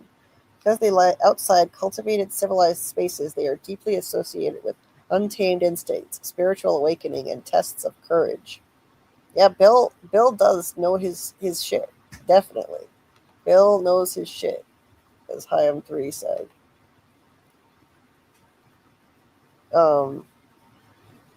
Abby was 100% targeted, but because she was Eloise and had already dismissed her resurfacing memories as dreams, so was particularly susceptible to believing FROMville itself was a dream. Yeah, MG thinks that Abby was Eloise. which definitely would fit with what you're saying there. Let's see. Go up a little bit. The woods are also associated with the subconscious. That's true. Yeah, I think that Abby thing is the man in yellow's doing. That can't be a coincidence, Jay, in my opinion. So then Christy shows up, and she wants to know how Boyd is doing. He asks how Donna's doing first, because she examined Donna. And she says cognitively she seems fine, but as far as damage, it's hard to tell. There's the ultrasound from the clinic that she did. She didn't see anything catastrophic, but without a CT or an MRI, it's hard to say. But the hard part is going to be getting her to take it easy. She says he can go see her, and she starts to leave. She speaks to him really tersely, and he stops her. She says, "You should have told me about Jade and Tabitha. We're supposed to be in this together." Because they have been a team before, he and Christy. They've been close. And he kind of did leave her on the outside looking in, and outside of his inner circle recently. Didn't fill her in. She had to find out with everybody else, with the whole crowd. And he's like, when she says we're supposed to be in this together, he's just like, yeah, we are, but we are. Like, okay. Then she says, how are you feeling? And he says, good. And he says he's dealing with the tremors. She asks, are you still seeing things that aren't there? He says, nope, just that one time, which is a big fat lie. It just happened again. He just saw something that wasn't there, the picture in the viewfinder. She reminds him that he's got a lot of people's lives in his hands, and she wants to do an exam at the clinic, which is a good point. She is being a little selfish and, self-centered, being mad at him for not telling her sooner. But I understand why she feels that way. He did kind of make her feel like she was in the inner circle before, and now it's just like, she gets to find out with everybody else. That is kind of weird. Why should Boyd tell Christy? She's pessimistic as hell and would have told him it's all BS anyways. That's true, NSB. That is true. So, moving on. Got to pick up the pace a little bit. Boyd goes in to see Donna, asks how she's feeling, and she's a brutally honest Donna, as always. She's like, better than you look. Maybe you should be the one lying here. Heard you had a big meeting downstairs. So you thought it would be a good idea to gather up a group of emotionally unstable people and spend the night talking about reincarnation and the bones of dead children. Oops, these shouldn't be in here. Sorry. These are like a bunch of extra pictures. Okay. Anyway, she's like, and Donna's absolutely right. I agree with her. He says he didn't have a choice. He didn't have a choice. He didn't have to talk about the reincarnation part. But the rest of it, yes, I think he needed to talk about. Like the bones of the children. And she's like, right, because you took a fucking sledgehammer to my wall. That door something we should worry about? And incidentally, Donna, it's not your wall. You don't own the place. He says no, that they tried to open the door, but it's sealed. And Jade says it leads to the tunnels, so they put a talisman on it just to be safe. And Donna says they can't be sure that works inside. Donna asks if they buried Roger yet, and he says no, he's still in the shed. She's like, Jesus, Boyd. He says that they need to pick a new spot for burying people. The cemetery is full. That they were pushing it with Jim and the pastor. I mean, they've had hardly anybody get killed off. Come on, the cemetery is full. Well, I guess just over the years. But they have loads of space in that place to bury more people. Just pick a new spot to be a cemetery. And he asks her to tell him everything she can about the totems that Tabby used to kill the doll. She's like, I told you everything already, and he wants to hear it all again because tonight he's going to use one to try to kill a monster. Once again, Donna's like, that's a terrible idea. Let's say you actually kill one of those things. Apparently, they don't stay dead. You ready to risk another one of our people going through what Fatima just went through? Again, she makes a great point. That's a really risky idea. But I do think it was a good plan and something that needed to be tried. They needed to at least try to see if the totems kill those monsters. And he had a good plan for the way that it would go down. So I think that it was what needed to be done. At least this way they could have a weapon to take down with them into the tunnels if the totem had worked. I think it was pretty obvious, in my opinion, that it wasn't going to work on the nightmare creatures, but they had to at least give it a shot. So I don't think that was a bad idea.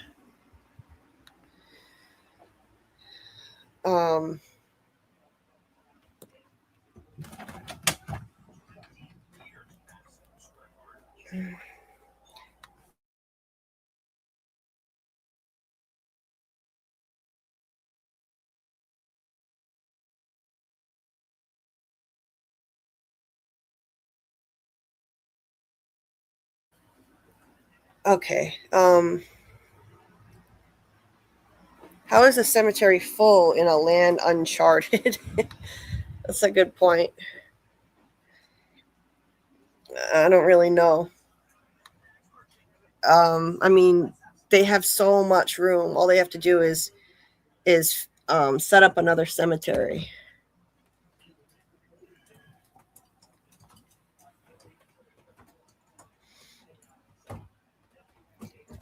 Yeah, I also love the friendship between Donna and Boyd, and I would have been really bummed if she had killed them off. Like, if she had gotten killed off, rather, that would have sucked. Because Donna is just such a likable character. I'm glad that I was wrong. I'm glad I was wrong that she didn't get killed off.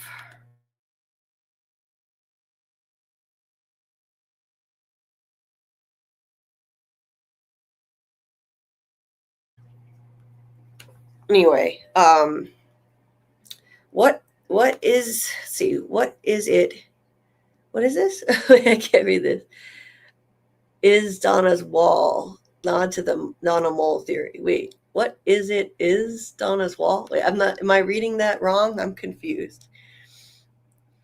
Every season has had an ending in the tunnels. Tabby and Victor season 1, Jade season 2, and Boyd season 3.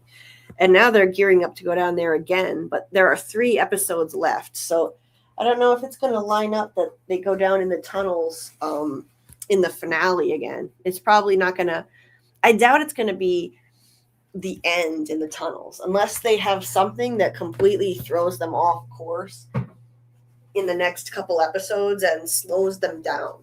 Right now, they are like a freight train. This episode was really fast moving compared to other episodes. Like, it moved way quicker.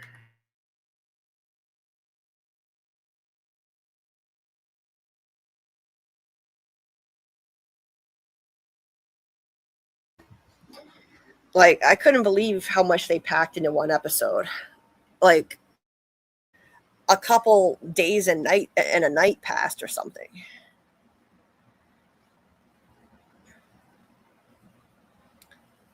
Let's see. I think people could be disappointed. Abby is Eloise. It would be a bit of a whimper if we find out who Eloise was, reincarnated, but it's an off-screen character we never really see. She's dead when the show starts. Yeah, that would make me sad. Like, if, because Abby's already dead. I want to see Eloise alive, but it is a cool theory, and Abby is the right age to be Eloise too. So it could be. So Acosta gets this group together, and she picks a few of them to go with her down into the basement, and the rest of them go to the diner with Elgin to go through the storeroom there. And incidentally, Christy is still hobbling around with with a boot on her shoe. Christy is not healing fast. Let's take note of who heals fast and who doesn't. So Ethan healed fast. Ellis. So Ethan had the table leg skewer his leg, and he healed fast. Ellis got stabbed and broke his arm, healed fast both times. Jim healed slowly and has hobbled around after the house fell on him. And Christy has, had her foot in the bear trap, and she's still hobbling around. So I think, what is the common denominator among them all? I think it's hope. I think it's hope and positivity.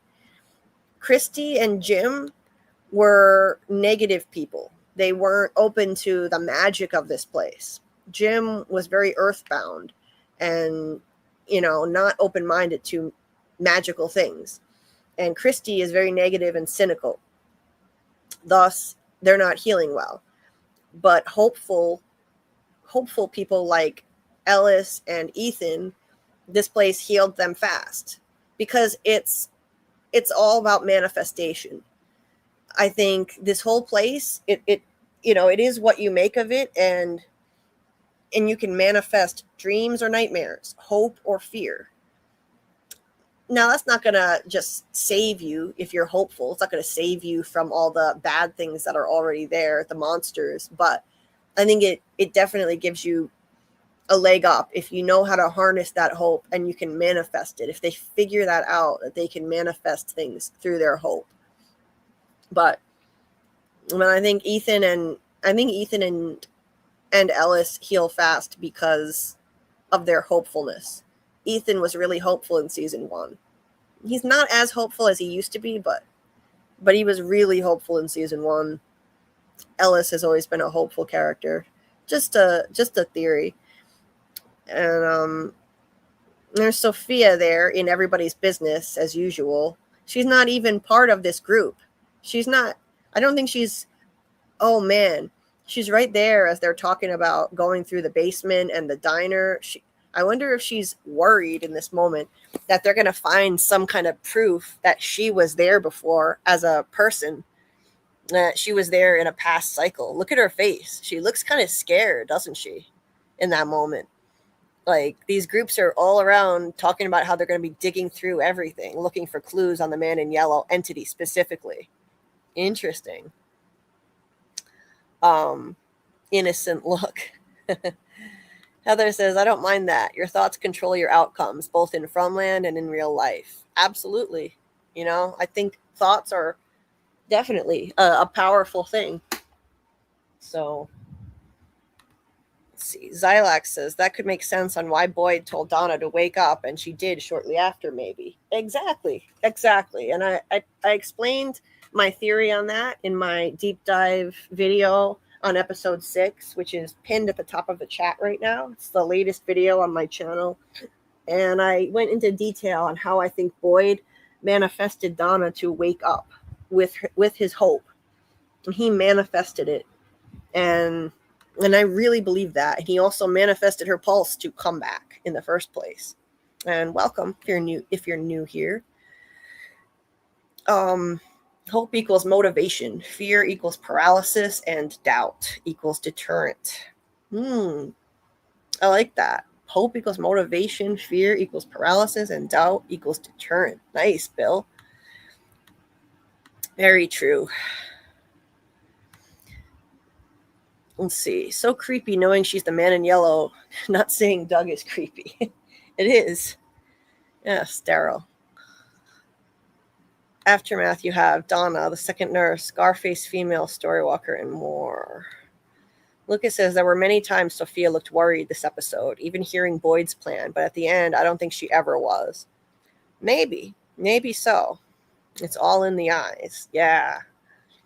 Sneaky Sophia, she has been worried ever since the crows were at the funeral. Hashtag bird gang. Definitely. I don't think she liked those crows being there. Maybe she is angry they are pushing. That could be that too. It could be. Let's see. Let me go up a little bit.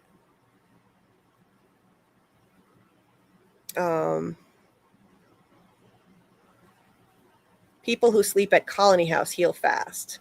Yeah, maybe, Heather. because Ethan was sleeping at Colony House at the time. Patty ain't healing quick. She's a jerk. Yeah, jerks don't heal fast either. Jerks don't heal fast at all here. AA says, or my original theory that Eloise is feral somewhere in the woods of Fromville, or she got out and she's a From fanatic in the real world. Yeah, I thought about that too during season 3. One of my first thoughts was that maybe Eloise is living in the woods feral out at the cabins, and she's the one knocking. Hold on a sec.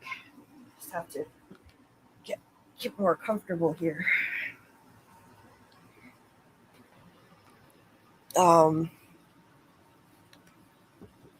Okay. Sarah would heal fast, my hopeful angel. Does that mean Ellis is part of the family, like Eloise's kid? Let's see.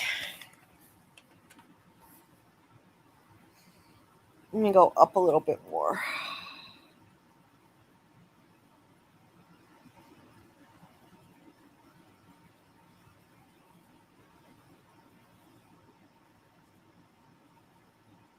Can't believe there are only 3 episodes left. Yeah, I can't either, Miss J.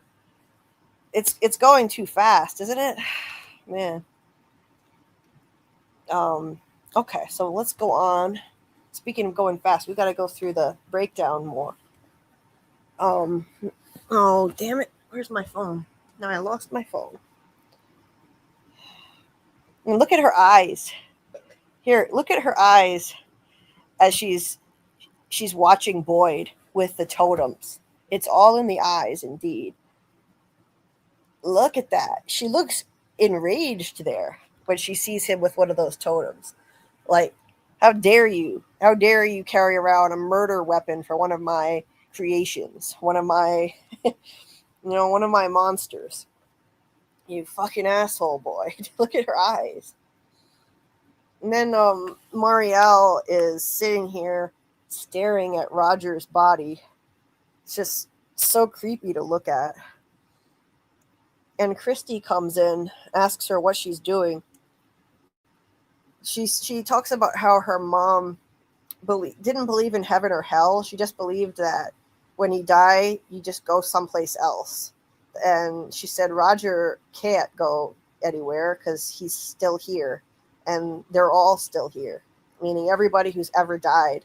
The people she heard screaming, the people that she hears in her hallucinations screaming, all the people who've ever died there, she's saying they're still stuck here. They can't leave even after they die. So she said that to Christy, whatever they're doing to try to get the bones out of the caves, they need to help. She said that, it comforted her what her mom believed when her mom died. And she's not a religious person. She's scoffed at the idea of God on the show, but it's clear she believes in some kind of afterlife, and she doesn't like that these spirits are stuck there. So thanks to Marielle, I have to say, I have to hand it to Marielle.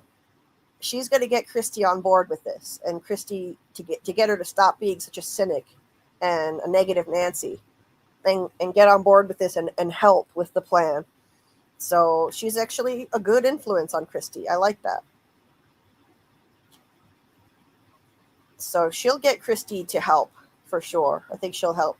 She'll help because of Marielle. And good night, Heather. This scene was really interesting. Yes, it was. I liked it. Hey, third shift lurker.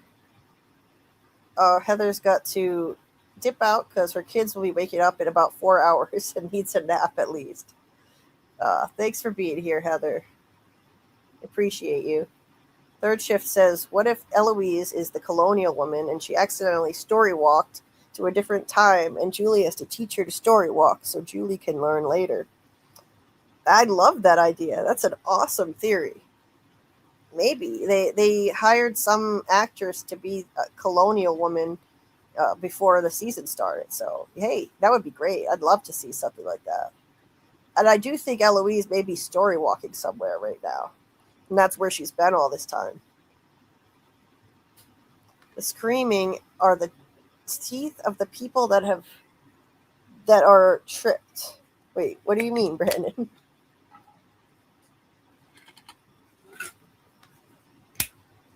This Moriel scene made me know 100% that Roger was coming to life this episode. Oh yeah, Daryl. This made it abundantly clear that it was going to happen. And Daryl still thinks the crows are on the man in yellow's side. I've become convinced that they're there to help now, that they're on the boy in white side, but we'll see. Maybe the children's bones can kill the monsters. Yeah, that would be great. I don't know. I think they might need to, like Karl has said, I think they might need to. Karl and Bill Chill have both had this idea independently that they might need to take the bones to the Lake of Tears. And that could be the answer. This whole place is like a spider web that traps souls. It's a great analogy, Lucas.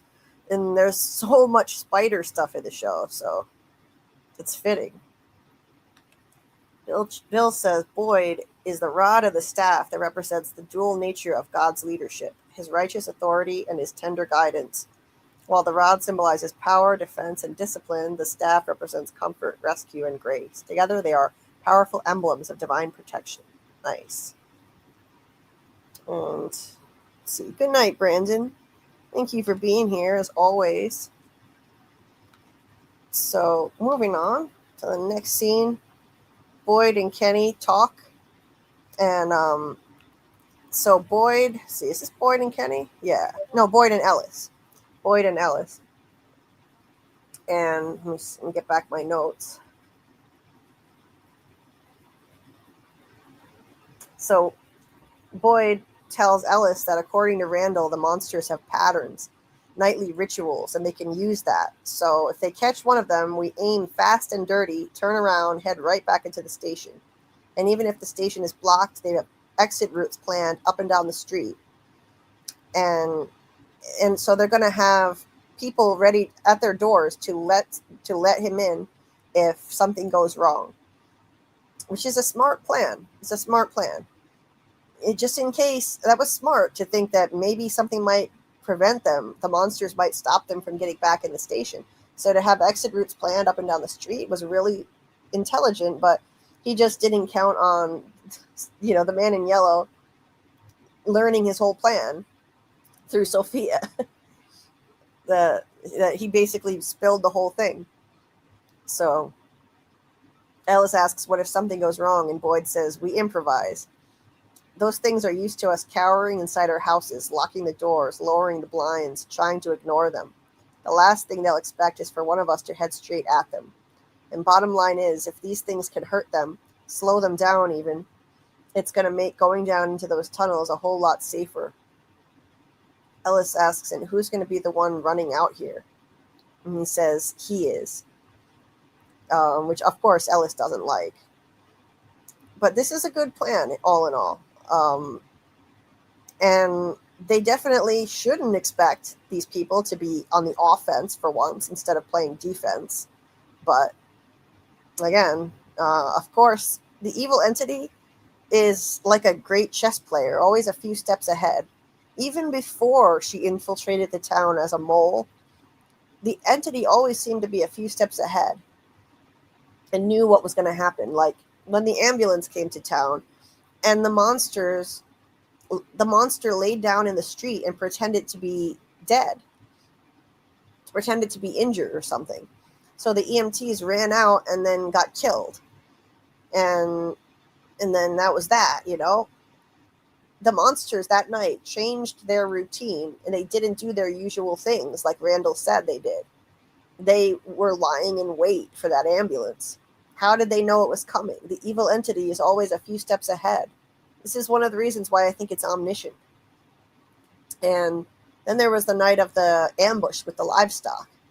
They changed their routine then too, and they let all the livestock out to ambush them. And then a few of them hid in the barn.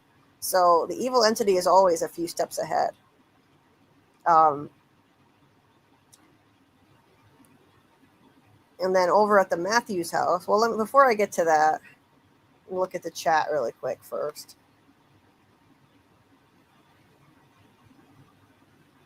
Pity they didn't have Randall in the bus. Yeah, I think they underused Randall in this episode, Jay. They should have done more with him.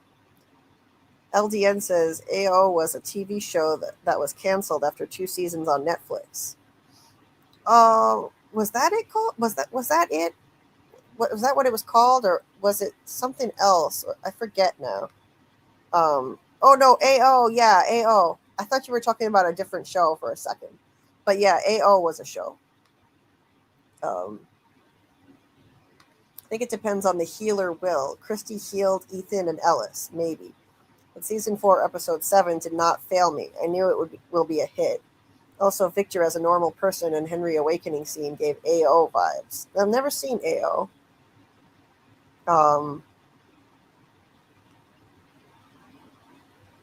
Yeah, maybe it depends on the healer's will. That could be. Depending on that, how fast they heal. So, bones can last for a long time, especially in caves, right? And let's see. I think Julie would be older though, Mike Light. If Julie story walks back in time and finds Eloise as a younger child, then she'd be older and she could teach Eloise how to story walk. It depends on when she would find Eloise, how old Eloise would be at that point. Boyd didn't have the Coach Kenny skills to survive. Brandon says the teeth are the trapped souls that the man in yellow contains. That's why ghosts are showing up. Had to clarify. Oh, okay. Good night. Gotcha. Hi M3 says the spider is also associated with the Gnostic archons, so it's definitely a soul trap of some sort. Oh, nice. I hadn't heard of that. Definitely fits. Yeah, I thought that they meant OA too, Daryl, but I think there's another show called AO. I could be wrong, but villains are not inherently better chess players. The connection is a fictional trope used by storytellers to symbolize calculated intelligence, cold logic, and a manipulative nature. In the real world, chess skill is purely the result of intensive practice, pattern recognition, and specialized spatial memory, not a measure of morality or broad academic intelligence. Well, I think there's a chess game going on between the boy in white and the man in yellow. And the villain is not necessarily a better chess player, but they both plan. In fact, in reality, I think they both plan a few steps ahead. And we had another chess sighting in this episode. Jade was using chess pieces. I'm telling you, it matters. It matters. Notice all the chess references. Anyway, I'll get to that when we get to that scene. You can see Sophia in the background as Henry approaches the house. Of course. Yeah. Of course. One more thing. If the man in yellow is the controller of Fromville, why do spells, eggs, or spiking water? Witches cast spells but draw power.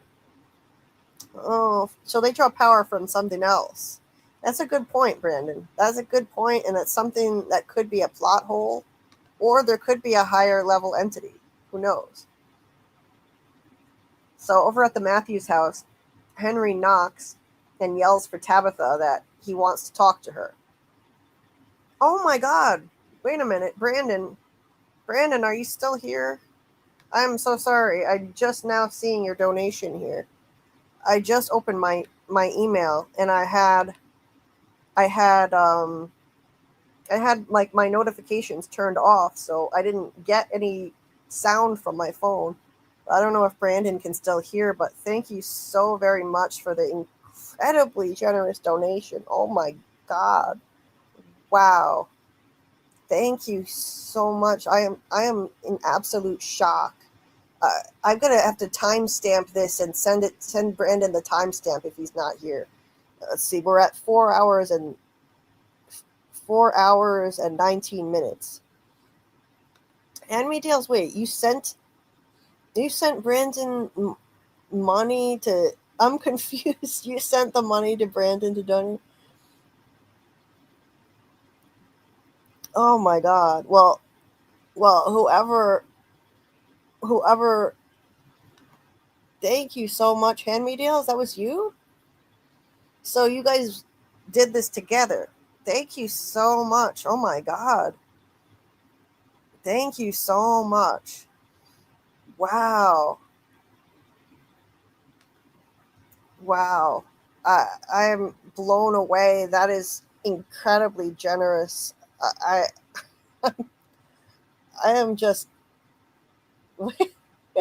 You implanted the idea. Okay, I'm like, what are you guys talking about? No, he didn't. You guys are messing with me. I'm already freaking out over this. Now you're messing with me. I'm gullible. In case you haven't noticed, I'm gullible. I'm easy to pull my leg, or, twist my arm, or whatever you want to call it. I'm very easy to fool or to confuse. So thank you so much, Brandon. Thank you. I can't thank you enough for your generosity. That's mind-blowing. This $100 donation. Jesus Christ. That's absolutely insane. And you are a beautiful soul. I'm so glad you found our community. You make it a kinder, more welcoming place always. You're always so uplifting to everyone when they get here, and make everyone feel welcome, which is exactly the kind of community that I wanted to foster, and you help make it that way. And I just appreciate you so much, Brandon. Just a beautiful person. And I'm glad I caught you before you left, because I would have felt so bad. I would have felt like an absolute idiot if I had missed the donation live during the stream. Wow.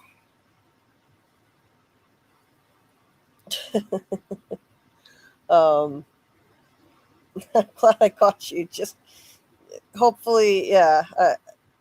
It was like you just happened to have the stream on still before you shut it down, so that was perfect. Don't want to keep you from going to sleep and getting your rest. But truly appreciate you. But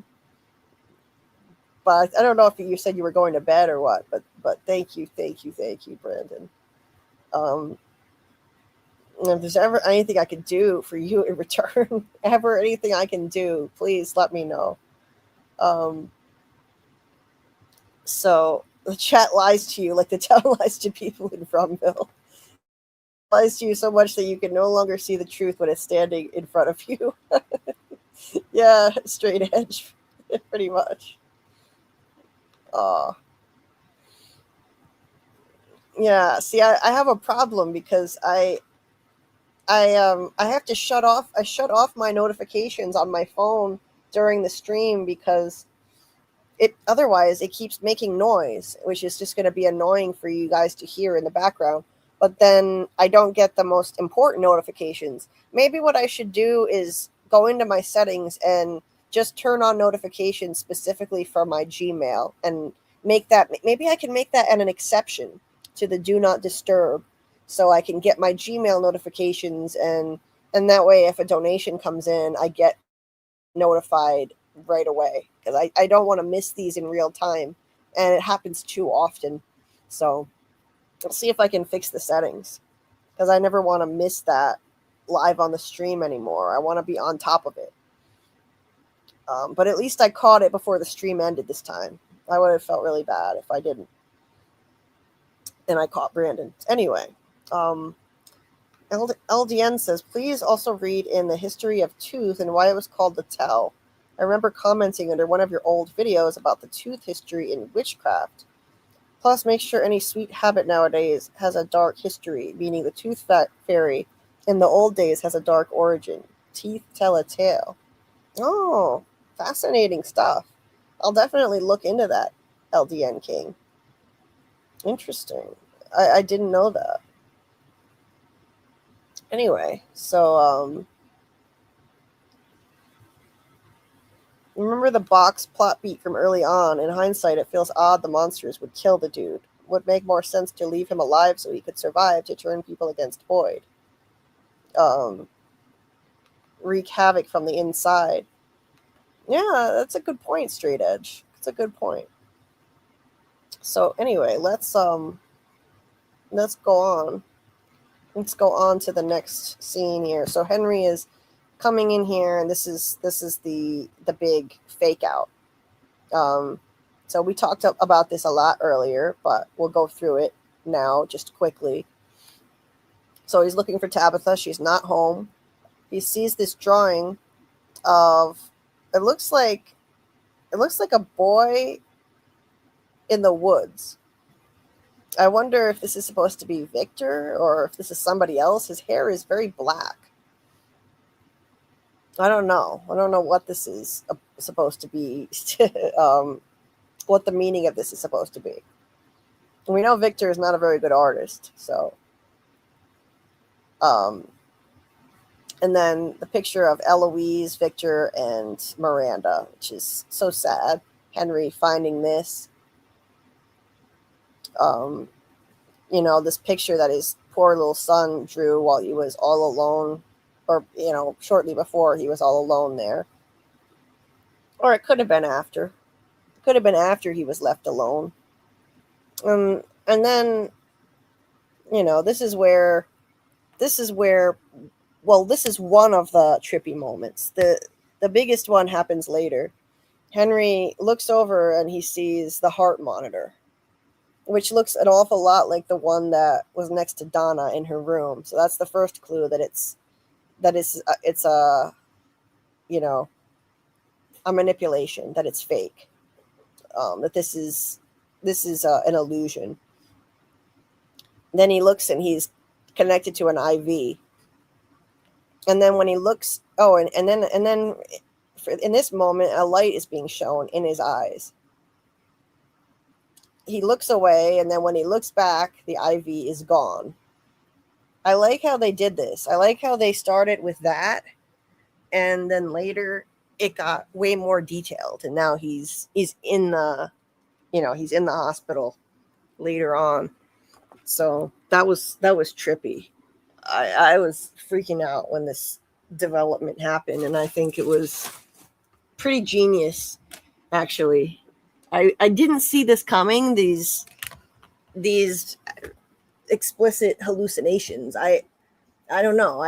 I thought him drinking Sophia's blood would help him. Not help him, but, would encourage him to believe her bullshit a lot more.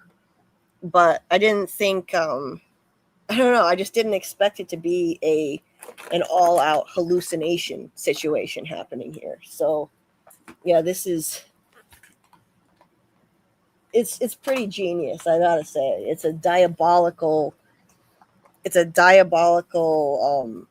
tool, that the evil entity is now using, these hallucinations to convince him that he's dreaming and that this is all fake. It's all an illusion.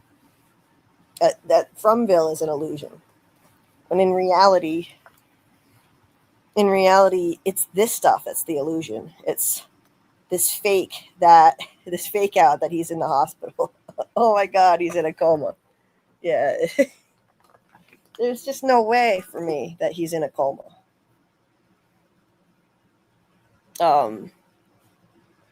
Stronger every day, says hi again, fell asleep, but up again. I'm a postpartum doula, so I sleep when baby sleeps. I love how the writers straight trolled us this episode. Yeah, they definitely did. Yeah, I love when they troll us. It's fun. It's funny how they do that. And I'm glad you could be back with us again. Let's see. Didn't you watch the episode 7 promo? No, actually, I haven't watched it yet. I haven't watched it yet. So, and you know, during this stream, we don't talk about the promos anyway, because I wanna keep this as a space for people who don't want to hear what's in the trailers, what's in the episode trailers. So we won't go into that just yet. I'll do a second stream this week.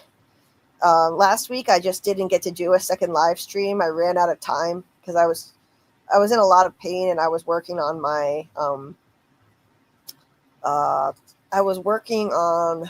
video for episode 6, and it just took way too long. So, but I will do a second stream this week, and in the second live stream we will talk about the episode 7 promo and theories and predictions. That'll probably be Friday night at 10:30 p.m. Eastern. Diabolical implant to a plot twist. Henry's vision. Yes, Bill. Chris M says an alien comes to From after flying in circles at the end of season and asks Sophia for directions. Lucas says I enjoy the episodes more when I avoid the trailers. Me too. I would rather not know what's in them, but since I have a channel, I usually hear spoilers from them anyway, so I've given up trying to avoid it. Not the episode 8 promo, the episode 7 promo, because that one totally made it obvious that Henry was going to see hospital hallucinations, but you said you didn't see it coming. Yeah, I avoided watching the episode 7 promo, so I missed it. Since I didn't do a second stream last week, I just skipped watching that second trailer, the episode trailer, so. It's better that way. It's a lot better.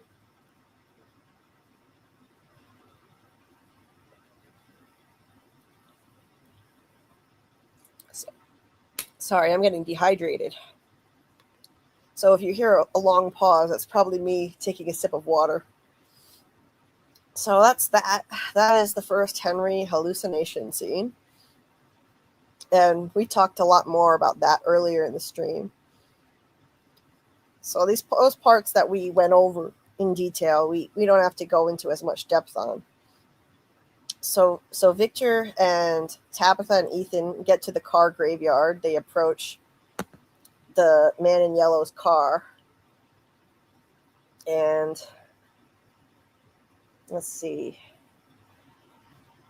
Let me get back to my notes. Where are we? Here it is. Ethan asks if that was the car the man in yellow suit came in and what kind of clues they're looking for. And Tabitha says, let's start with the trunk. So they open it and nothing's there. Nothing at all. Ethan's like, that's not that scary. Yeah, it's not that scary unless you're scared of rust.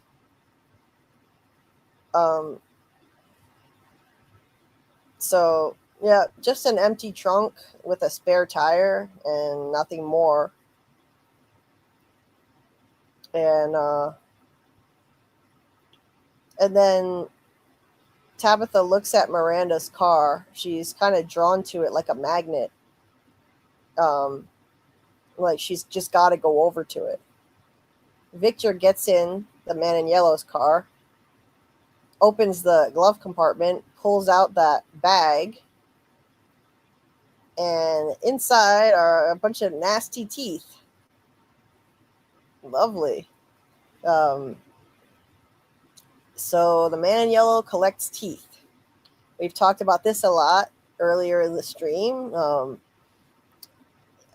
Yeah, it's kind of hard to say. I haven't followed a lot of theories on related to teeth. So, I mean, it could be that he collects these teeth because he needs somehow, for some magical witchy reason, he needs them to be able to shapeshift into that person whose tooth it was. Or maybe it's just a souvenir.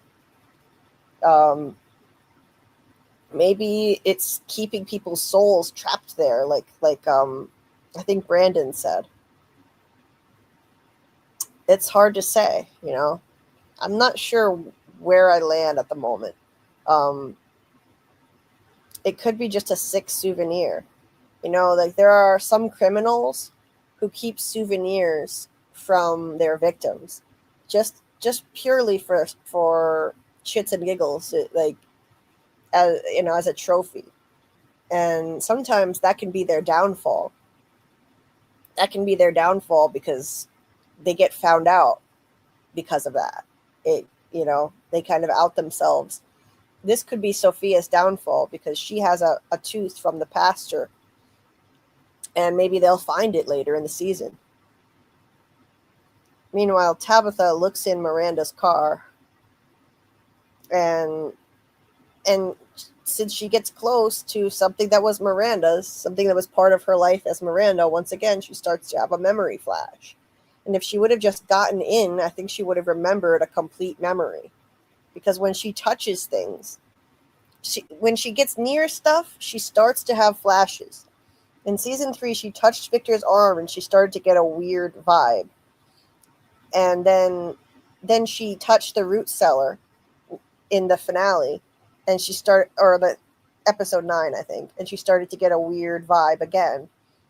And then she went down into the root cellar. She hugged Victor, and by really getting that close to a piece of her past, by hugging him, she remembered running out, leaving her kids as Miranda and getting killed as Smiley, by Smiley. She remembered by doing that and by immersing herself in this more. So I think if she would have just gotten in the car, she would have remembered the whole memory. She needs to just go around town touching everything, like I've said. Like that's how she seems to remember things connected to Miranda now. Ever since she was pushed out of the lighthouse by the boy in white and saw Miranda's paintings and met Henry, that jogged her memory, that laid the foundation for remembering her life as Miranda. And now ever since then, she's like the guy from, like, I think somebody mentioned the dead zone. It's like the dead zone. When she touches things, she remembers stuff. So there's Miranda in the car, but it's not that car. So it's weird. It's, this car is not, what is this? It's not a, Karl is the car expert, and I don't know. I'm trying to remember the name of it now. What the hell is it? Hornet. This is a Hornet. A Hornet, yeah, that's the name of it. Yeah, so they either this is a continuity error and they hoped we, or they, it's just a mistake and they hoped we wouldn't notice, or there's something else going on here. Because clearly this is not the same car.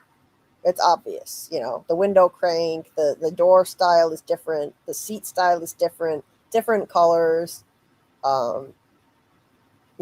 different placement of the rear view mirror there. It's a different car. And we went into detail earlier in the stream about this. I think, I forget how long ago it was, but yeah, like, this can't be Christopher's. Karl said that this can't be Christopher's car because that upholstery is, I'm trying to remember exactly what he said. Now I'm going to have to go ask him because I want this section to be complete, and there's a specific reason why he said that this can't be Christopher's.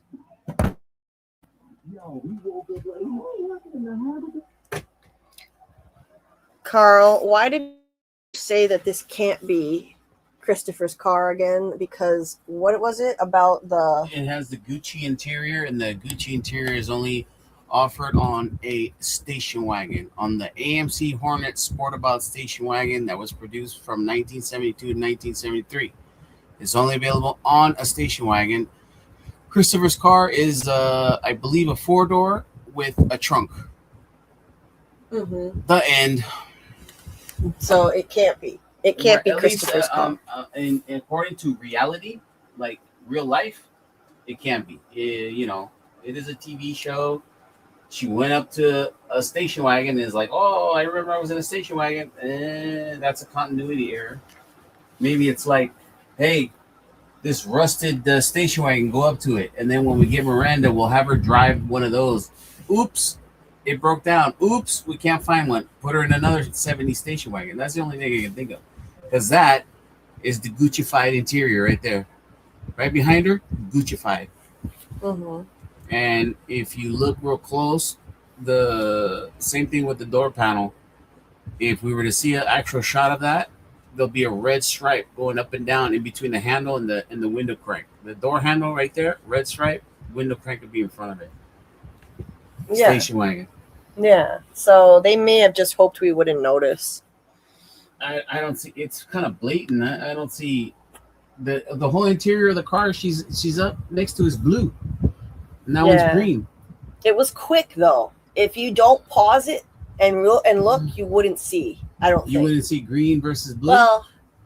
Well, I wouldn't. I didn't notice the color difference until I paused it. The dashboard was different. I didn't notice that until I paused The it. glove compartment was different. Window crank was different. Door handle to open the door was different. Until I paused it. Other than that. Until I paused it. I'm not a car person. I didn't notice those things. I just didn't notice that. And yeah, even the door handle itself to open the interior is in the different place. Yeah, the it is. Door handle on the Dodge or Plymouth that it is integrated to the armrest. The door handle to interior door handle on that Hornet to open the door is separate from the armrest. Because it's a different mechanism, different style, you know. Yeah. It's a different way of doing the same thing, but it's a different car. Yeah, it is. It's a different car. And, you know, I don't think everything has to mean something in the show. They can make mistakes and they can do half-assed things sometimes and hope we don't notice. No, it's just like that Celica that's in the background of when Doug, aka the Man in Yellow, is eating liver. It's got like some, 2010 wheels on it that weren't around in 1978. I mean, it's a car that was around in 78, but the wheels wasn't. But that's not so bad as you got a whole different car, homie. The Stellar Napster said, "Be Karl sounding like Gucci, man." Yeah, Guccified. I don't know who's Gucci, man. Gucci Mane. Or Gucci Mane? Gucci Mane. Who's a rapper. Oh, yeah. In that 2 Chainz era. 2 Chainz. The budget for this show deserves to be bigger. I agree. Yeah, it's a TV show. It doesn't have $1 billion movie budget. That's true, Straight Edge. Yeah, and they needed to purchase a Plymouth Volare station wagon or a Dodge Aspen station wagon and import it to Nova Scotia or wherever they were at and drive it around Fromville. Yeah. Yeah, somebody messed up. Whoever the prop master was, or I don't know if the prop master does the cars, but still. Lucas didn't notice either. It was so quick. It was quick. Mm-hmm. It was quick. Diana. No contaste with my astucia. You didn't count on my astuteness, right? Yeah. I didn't notice the interior of the vehicle, honestly, but sure was PO that Tabitha didn't get in. Yeah, Diana. She should have gotten in. Bill said, "What up, Karl?" Yo, what up? Hi, M3 says, even the town looks different in the flashbacks compared to when Julie went back, so it can get confusing. Yeah, it does. I heard the budget for each episode is between $3 to $5 million. Wow, that's a lot. Listen, you can buy a lot of Plymouth Volares for that. You can? 1978 Plymouth Volare, I'm sure there's plenty of them out there. Oh. She also feels guilty. Let's see. Laurie says Jade was scared to remember his past lives, but he is being brave and facing it, the opposite of Tabitha. Yeah, definitely. She's too afraid, though, because she has kids. I get it. She's afraid if she remembers too much, then what's the cost going to be? the man in yellow could come for her kids. And she said that she's afraid, that she has different memories in her head from different people, but she's afraid, you know, because Jim got killed because of her revelations. So her kids could be targeted next. Yeah. And she feels guilty causing Jim's death because of it. So she puts the brakes on. Exactly. Oh, okay. It's a rap song where Gucci Mane talks about his BMW with Gucci interior. I wouldn't know that. I don't have a big knowledge of rap, knowledge base about rap. Well, they showed a new looking car Miranda was driving. It was probably difficult finding a replica junker. You think that would have been hard to find? Well, I think if you're gonna eventually have the flashback where it's that person's car, you better secure the same car to be able to drive around. Yeah, they should have. Maybe they did, and something went horribly wrong, and they had to switch cars or something. But you know, that's a mistake. A Plymouth Bolero or Dodge Aspen are not so uncommon to be able to get your hands on. That Hornet wagon she's driving around is way rarer than that car. There was more Dodge Aspens and Plymouth Boleros produced than there were Hornets with Gucci interiors. Trust me. David says maybe production limitations. They probably couldn't wreck the other car. Yeah, because the Gucci interior Hornet is a collector's item. The Aspen or Volare is like a whatever car, but there's enough of them in the world you could have found one. Yeah. I'm sure there's enough of them in Canada even, you could have found one. And if you choose to make that the junk vehicle, you better secure one that runs. Yeah, they should have. So I don't understand. Maybe there's, I hope we're not, I don't think we're making a mountain out of a molehill, but that's way off.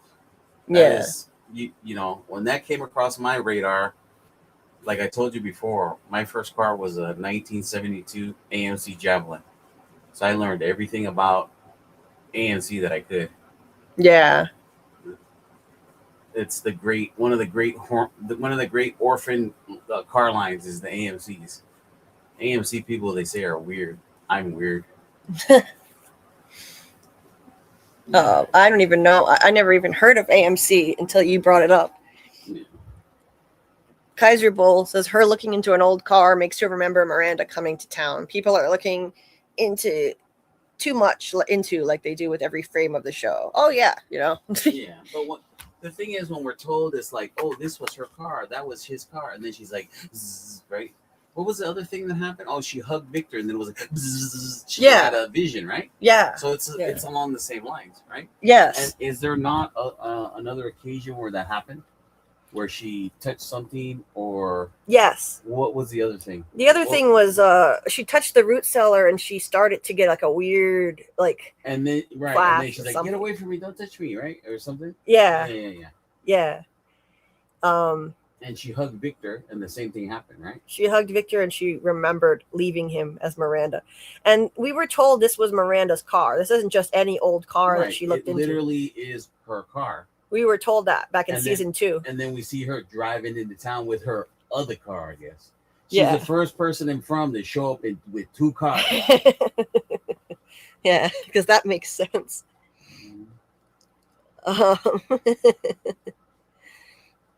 Yeah, we do get stuck on a 5-second flashback for an hour. That could definitely happen, Kaiser. But it's fun. We enjoy it. Tabitha leaves those kids every chance she gets, in the words of the milkman. If the milkman trash. Yeah. Let's see. Diana says, to answer your poll, I think Roger woke up as himself, was beyond freaked out. He couldn't see, and it looked like he was trying to speak, even though he couldn't. It was horrible. I think so, too. Yeah.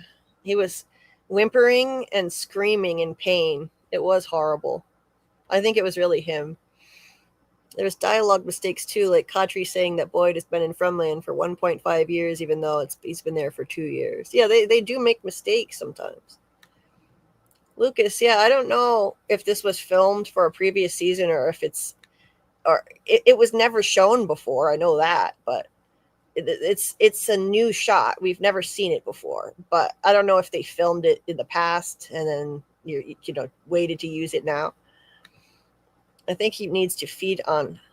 I think he needs to feed to keep up his power. The man in yellow. Oh, definitely stronger. The seat behind Miranda has light brown, which is almost like yellow. If you really squint your eyes, which means this is an illusion created by the man in yellow. Yeah, I don't know about that. I don't think it's an illusion. I think it's a real memory. Is my phone right there? Where you at? You sit on my phone or no? No, I don't think so. Oh, it's here. If it was old footage that could explain why they couldn't get the same car, yeah, it could.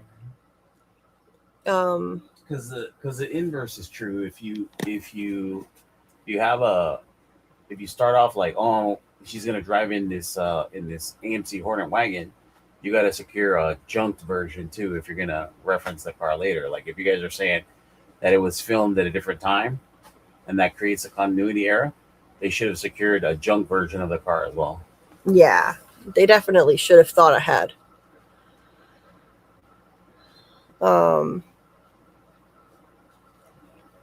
Let's see. So, yeah, it's advertised as a sci-fi horror, but it's actually fantasy horror. I definitely agree with that. Stronger every day. Absolutely agree. Do we know this was her arriving, or was it just her driving around at some point prior to coming to Fromville? Yes, we know this is her arriving, MG, because it shows. I'll show you. Where is it? It shows her pulling up to the gas station, the iconic gas station bar over there with pumps and all. There it is, and two people who look very 70s standing there. I really wish we would have seen more. Maybe she'll go back and get in the car and we'll see. I think she will. I predict she will go and get in the car and we'll see the rest of the flashback, because I think there's more. There's a reason why she was starting to get a flash. That's going to be an important memory that she's going to need to know about. So I think she's going to eventually go back. Ethan wanted to get in and she didn't listen. Which was just dumb. I think she'll go back, and this has got to be a memory that she needs. Also, you see those door handles? Yeah. You see the way they're shaped? Yeah. You see how it's like you got to reach almost into it, and it pulls up from the side. Yeah. To open the door. And remember, I told you, look at the door handles on the station wagon. You pull them up. Yeah. So it's a different car. It's a totally different car. This is what the outside of the car she was driving looks like. Right. The door handles are different. Yeah. It's totally different car. Yep. Anyway, so she doesn't get in the damn car. Ethan always has good instincts. Listen to him more. The adults, everyone should listen to him more. Oh, wow. So Ethan has good instincts, and his instincts were to get in the car, but she didn't listen, of course. Julie was listening to Ethan at least, but now she doesn't even talk to him anymore. I think that Ethan's role in this place is to be a guide on the quest. That's what his role is supposed to be. That's why the boy in white chose him. That's what he chose him for, to guide the adults. Since this place was built on sacrifice of children, the victimization of children, then the empowerment of a child is going to help them get out. And that's why in every cycle, the boy in white chooses a child. He chose Victor in the previous cycle. Now he's choosing Ethan to give him special insight into this place and how it works. And they need to listen to him more. I really think she should have listened to Ethan and gotten in the car. And then Victor is freaking out over the teeth. And so Victor comes and he tries to show them. He's like, you have to see. Oh, look at that. With the stripe, the red stripe. It's like, you got to see, Hold on. I left my notes in the other room, and I need my notes for this part. But he's trying to protect and prepare Ethan for what's to come, and Tabitha is not doing that. She's not preparing Ethan for what's to come, and Victor is putting the pieces together, like, the man in yellow. He's like, here, you should see them, and he's like, he needs to be prepared. And Ethan goes behind Tabitha, and she stands there shielding him, like Victor is somehow harming her kid. And Victor's like, he has to be, because are you really my mother? And I thought it was really sad that she didn't answer him and say, yes, I'm your mother. That's what he needed to hear. Like, yes, Victor, I'm your mother. Like, I'll be there for you too, like I am for Ethan. It wouldn't take anything away from Ethan. She could still protect him and be there for Victor too, but she had to be a jerk to him. She treated him like almost like a son when she didn't know who she was, and now she treats him like this. So he's like, are you really my mother? And she just says, Victor. And he says, don't you see, you came to town last time. You brought a boy and a girl, and the man in yellow showed up. Everyone died, but not the boy. The boy lived, and he grew up alone and afraid, and he wasn't prepared. And now you're here with a boy and a girl again, and the man in yellow is back. And Ethan's like, Mom, what does that mean? She's like, no, it's fine. And, she doesn't want to scare Ethan, but he's like, you have to know what's coming, and moves toward Ethan again to try to show him the teeth. And she's like, Victor, stop it. And Ethan takes off. And then she leans closer to him. And says, what is wrong with you? And look at him. Look at him, how upset he looks. That's terrible. Then she walks away, leaves him there alone. Just awful. Yeah, I hated that. I hated the way she treated him. And Victor is predicting there that all of this is repeating itself. Now, she came to town with a boy and a girl, and the man in yellow showed up. Everyone died, but not the boy. The boy lived, and he grew up alone and afraid. And now she's back with a boy and a girl again, and the man in yellow is back because they found his jacket. So, therefore, the same thing could happen again, and Ethan could wind up being the sole survivor again.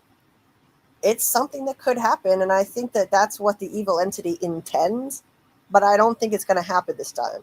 I think every time there's a sole survivor, and it's probably one of Tabitha's kids in every cycle, but I think this time it's not going to happen. But yeah, that was a rough one to watch.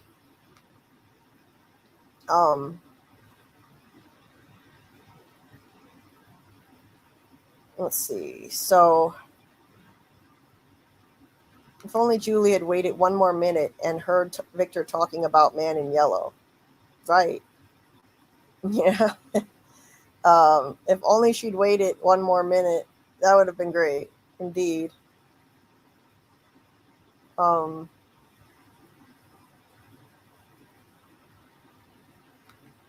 mean, a lot of the place does look 60s, 70s. The diner, the motel, the houses, and the town originates in colonial times or something. So, but it does have the colony house, that's old, and the church, that's old too. So there are at least some older places.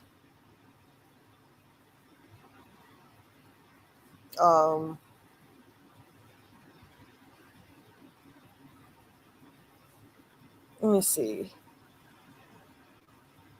I think that stuff gets manifested there over time.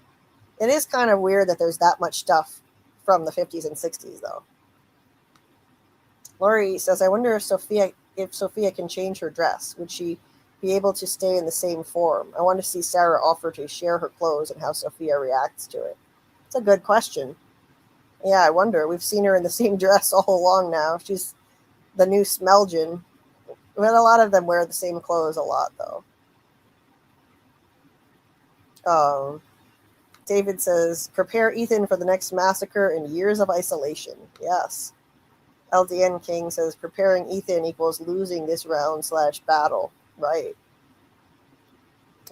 Victor was terrified for Ethan. Exactly, Diana. Daryl says Ethan was getting upset, which is why he walked away. Right. Victor lacks the maturity and social skills to express it correctly. Right. He shouldn't have shoved that bag full of teeth in front of Ethan, and he should have talked to Tabitha about this without Ethan present first. Chris M says, take Ellis and Clara into the cave. So that, definitely Ellis. I don't know about Clara. Tabby wasn't being a jerk. She was just upset with Victor for upsetting Ethan. But she could have handled it in a kinder way to Victor. She could have handled it a lot nicer. Tabitha, the neglectful mother. Victor comes asking for help, and she leans back, crosses her arms, rolls her eyes, and huffs and puffs, and says, what's wrong with you? Laurie says, I understand her wanting to protect Ethan, but she didn't need to reject him. Tabitha should speak to Victor alone and hear the story, and then decide how to approach Ethan. Victor was rejected twice. 100%. I completely agree. She doesn't want to believe it. She told Jade that. It's too painful for her. Yeah. Welcome to the family, Victor. Abandonment. Yep, indeed. Don't know why everyone is calling Tabitha neglectful. She left once to save her daughter from being possessed by the cicada monster. Well, I think she could be a better mother in general, but RCO says Victor is right to want to train Ethan how to survive. Absolutely. Lori says Henry and Tabitha said the same thing to Victor. What's wrong with you? Hearing that twice. How horrible. Yeah, both his parents saying that. It's terrible. It would be a ballsy move, ending everything in another failed cycle with only Ethan left over. It would be dark. It would be a dark ending, David. I really don't want to see that. I hope it won't happen. And the Trapper Village is also older. That's right. That's very old. NSB says, what's wrong with you is heartbreaking because Tabitha knows it better than anyone what's wrong with him. Exactly. She knows better. Yes, like Lucas says, the Lake Village was probably the original town. Maybe there's another old town we haven't seen, or maybe buildings got demolished like the Matthews house. Yes, exactly. I bet there's another town out in the woods somewhere. Maybe one from the 1800s, you know? This one looks colonial, the settlement out near the lake. And I think it would be a trash ending for Ethan to be left alone too. Like, what would be the point? It would be so futile. Like, the characters go through all of this suffering and all of this strife and this amazing quest that they're on just for it to all end the same way. How nihilistic and depressing and pointless. It would just render their whole fight pointless. And I don't think the writers are going to do that to our characters. So I don't think it's going to happen. So then we have Boyd staring at this totem. And Sophia comes in to talk to him and get him to spill the whole plan to her. Incidentally, there's the billboard that I think the evil entity probably manifested into this place to taunt them because it says get away. I think it's the evil entity's evil, sick sense of humor because they can't get away. There's a plane on it and everything. Anyway, they're using it now to patch the hole in the wall. So Sophia comes up to him to hear the whole plan and get him to spill everything. Like, sorry, I didn't mean to bother you. I was thinking about what you told us this morning about going down into those tunnels to dig up those bones. Isn't that dangerous? So she doesn't want him doing it, obviously. The evil entity doesn't want him digging up those bones because that's what they need to do. Ghost Khatri said that you need to listen to Jade. Ghost Khatri tries to help. He gives good advice. He also said you're running out of time. The boy in white also said you're running out of time. I think the boy in white wants them to go down in the cave. And the boy in white is trying to help. So is Ghost Khatri. He said, you need to listen to Jade. Jade already told you what you need to do. And obviously, Sophia is going to come in here. If this is a good plan and this is something they need to do, of course she's going to come in here and say, you shouldn't do it. Isn't that dangerous? This shows they're on the right track, guys. This shows they're definitely on the right track. Jade is on the right track about digging up those bones and getting them out of there. It can't be as simple as just burying them. I'm sure it's going to be something more complicated than that, because that's an age-old horror trope, you know. Just need to go bury the bones because the spirits can't be at rest until you do that, because they were murdered. But maybe it's something more complicated, like Bill Chill and Karl have both said that they need to take the bones to the Lake of Tears or something. And they have to find the Lake of Tears, which will take a long time. So Boyd says, it is dangerous, but it could also be what helps us get home. She says, how? He says, we're not sure about that yet. She's like, but those things that come out at night, people say they live in those tunnels. So if those bones are important, then they're not just going to let you go down there and take them. And Boyd says, this is where Boyd spills the beans. Well, it turns out we might have a new card to play. Remember this morning when Tabitha used one of these to kill that doll out by the settlement? Well, tonight we're going to see what they do to those things that come out of the woods. And Sophia's like, really? And look at her face. She looks pissed. It's all in the eyes. She looks pissed. She does not look happy with this at all. Look at her face. Yeah. She's not happy that they have those things. And so if the ragdoll monsters come around again, they can kill them with those things. They don't kill the nightmare creatures, but they do kill some of her other friends, the ragdoll monsters, who help do her bidding, her evil bidding here. So she's definitely not pleased with the fact that he has them. But he's just spilled the whole plan to her, so I'm sure she's happy about that at the same time. How is this new person, Sophia, so calm in this town? Yeah, it's a good question, Bill. How is she so damn calm? And she's supposed to be a teenage girl. Boyd estimated that she's like 15 or 16. So she went and performed the Roger of Voodoo after that. Yes, she did.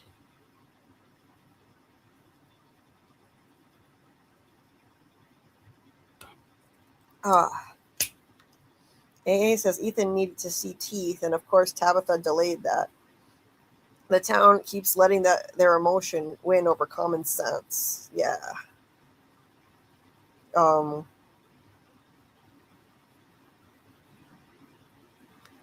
Karl says, I would share everything with Sophia. I just want to make her feel safe.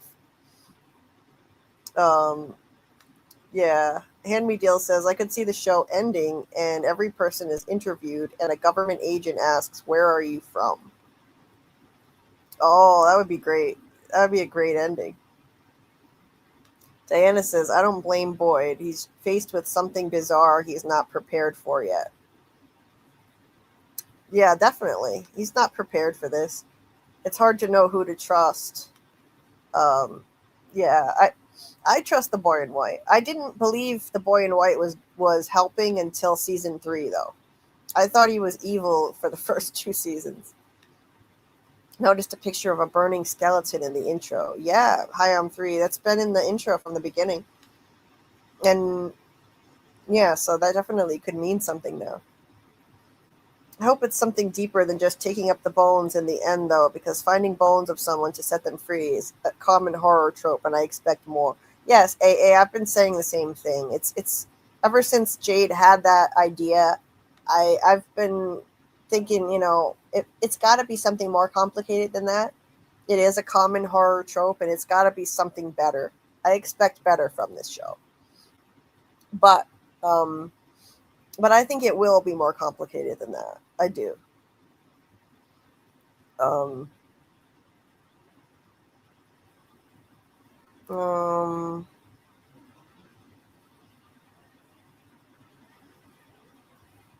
Yeah, there you go. Just share everything with Sophia. Yep. Not the brightest, but, he had no idea. Boyd, shut up. Only share the plan with your close group of trusted people. Yeah, I think he shouldn't have. That's a good point, Diana. He should have only shared it with his closest group of insiders. Diana says, I have a question. Given what we know so far, what do we think the man in yellow is? My vote is sorcerer, given the incantations and items in doing them. I think, well, we know he's a shapeshifter. There are trickster entities that are shapeshifters in mythology, like Loki. Maybe he's some kind of trickster, shapeshifter entity.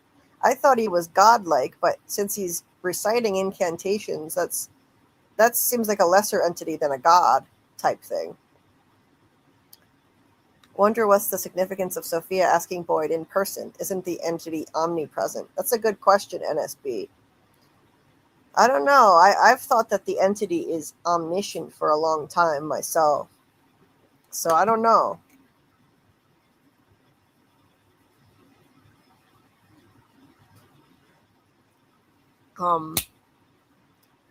Maybe it's just to underline to us that she knows what's going on, just so that we know that she's aware of it. Hey, Recon, nice to see you. Yes, unfortunately, you are late again. It's 5 hours in right now. In fact, I'm starting to run out of steam. I'm getting really tired all of a sudden. I think it's because I didn't get enough sleep. I got a lousy quality sleep yesterday, or last night, or I guess I mostly slept during the day today. I'm getting really tired. So I don't know how much longer I could go on, but I'm going to push through as much as I can. David says, I'm convinced the bones are a dead end. Jade's map and chess pieces. It's a no-win situation, but it will give us some good action. Well, we'll see. We'll see. I think the bones are going to help, but it's going to be more complicated than they think. Bill is for sharing with everyone. It will expose who's who and where everyone stands. Samuel says, Sophia low-key omnipresent. It didn't really matter. Kind of odd to share plans with a 15-year-old, though. Yeah, I think she is omnipresent, omniscient, The man in yellow has shown us he isn't omnipresent, always asking questions. But Diana, I think that the man in yellow, I think that she's just faking that she doesn't know everything. I think a lot of these questions she's asking are just to play the role of an innocent newcomer who doesn't know all this stuff. Like, why is there a bar and a gas station and whatnot? I was thinking man in yellow was some kind of supernatural demon, but I like the idea that he was a human that learned some crazy evil magic. I do think he is behind everything. Yeah, it is an interesting idea, Lucas. AA thinks the man in yellow is a skinwalker or fairy. Okay. So let's go on from there. And I definitely do need a nap day, Diana. I am so tired. So, and I think I'm like starving out of my mind too. I just realized I haven't eaten anything in a long time, like a really long time. I need to find something to eat, like low key eat while I'm streaming here. So Jade is in the bar. He's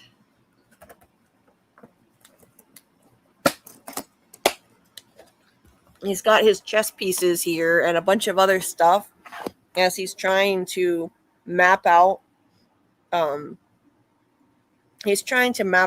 cave system. And he has chess pieces again. And I've been saying for over a year now that I think the man in yellow entity and the boy in white are engaged in a supernatural game of chess, basically. The cosmic chess game. And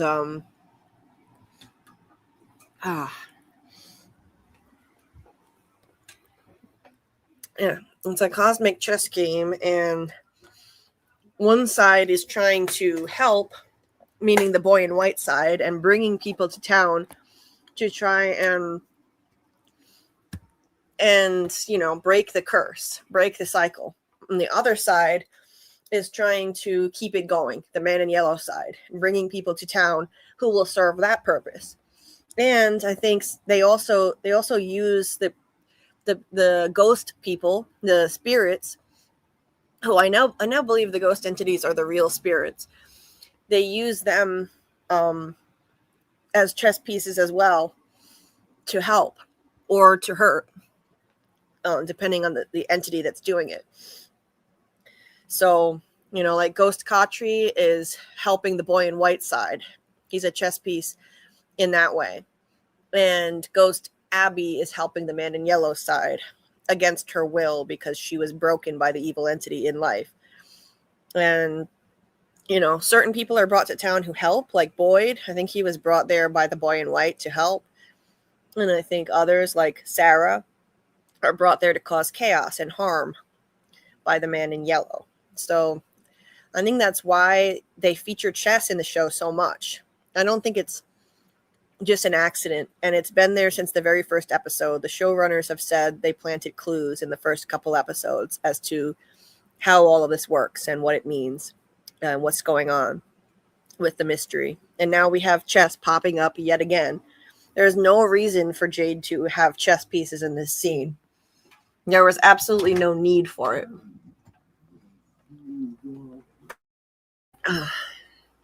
And there are, I think, 3 chess pieces there, too. Karl was saying there's a white queen and a white knight as well, Black pawn. And a black pawn. It's either a queen or a king. I think it's a queen. It's one of those. So I don't know if, I'm not really up on chess, chess pieces, and I should be, since I have a chess theory. I should learn more about the chess pieces and maybe what their symbolic meanings could be in the show. But you need that off. Yeah, I'm cold.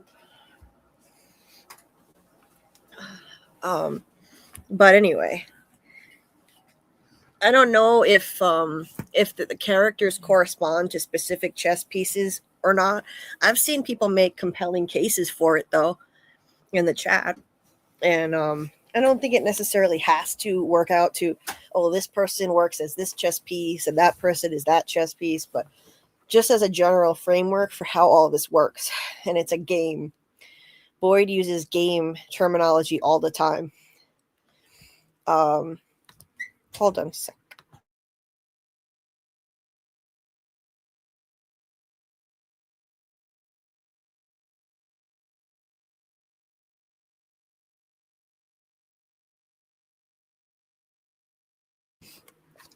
Anyway, there's a reason Boyd uses game terminology all the time, like we can still win or we're losing. We're running out of time and we don't even know the goddamn rules. Those game terminology phrases he uses are clues from the writers that this does function as a game. And then the salad? And the salad. I'll have to have it after, though, because it's loud.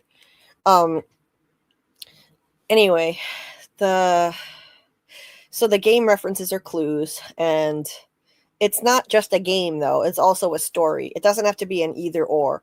It functions as both a game and a story. So it's Ethan's right and Boyd is right. It's a game and it's a story. David says, Boyd, Kenny, and Jade. Boyd the king, Kenny his shoulder, and Jade the pawn getting the bones. Nice. I like it.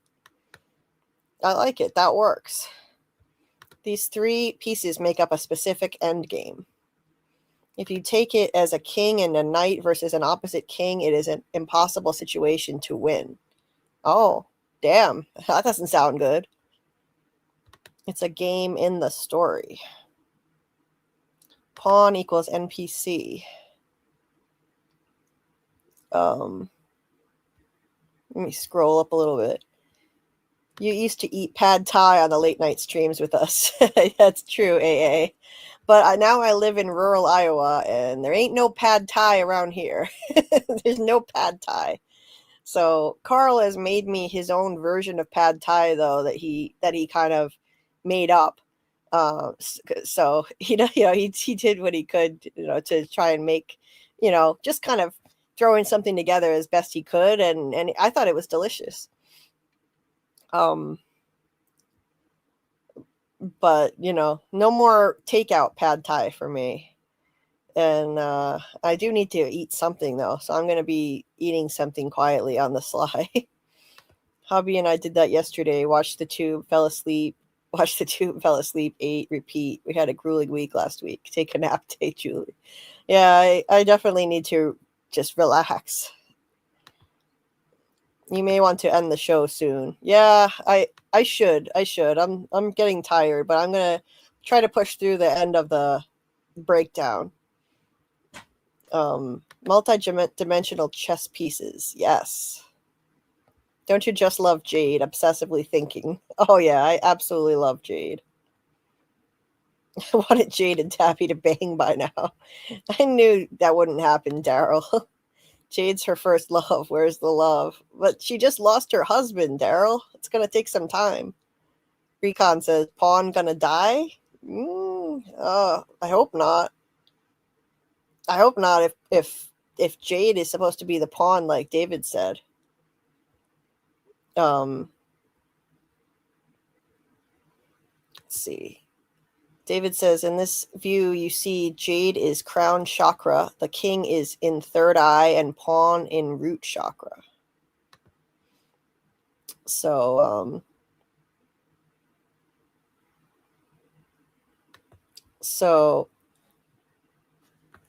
let me get my notes back open.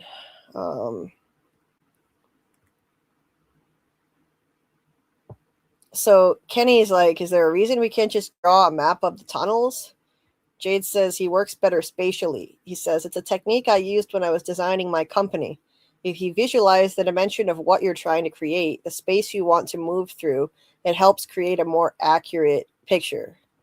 And Kenny's like, we're not exactly designing a company, right? Jade says it doesn't matter. You apply the principles of what you know. What did you do before you got here? Before you came to town, what did you do? What was your job? And Kenny's like, can we please just focus? And Jade says, you know what I did? Kenny's like, yes, everyone knows what you did because you never shut the fuck up about it. I really enjoyed the humor in this scene. Yes, Jade never shuts the fuck up about his software company. Jade's like, if I guess correctly, will you tell me? Firefighter, manager at a retail store. Kenny says, why are those your first two guesses? Thanks. You need it hotter than that? No, it's good. Thank you. I wonder why those are his first two guesses. Manager at a retail store and firefighter. Those are pretty different guesses. They're pretty different from each other. Firefighter and a manager at a store. He looks like he could be a manager at a Gap store. That's about right for Kenny. And then Henry comes in, and Jade is totally clueless and trying to involve him in this silliness. Hey, Henry, what do you think Henry did before he got here? Henry just wants his booze. Kenny finally says, I worked in sports. Jade's like, you were a coach? He says, no, I was an administrator. He says, Coach Kenny. And then Ellis shows up and asks to talk to Kenny outside, and they exit. Jade asks Henry what he did before he got there, and Henry says, pretty much what I'm doing right now. So A really lighthearted scene. Even that line from Henry was pretty funny. What he did before he got there is pretty much what he's doing right now, which is boozing it up. Coach Kenny. So we have Coach Kenny. Kenny is too young to be a manager. So Kenny has leadership skills. Yeah, apparently so. Hold on. I think I missed something in the chat that I'm trying to locate now, but I can't. Huh. CK was an administrator. Wait, who's CK? Henry gave a great answer. Yeah, he did. That was really funny. Yes, Karl making me some homemade pad thai is very sweet. Can I just say I'm happy that you and Karl found each other? How amazing. Yes, it is. It is. I'm really, really lucky. I'm really lucky to have found him. MG says, like they don't know each other in this life. They literally just met a month ago. Right. Yeah, that's true about Tabitha and Jade. Absolutely. Like, just because they were together 500 years ago doesn't mean they have to be together in every life. RCO thinks Ellis is going to die while getting the bones. Ooh, I think Ellis is going to die. Somebody's got to die soon. So they can't keep getting off easy like this. Big circle near brain is near Jade is the brain. Then there is the spine to root chakra and lungs either side. Coach Kenny. Oh, CK is Coach Kenny, right? I think that's what you're saying. Jade is big, bold, and a bragger, but he has a heart under all that. That's true. Tabby has it so much easier than Jade. Just needs to touch things, while Jade has to reach for answers from a hanging rope.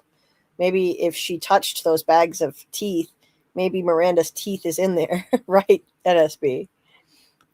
Yeah, she does have it a lot easier. CK is Coach Kenny. Got it. So, okay. So that's that scene. We can move on from there.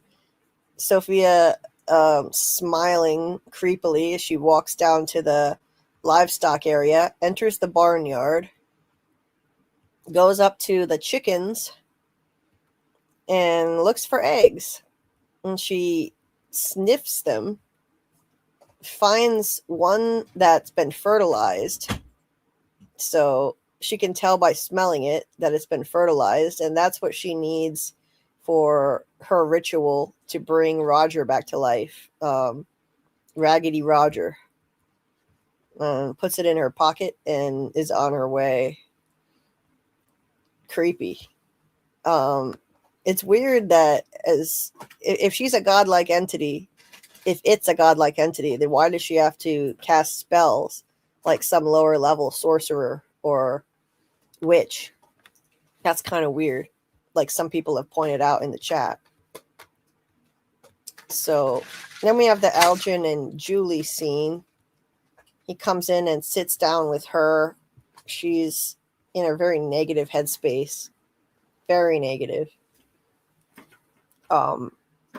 He says he didn't have a chance to tell her how sorry he was about her dad. She asks how his eye is, and he tells her Christy says it's healing pretty good. There was that awkward moment, though, because she was like, how's your eye? I mean, meaning, in other words, how was your lack of eye? Not eye, lack of eye. And I really wish, can I just say, please, Elgin, put the eye patch back on. I don't want to see that. I mean, maybe when it's healed over, but it's literally still not even healed, and he's walking around without the eye patch. Like, please do us all a favor and put it back on. And it looks weird too because of the way they have this prosthetic thing taped on his face. They have his eyebrow lower. It is one of his eyebrows over the fake eyelid is, or whatever that is is lower. Anyway, Julie asks if he's going to tell her what happened to his eye, and he says just flat out no. Just no. So he's not going to spill the beans about Boyd and Sarah taking out his eye and, Boyd torturing him. He doesn't want the truth to come out about him kidnapping Fatima, so he's definitely not going to say anything. Plus, I think he doesn't want to cause trouble. He just wants to help. He's not out for revenge. Julie says, I guess you heard about my mom, and Elgin asks her if she thinks it's true. Julie replies, she thinks it is, and that scares the shit out of me. Because every time someone here thinks that they have a purpose, that they've discovered the truth, somebody always ends up dead. Elgin thinks that's not true. He says, there is a truth here. There has to be. She says, why? Why can't this place just exist as some random fucking cruelty that exists for no reason other than to do exactly what it's doing? I can't help but say this is a microcosm of existence on Earth, what they're talking about right now. This is like an atheist talking to a believer in a religion or a higher power in general. Elgin says there has to be truth here, and he believes that there is. And she thinks that this place, why can't this just be a random fucking cruelty?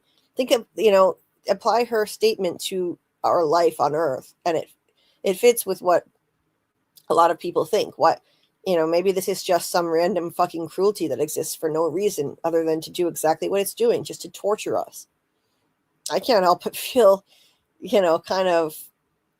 kind of bitter like that sometimes myself, because I'm tortured a lot in life myself.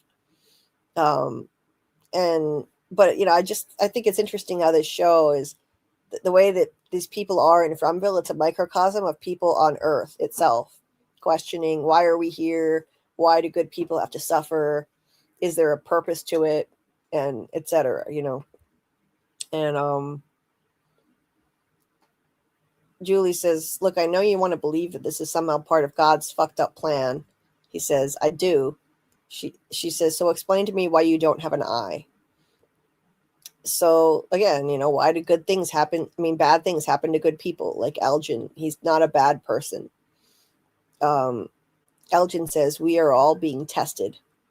She says, sorry, part of your test is getting mutilated. Sorry, I'm an asshole. And he says, there is a truth behind all of this, but you know how this place wins? By throwing so many lies at you that you don't believe the truth, even when it's staring you right in the face.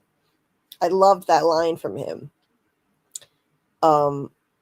It sounds to me like he could be at risk, though, of getting duped by Sophia, because he sounds like Sophia when he says that they're all being tested. Sophia said they're all being tested by God, and that's why they're there. And he believes it's part of a plan, like Sophia says.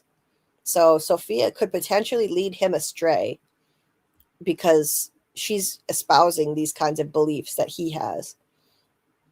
But there is some kind of plan. It's just not what they think. I don't think God put them there in this place, but who knows? Maybe it is true.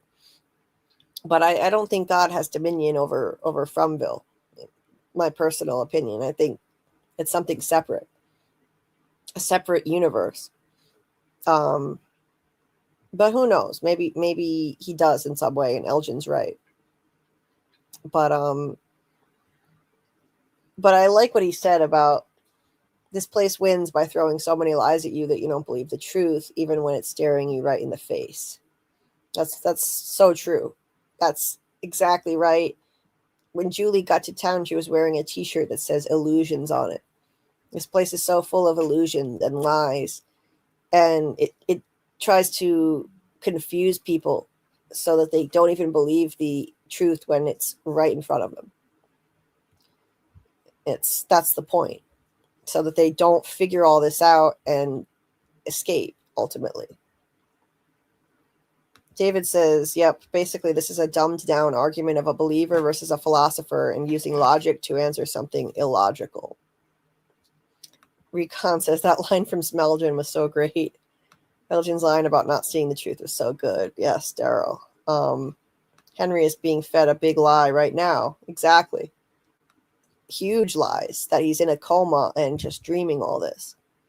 Recon says, like the writer is saying to us, there is so much disinformation in the show. You've missed what the truth is. Yeah, maybe they are kind of trying to say that.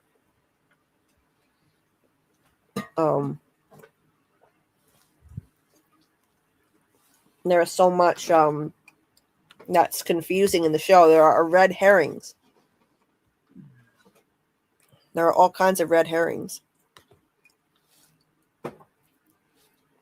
Hyam3 says it's not a godlike entity. It seems the creature might be preaching the gospel of Fromland, like a twisted missionary or something. Stronger Every Day says, I think Sophia is scared and angry about them getting into the tunnels. Everything she does is to stop them from trying.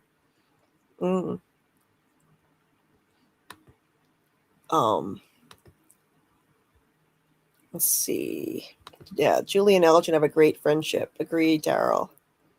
Julie is definitely in a dark place, and yes, his eye looks gross. Man, Yellow ate out Miranda, so he probably has her teeth. Oh, it's nasty. Okay, so we're going at a good pace now. Should be able to wrap up soon. And I say that just because my pain is getting a lot worse. So over at the bar, Henry tells Jade, it isn't right what you're doing, you know, filling people's heads with nonsense, telling my son that his mother is, well, it isn't right. Jade asks him if he's talked to Tabitha yet. And he's like, have I talked to the woman who claims she's a reincarnation of my dead wife? No, I haven't had the chance. She was out when I stopped by. Jade suggests that maybe he should cut down a little bit on the alcohol, I'm sure he was about to say. And then Henry starts to get this crazy hallucination, like saying, you hear that? And then boom, there's the doctor shining the light in his face, who looks an awful lot like the ballerina from season 2. It's not the same actress, but she does look a lot like her. And shining the light in his eyes. And there's the room looking very 70s, which doesn't make sense. Because Victor is an adult, and the hotel shouldn't look like it's from the 70s. And as we pointed out earlier in the stream, these pictures here depict, it's hard to see in this shot. Hold on. I've got the better shots that Incognito sent to me earlier.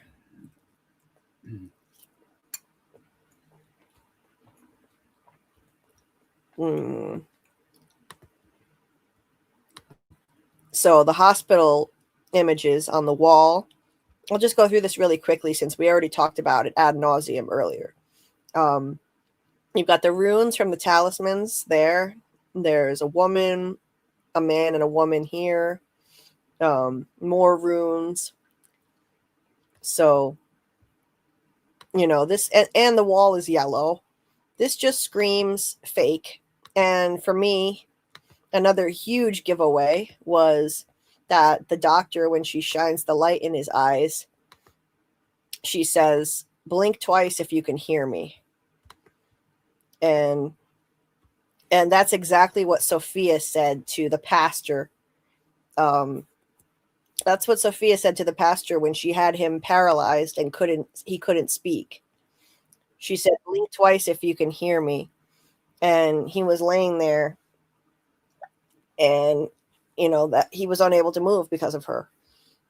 And now this doctor said the same exact thing. That's a dead giveaway that this is a hallucination that Sophia put in Henry's mind.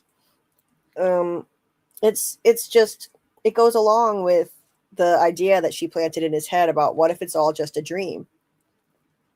People in comas have dreams. So that's all this is. It's just a hallucination made possible by the blood that she put in his drink. And simple as that. He is now going to start thinking he's dreaming. And he's just in a coma somewhere. And someone pointed out earlier that that Martin in season 2 also, when he passed the blood to Boyd, he said, what if it's all just a dream? So, like, I've always thought that Martin was probably just the evil entity in disguise, and now I think that more than ever. He may have been the man in yellow himself. So Victor comes over to Henry, and he's looking like a normal person with his hair kind of slicked back, kind of changed his look a bit. And he's like, Dad. He says, stay with me. And then there's really trippy cinematography, and the camera, switches to the side. It moves to the side fast, and then he sees Jade's face instead, saying, Henry, Henry, what's going on? And Henry just freaks the fuck out and runs out of the room, runs out of the building. So he's definitely going to wind up taking his own life. And it'll be the cost, it'll be the punishment from the man in yellow entity for Victor gaining too much knowledge. That's what's going to happen. He's going to be the one to jump off the colony house roof. That's what I think is going to happen. Yeah, Victor looked so good. Tabby's lovers hanging out in the bar again. These hallucinations came as a surprise to Julie because she didn't watch the promo. Yeah, I was surprised because I didn't watch the episode trailer. So I was glad I didn't watch it. This is a mega mindfuck for Henry. It is showing his entire life since the 70s has been a lie. Not since he went to Fromville, ever since his family went missing. Recon. Ever since his family went missing. Yeah, that's true, actually. Because Victor shouldn't be there as an adult. So that's true. That showed him his entire life since the 70s has been a lie. That's an excellent point. Because Victor's an adult there and not, he shouldn't be there at all if he's in a coma. In a hospital somewhere. Let's see. Oh, thanks, MG. I'll take a look at that in the From Images channel in the Discord. The circular figure from Victor's room. Poor Henry being manipulated like this, right? Hi, M3 says, if that's what happened to Abby, I'll be pissed. I think that Abby definitely had the idea introduced to her from the man in yellow entity in some kind of vision or dream. I mean, what are the odds she had the same idea? That what if it's all just a dream? And Hi M3 thinks Martin is the man in yellow creature. I think that's likely. Yes. So and then when he leaves, Jade picks up the empty glass that he was drinking out of. Like, what the fuck was he drinking? Because he completely lost his shit. So then Boyd visits Sarah, and Sarah tries to volunteer to be the one to run out of the building and stab one of the monsters. And this is a really noble, brave thing that she's offering to do. And she says, she killed, Boyd says that she's done enough. She says she killed her brother. And tried to kill a kid. So nothing she does can ever be enough. Sarah, the Jamie Lannister of From. Mm-hmm. So, but Boyd tells her that when they go down in the tunnels, that's when he'll need her. And that she gets the night off. Just be at the door in case he needs to be let in. Meanwhile, Sophia goes and lets herself into the colony house shed, kneels down, and cracks an egg on Roger. She recites an incantation over it.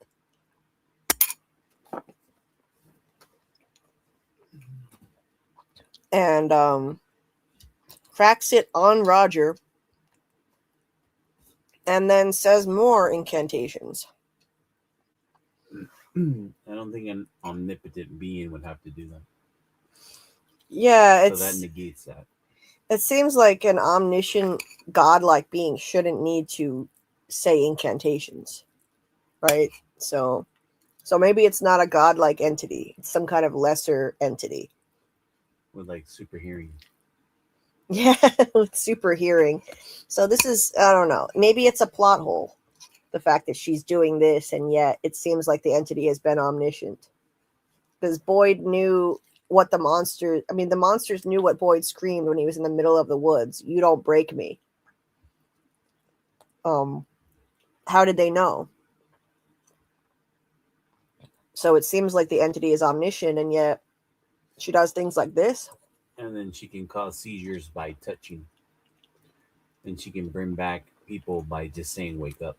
And she can, yeah, she brought a guy from a comatose state just by touching him and saying, wake up.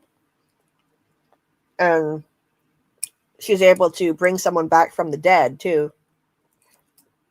And what incantation did she use on Marielle? On Marielle? Yeah. What incantation? Yeah. When did she use an incantation on Marielle? She didn't. But she had her seeing visions of herself being chained up. Right, by touching Marielle. Yep. Exactly my point. Yeah. Well, yeah, the cicada entity claimed the three of those people before. So somehow, since it claimed them after that happened, now they're susceptible to things. They have after effects. So I think by touching her, that's all she needed to do to trigger her. I don't think it would have worked for just any random person, but yeah, it's kind of inconsistent. You know, if she's a godlike entity, then why is she doing incantations? But wouldn't it take a godlike entity to bring someone back from the dead? Except that a godlike entity wouldn't need an egg for that. Right. It seems like witchcraft. Correct. Voodoo. Magic is possible here in Fromville. And then she leans down and says, "It's time to play." This is really creepy shit. I very much enjoyed this scene. Oh shit, my battery's gonna die. Oh shit. I hope it doesn't die before I get to the charger. Oh.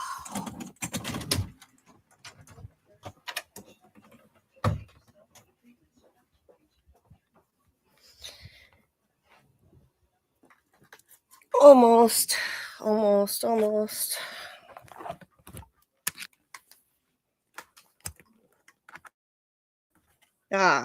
Made it. So yeah, I think maybe we should reevaluate, those of us who think that this has been a godlike entity. Maybe it's not. But this was a really cool scene. I thoroughly enjoyed this twist. I just wanted it to have a better payoff. I wanted it to have a better, more impressive payoff and not have Roger just get killed so fast. But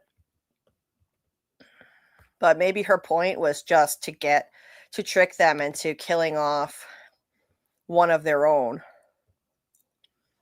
R.I.P. Chick 2026 to 2026. Yeah, that chick that'll never be born now. Roger is like a zombie. Yeah, RCO. He is a lot. I think he is a lot like a zombie, but I think he was woken up as himself. So not really, because I think he was himself. He was freaking out and seemed like he was in pain. NSB says killed Toby as well, which has not been made known to Jade yet. Right, Sarah killed Toby too. And Jade still doesn't know that. Abby probably got the blood also. Maybe. And their weird drawing too, which may or may not be a messed up face. Oh, okay. Thanks, MG. Straight Edge says, I think Martin will never be explained. I think Martin was just a random idea the writers had that they abandoned. Martin probably isn't anything. I don't know. Martin seems too important. I think they planned that. And then they brought him back and they used him again. So Sarah is the best choice. Cold-blooded killer would have declared war. Yeah, I think Sarah would have been a better choice to send out there and stab one of the monsters. Recon. Sarah been having Boyd's back since season 1. True, Daryl. I don't necessarily need everything explained. Fromville is just a fucked up place. Something like Martin makes sense to be there because it's Fromville. It's mysterious. That's okay. Straight edge. But I think I'm in the minority. I just grew up on David Lynch, and Lynch never explained anything. I don't like that. I like things to be explained really, really well. If it's not, then it bothers me. I want the questions to be answered. Diana says, I think the man in yellow wants to be a god. Okay. MG says, I'm calling the first ritual incantation reanimates him. The second incantation after dark with Sophia on the bed upstairs makes him go ragdoll rage mode. All right. So yeah, it seems like that. So that makes sense. That totally makes sense. Because when he originally wakes up, he seems cognizant of his situation, having been sewn up, and freaks the fuck out. If he was just a monster, he wouldn't have done that, I think. Okay. So then so it was the second incantation that took him over and made him go rage mode. Okay. Yeah, that could be it, MG. NSB says maybe as the story progresses, she gets weakened. Why? I have no clue. Could be. Yeah, it's hard to say. Diana says it's magic. It's not deity.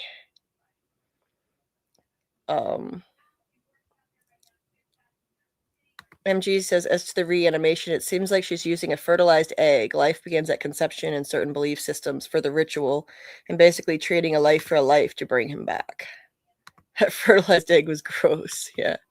R.I.P. little chick. A godlike entity can have its own rules and language.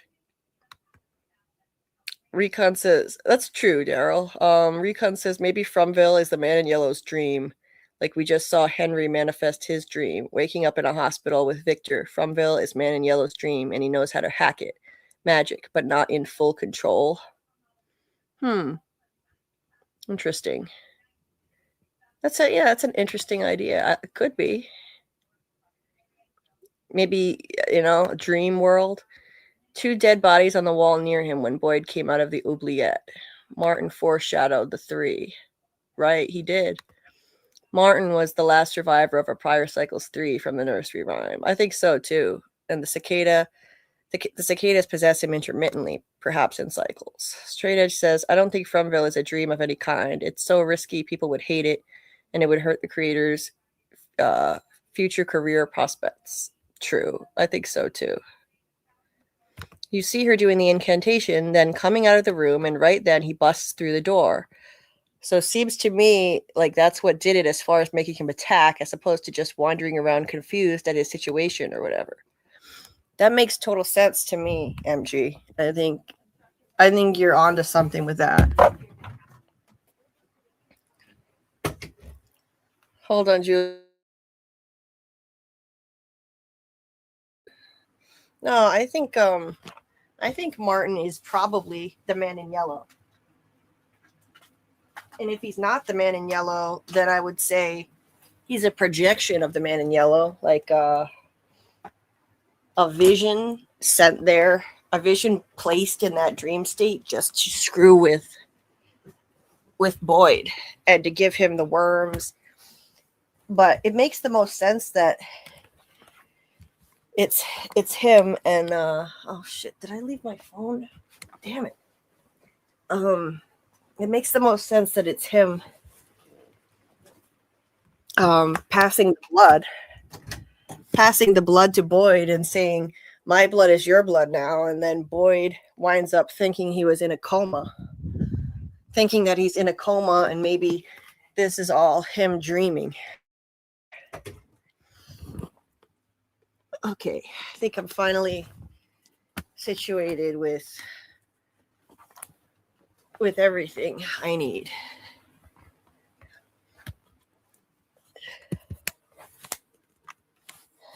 Okay.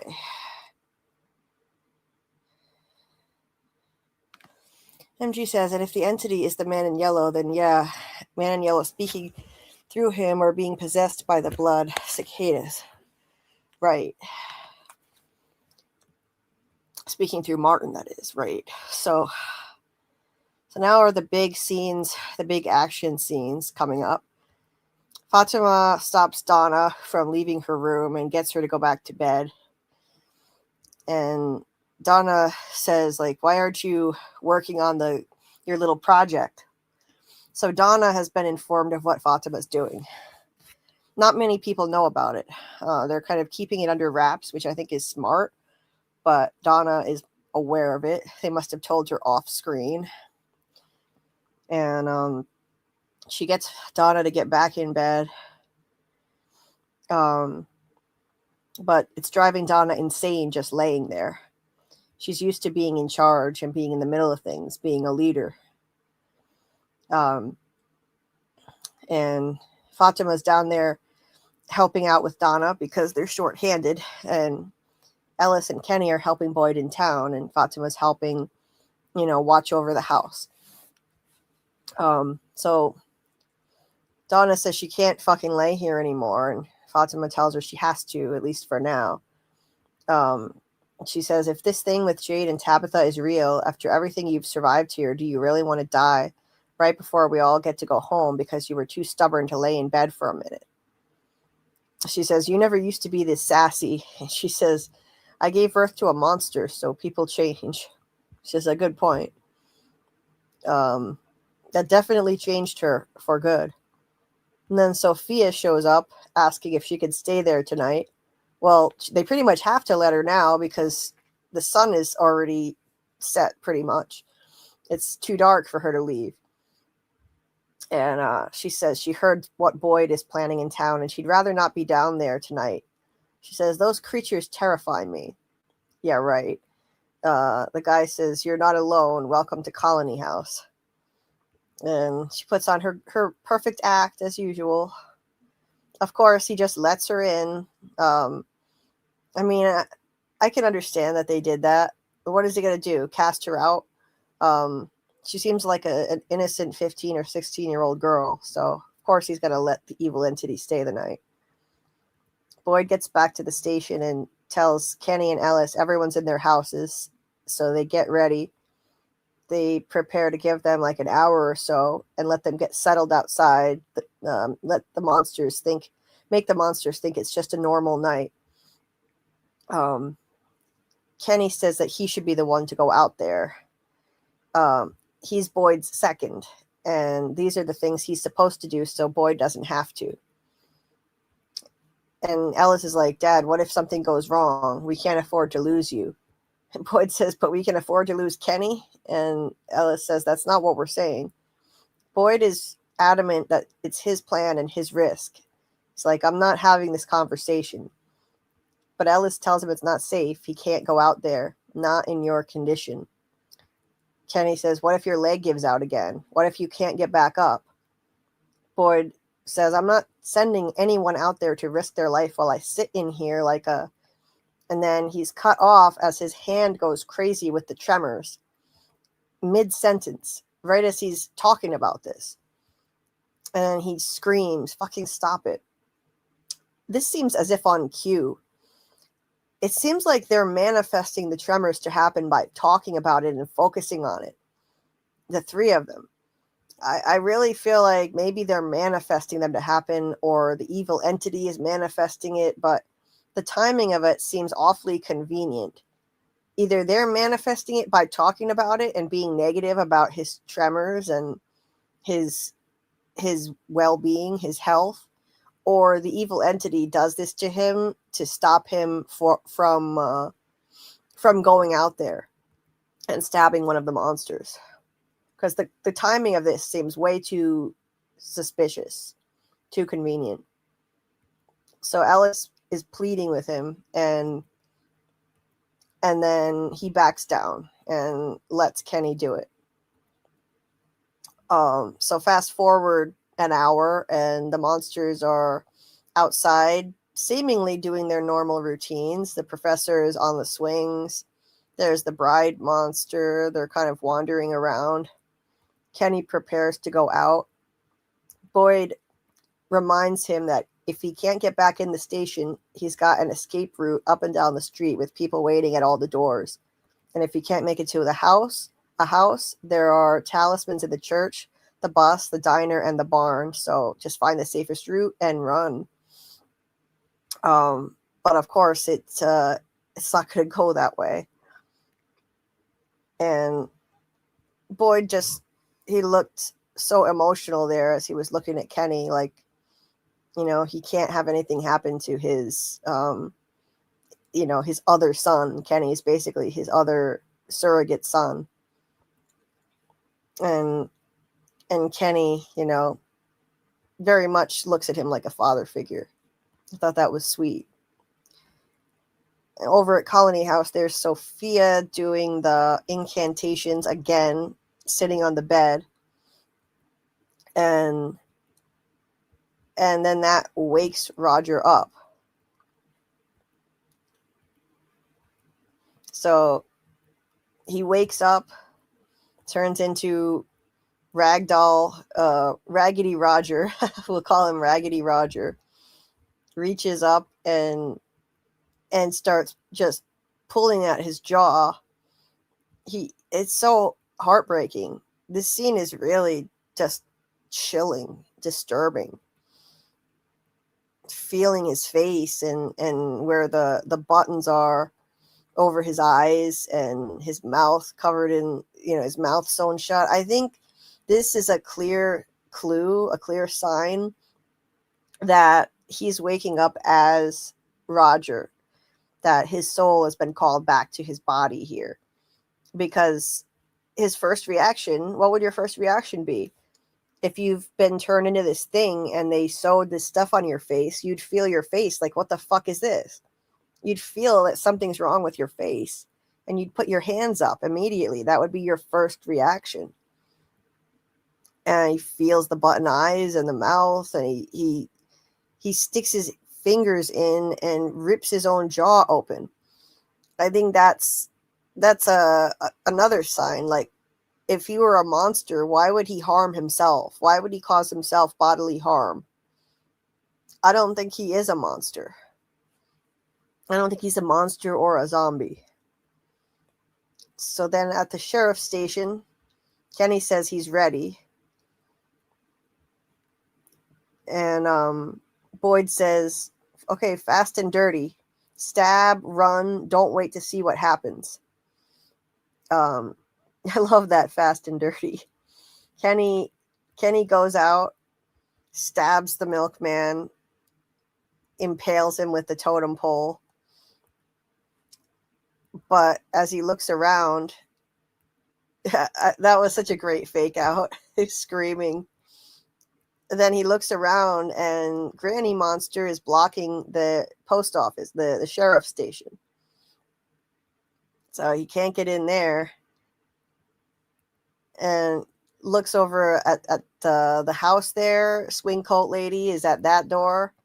So there are monsters at every door blocking the escape route. And then of course the milkman is like, just kidding. And Just kidding. And then he pulls the totem out of himself and throws it. And he's like, this isn't going very well, is it? Is that what he says? Yeah, he says, this isn't going very well, is it? Kenny looks around and finds himself surrounded by monsters everywhere. Runs into the bus, which is the clearest escape route he has. Luckily, none of them were blocking the bus. You gotta figure though, why didn't they have someone blocking the bus? If Sophia knew the whole plan, I'm surprised they didn't have someone blocking the bus, because Boyd specifically said he had put talismans everywhere, in the barn, the bus, the I forget what else, the bar, everywhere has a talisman, even places that wouldn't normally need one, like the bus, because Randall doesn't live on the bus anymore. I'm surprised they didn't have someone standing in front of the bus to block it, because they have enough monsters to do it. They have a bunch of extra ones around him that didn't need to be there. So he runs in there. I guess the show had to find some escape route for him. They didn't want to kill him off. Fatima is working on her golem. Is it golem or golem? I don't know. I think it's golem. Then she freezes as she sees Kenny through Smiley's eyes. What a great reveal. This was brilliant. She's got Smiley vision. Just like on Stranger Things, we had Vecna vision, where Will could see through Vecna's eyes.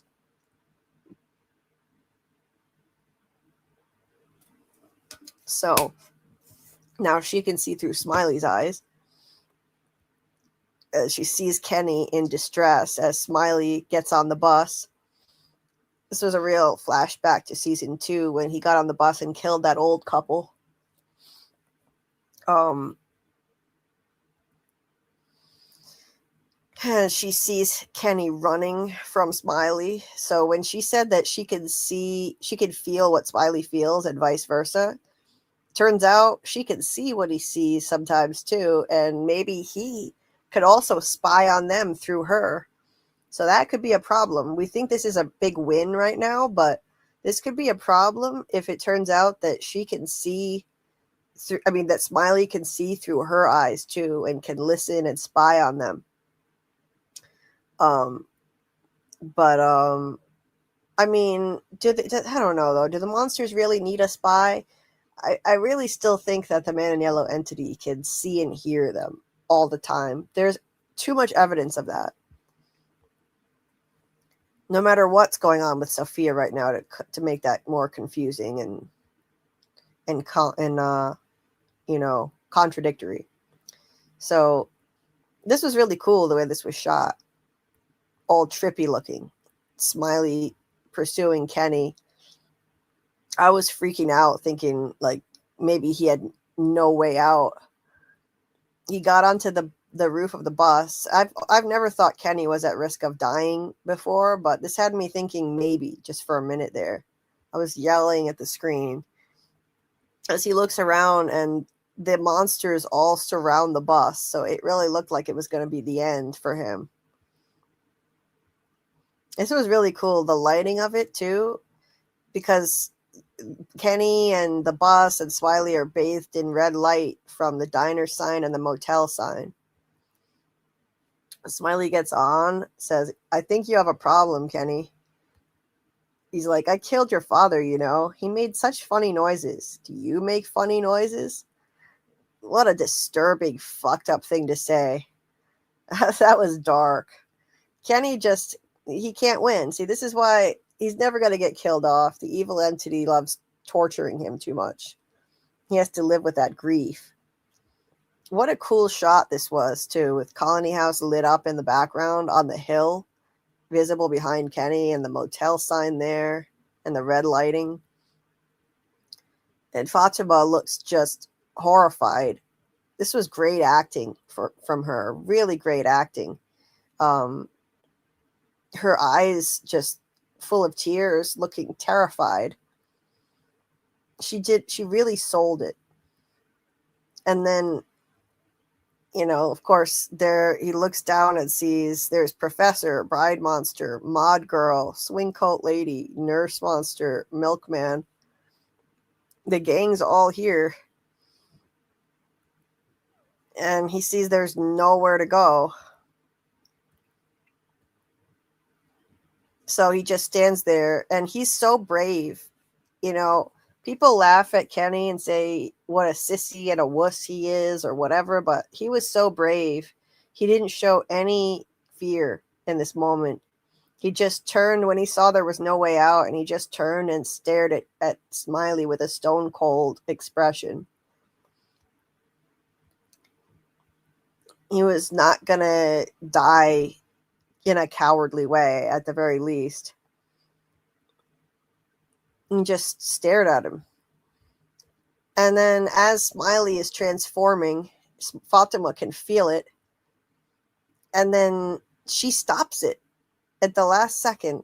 And he looks so confused. He has this look of total confusion on his face as he feels his transformation being halted by her.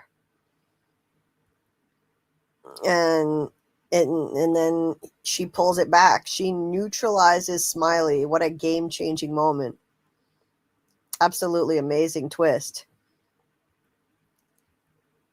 And then Kenny uses the opportunity to take him by surprise and just push his ass off the bus. Absolutely brilliant. Amazing. Just shoves him off the side, because without his scary monster abilities, he's useless. He doesn't have any ability to harm Kenny at this point.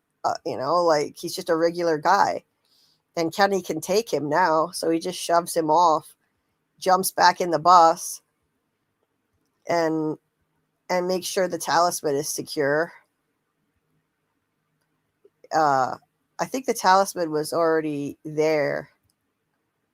So he just makes sure it's secure, and they can't get to him now. They can't get him in there. The door is shut. That's it. So now he can just stay in there. Of course, there's a slight plot hole. He didn't close the hatch to the roof of the bus behind him. Technically, they could climb up on the roof. I think they can climb because Granny Monster killed Megan on the second floor. And I don't think they can fly. I think she climbed up there, but we'll allow that plot hole. They can make a mistake now and then. So, excellent twist. Let me go over to the chat again, and then we'll do the last scene and close it down after that.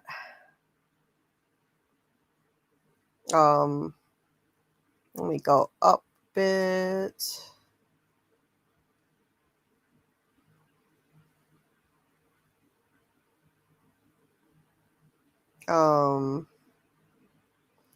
Diana says, I'm sure all this trauma is making his emerging Parkinson's accelerate.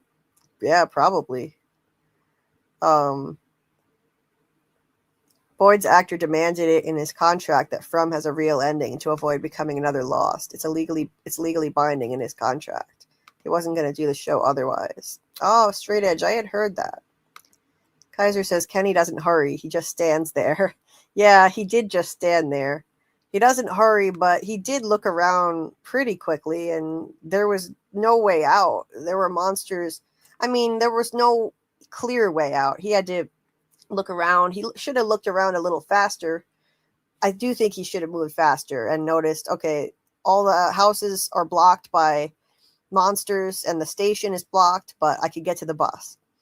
Kenny doesn't give much away, but but is brave. Absolutely.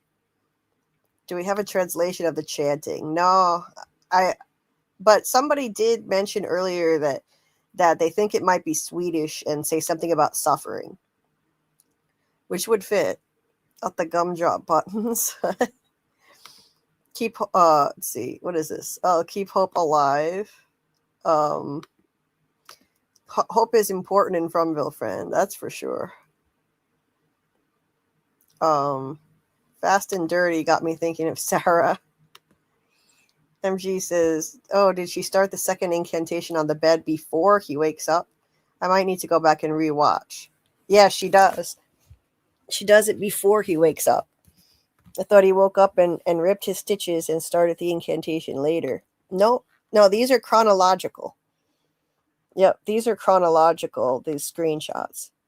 Football says, look at the mouth function. He has monster teeth. Human wouldn't be able to rip his mouth open in that fashion. Well, he'd be able to rip open stitches that they just stitched. They stitched his mouth closed. His whole jaw was already ripped open. All they did was stitch it shut in a crude way. So he'd be able to rip that apart. I'm so nervous for Kenny. I always knew in my heart of hearts that zombies would enter the chat. Yeah, hi, I'm 3. He kind of was a zombie. I think his soul was back in his body, though, and he was actually alive again. NSB, that overacting, I knew then that it wouldn't work. He was just trying to distract him so the monsters will stand in front of any escape route he has. Exactly. Milkman was milking his performance. Yes, he was, Daryl. Smiley was ready. Recon says immediately should be thinking there's a mole when they cover the exits. 100%. Should be thinking there's a mole who was listening in on their plans. Smiley was pissed. Never seen him look angry. Yeah, football. Smiley can move fast. It was a trap. Kenny had plot armor. That's why no one was standing at the bus. That's right, NSB. Smiles Morales was at the bus. But not close enough to the entrance. Not enough to block it from him getting in. Lucas says, I bet Smiley was standing out of sight near the bus, just waiting to stick his hand in the door. But they let Kenny get in it, though. They shouldn't have done that. Fatima is a From Avenger. Maybe just to stick. Yeah, maybe they were waiting. He was waiting near the bus just to make Kenny think that he was going to possibly be okay. And yeah, that's a good point. He was probably really close to the bus, just waiting to stick his hand in the door, just to make him think he was going to get away, because they like to give people hope just to take it away. Kaiser, yeah, she has mommy powers. It doesn't work the other way around, but we don't know that. She said that she can feel what Smiley feels and he can feel what she feels. So there might be something going the other way around. Recon says, does Man in Yellow have the same power as Fatima? It's a good question. Hyam3 says, which is bad timing. Now he's going to control her body. or sorry, a bad thing. Bad thing, yeah. It's possible. Fatima can see what her child sees and can control his bad habits. MG says, went back and rewatched, had events in the wrong order. Guess second incantation woke him up, period. Though he did seemingly freak out and have some cognition. Oh, definitely. Yeah, I was freaking out about this scene. Jehovah Sin says Kenny is in great shape. Definitely. But maybe it took the whole incantation to go rage mode. Yeah, MG. I think so. I think it might have. Daryl says Smiley being the one to kill Kenny's dad makes me glad it was Kenny that went outside instead of Ellis. Yeah, that was very fitting. Very, very fitting that for them to have that showdown after Smiley was the one who killed his dad. That was very satisfying. Kenny was ready to die. Yeah, he was. Lucas says, I hope Kenny gets some form of revenge on those things. Me too. PR, yes, Kenny is a superhero. He was amazing. They tortured both his parents. They did. They did, Lucas. Hyam3 says, yeah, Kenny needs a win. Smiley being shook was a great moment. It was. It was a great moment. Like, just look at his face. His face was like, he was so confused. I love that face. Smiley being shook. This scene solidified that Kenny is very, very restrained and rational. That mention of his father was meant to provoke him. That's right, NSB. It was meant to provoke him, and he stayed so calm. He didn't let them shake him. He didn't let them trigger him. That was really remarkable. Kenny is a strong character. He doesn't get enough credit. Recon says, mind-controlling Smiley was not on my bingo card this season. Oh, mind-controlling Smiley. Yeah. That was not on my bingo card either. And, you know, yeah, Kenny was so strong to be able to keep his cool, but reflect on how well he handled the deaths of both his parents and was able to continue on and function so well and still help everyone and help Boyd. Without his monster power, he's nothing, indeed. Straight Edge says, this scene was cool, but what ruins it for me is there was no way Kenny makes it to the bus door before the monsters get to it. The monsters were right by the door. I can forgive that, though. I can forgive it. I can suspend my disbelief a little bit. He has some plot armor. The monsters were definitely caught off guard. He did close the hatch? Okay. Didn't see that. It closes. You can hear it. It slams shut. Okay. They just didn't show it. Gotcha. He did close it. Not a plot hole. NSB says, never knew that some people called him a wuss. He's one of the strongest people on the show. He's just young and inexperienced. Right. Terrell says the monsters were just caught off guard. To Stellar Napster says, Kenny ain't no bitch, Chef Ramsay. PR says, I should say that Coach Kenny is a superhero. Absolutely. MG says, in a prior chat, someone said at least for the first incantation, messing with Sarah, they didn't give her any lines specifically, and she kind of made up whatever she mumbled on the spot and made it sound magic-y. But I haven't seen whatever interview she might have said that in, and no idea if later incantations were made up too or were actual lines. So good to know, MG. Smiley came out of nowhere. There's definitely at least one mole. Yeah, Sophia, Sophia's the mole. I think whatever Sophia was chanting was just whatever the writers got out of, hey, ChatGPT, writing a TV show right now. Give me some gibberish for a spell thing. Thanks. Yeah, probably. Lucas says the monsters like to play. Hopefully Smiley cannot control her. Yeah, that would be better that way, Diana. Smiley is a walking bad habit. It was a great episode. We have one more scene to go through. Daryl says, same as when Smiley was dying, the monsters were wondering what happened to Smiley. Yeah, they get very confused when these things happen that are out of the ordinary. Fatima being pregnant with Smiley is a lot more important than we thought. Indeed, Daryl. It is. Annie says there wasn't anyone near the door when he ran, only the one on the swing. No one near the door when he ran. Yeah. And they don't run, so totally believable that he could make it. But they should have had someone near the bus. They should have had someone near the bus, and they didn't, and that's Kenny's plot armor showing. The perfect word for Kenny is stalwart, strong, resolute, uncompromising. Lucas says Boyd must have been freaking out inside the station, unable to leave because the monster is right in front of the door. Right, Lucas? Awful for him having to just stay in there helplessly. They can run, but they choose mostly not to. Right, Annie? Indeed. Kenny talks about how the monsters can run, but they choose not to. Right, Daryl? They started to come from the bus towards Kenny. Recon says Fatima's power might actually get them back home, so Smelgen may have been right. Oh, he said that maybe that baby would get them back home. That's a good point, Recon. That's a very good point. Maybe in a way, this baby can get them home, just not in the way Elgin thought. Right? That's a good point. This power that she has to tap into Smiley with this Smiley vision, it could actually help save them from bad situations. The monsters were confident that Smiley would kill Kenny, so I buy it. So initially they were at the bus, then screamed, then came closer, leaving the bus, then he split. Yeah, Grandma Monster waving to him was funny.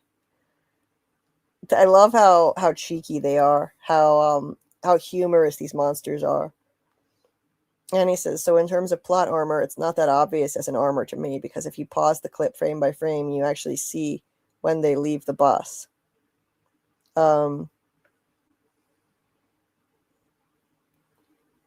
Okay.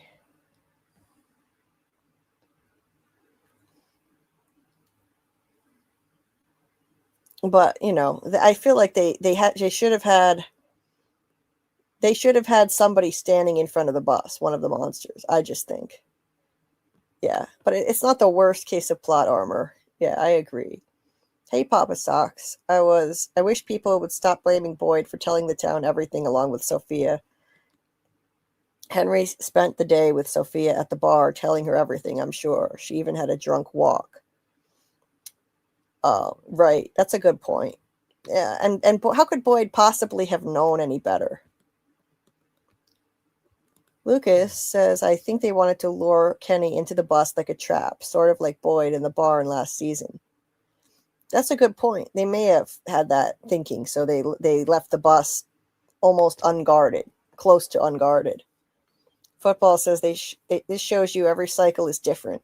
This may end the same and have the two reincarnations, but besides that, every cycle has different things. They never had a boy-like character in any of the past. I don't know about every cycle being different, though. I think the previous cycles may have all had many of the same major plot points, major events. I don't know about all of them having different things. But who knows? Hopefully we'll find out more. Straight Edge says, I fear Smiley will order Fatima to kill someone. The connection working in reverse. Yikes. Oh, that would be horrible. I really hope not. Ellis, that'd be hecked up. Oh my god. That'd be terrible. I hope not. Smiley must have been in the bushes. That would finish. Yeah, he probably was in the bushes. Because where the hell did he come from? He was the guy by the bus. Right. Okay, that makes sense. Okay, then it's not really plot armor. They just wanted him to think he was going to get out, that he was going to be safe in the bus. They wanted to give him false hope and then have Smiley pounce on him. Okay, I can forgive it then. That's not plot armor. Football says, Jade is clearly the best version of himself. I don't know about Tabitha. I think Miranda is better than her, just didn't have as much help as her. Yeah, I think so too. I think Miranda was probably better, but didn't make it as far. She didn't have as much help. Boy in White didn't lure her out, push her out, back to the real world and whatnot. Bus was the only open door. They herded Kenny. Yes, MG.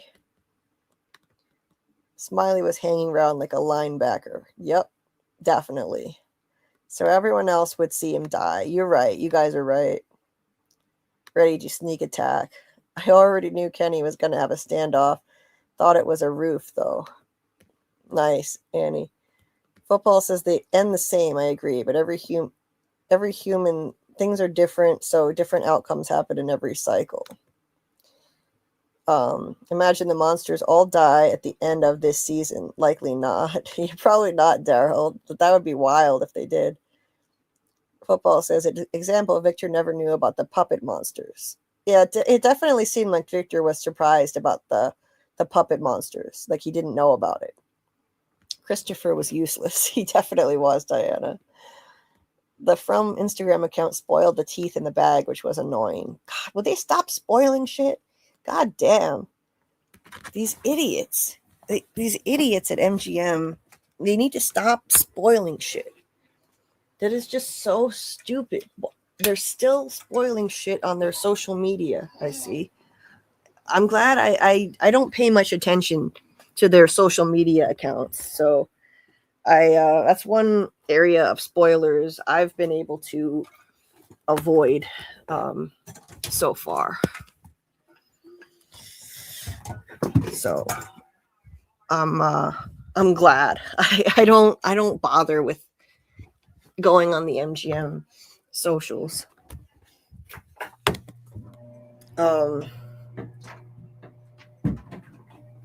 Hold on. That's just ridiculous. In season 3, they gave away something major too. They showed the bracelet.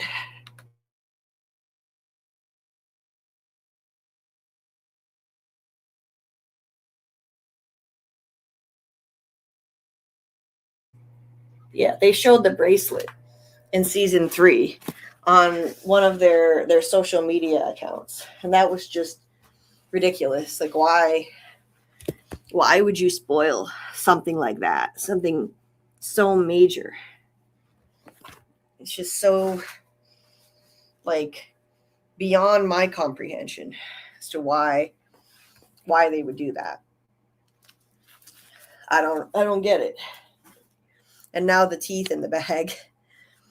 And he says, remember when I was telling you all Kenny was outside in the night with the red neon signs behind him? So yeah, we knew Boyd was never going to be out there. Oh, yeah, I had forgotten about that. Yeah, because I think that was in one of the trailers. I'm not shouting. It's okay. I actually opened it for first thing to pop up. I forgot to unfollow. Yeah. If you don't want spoilers, unfollow the MGM social media pages. NSB says, out of place, but when Julie was trying to convince Jim to save himself, she told him to go back to town. What was that about? Would Man in Yellow not kill him in the town? Why wouldn't he? Yeah, I wonder that too. I don't know. It's possible. Maybe she knows something we don't at this point. I wonder. PR says it's true. All the monsters die at the same time in the end. That's in the cavern drawing.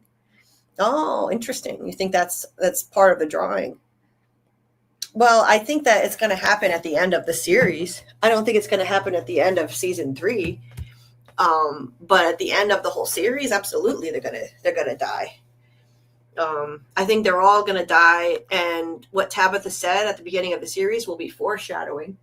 She had said that there's no such thing as monsters, and in the end, there won't be because they're all gonna die.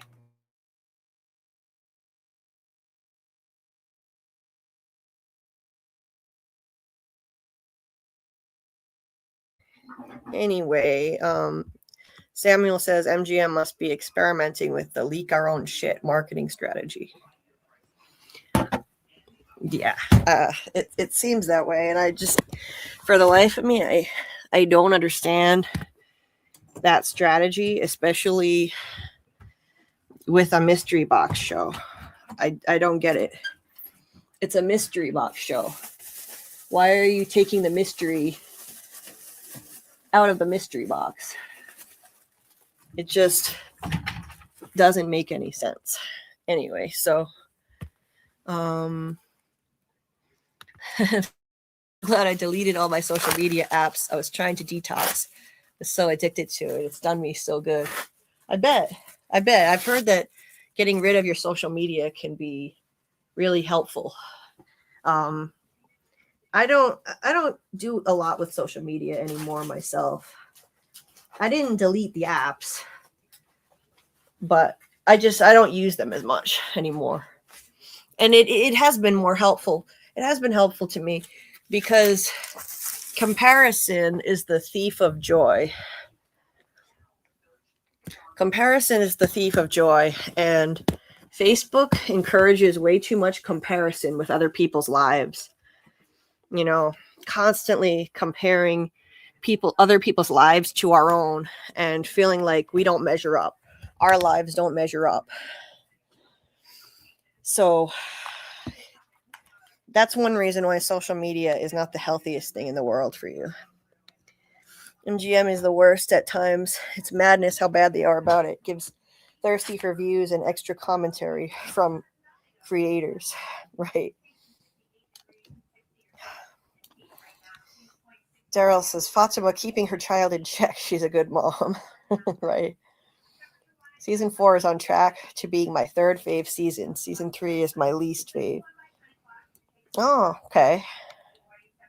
I'd say season 4, I'm not sure yet. It might wind up being my third favorite season, I'd have to say.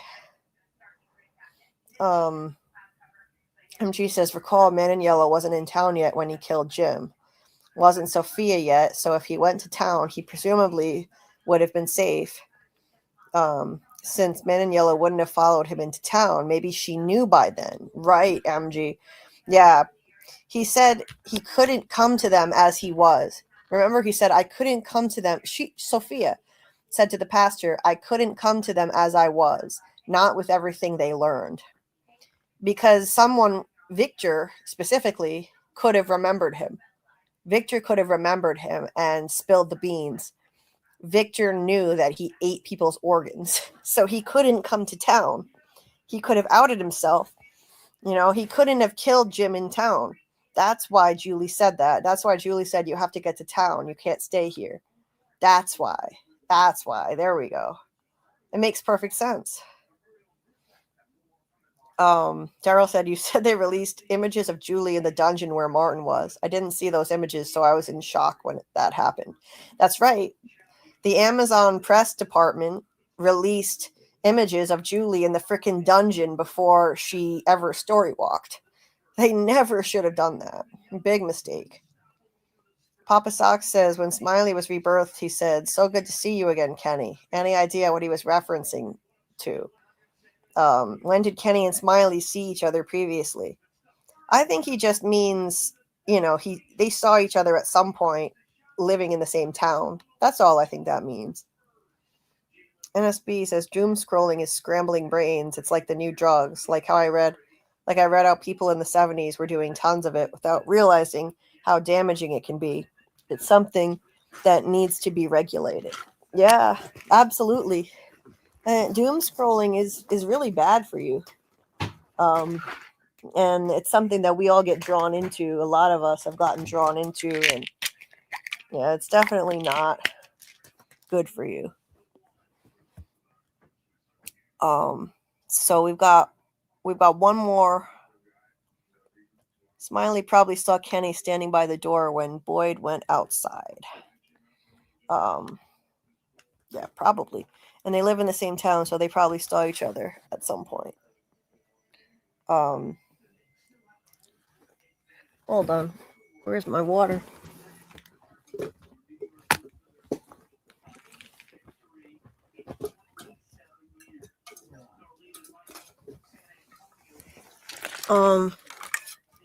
Hold on a second.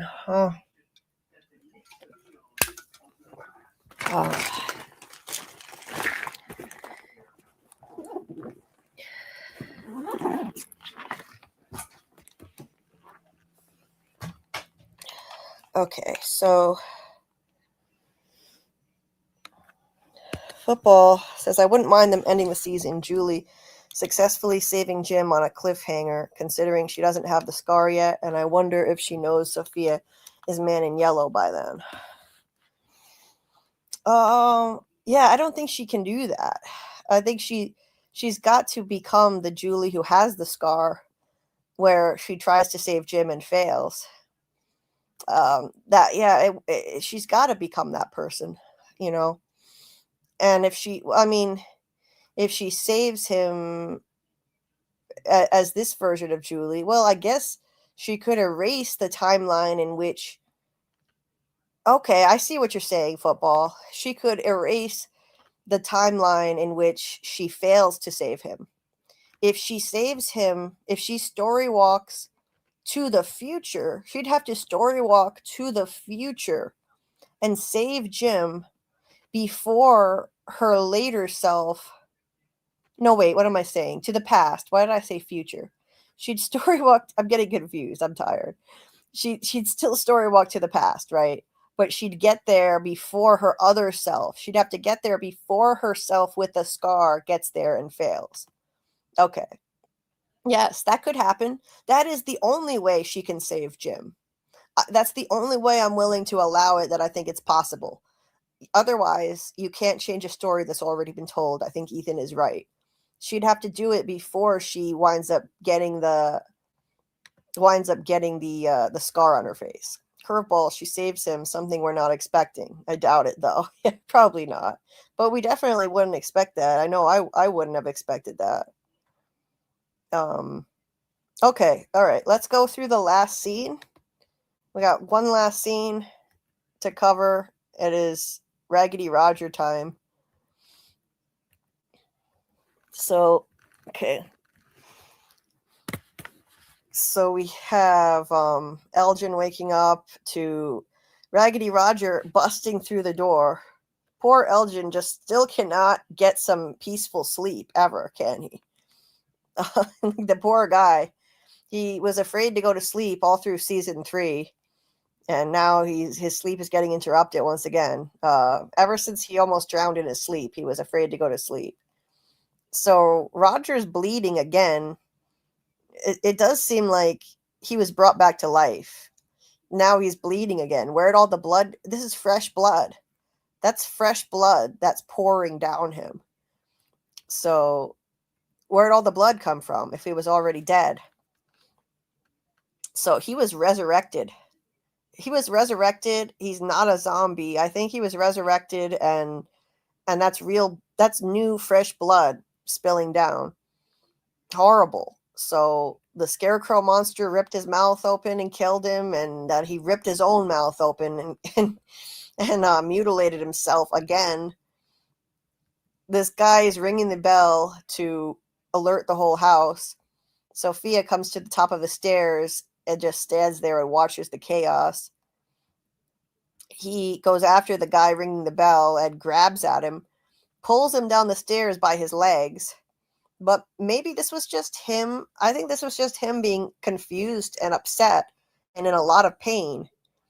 And he was trying to like reach for the guy to help him. And then the guy, he inadvertently dragged the guy down the stairs. I don't think he was intending to cause harm, but maybe the guy kind of lost his balance when Roger was grabbing at him, and he winds up getting dragged down the stairs. So Elgin, MVP Elgin, this could have been really bad, guys. This was almost another massacre. And honestly, by all rights, it probably should have been. We're overdue for another massacre on this show. They've gotten off too easy for too long without one. It's like the show is afraid to even kill off red shirts now.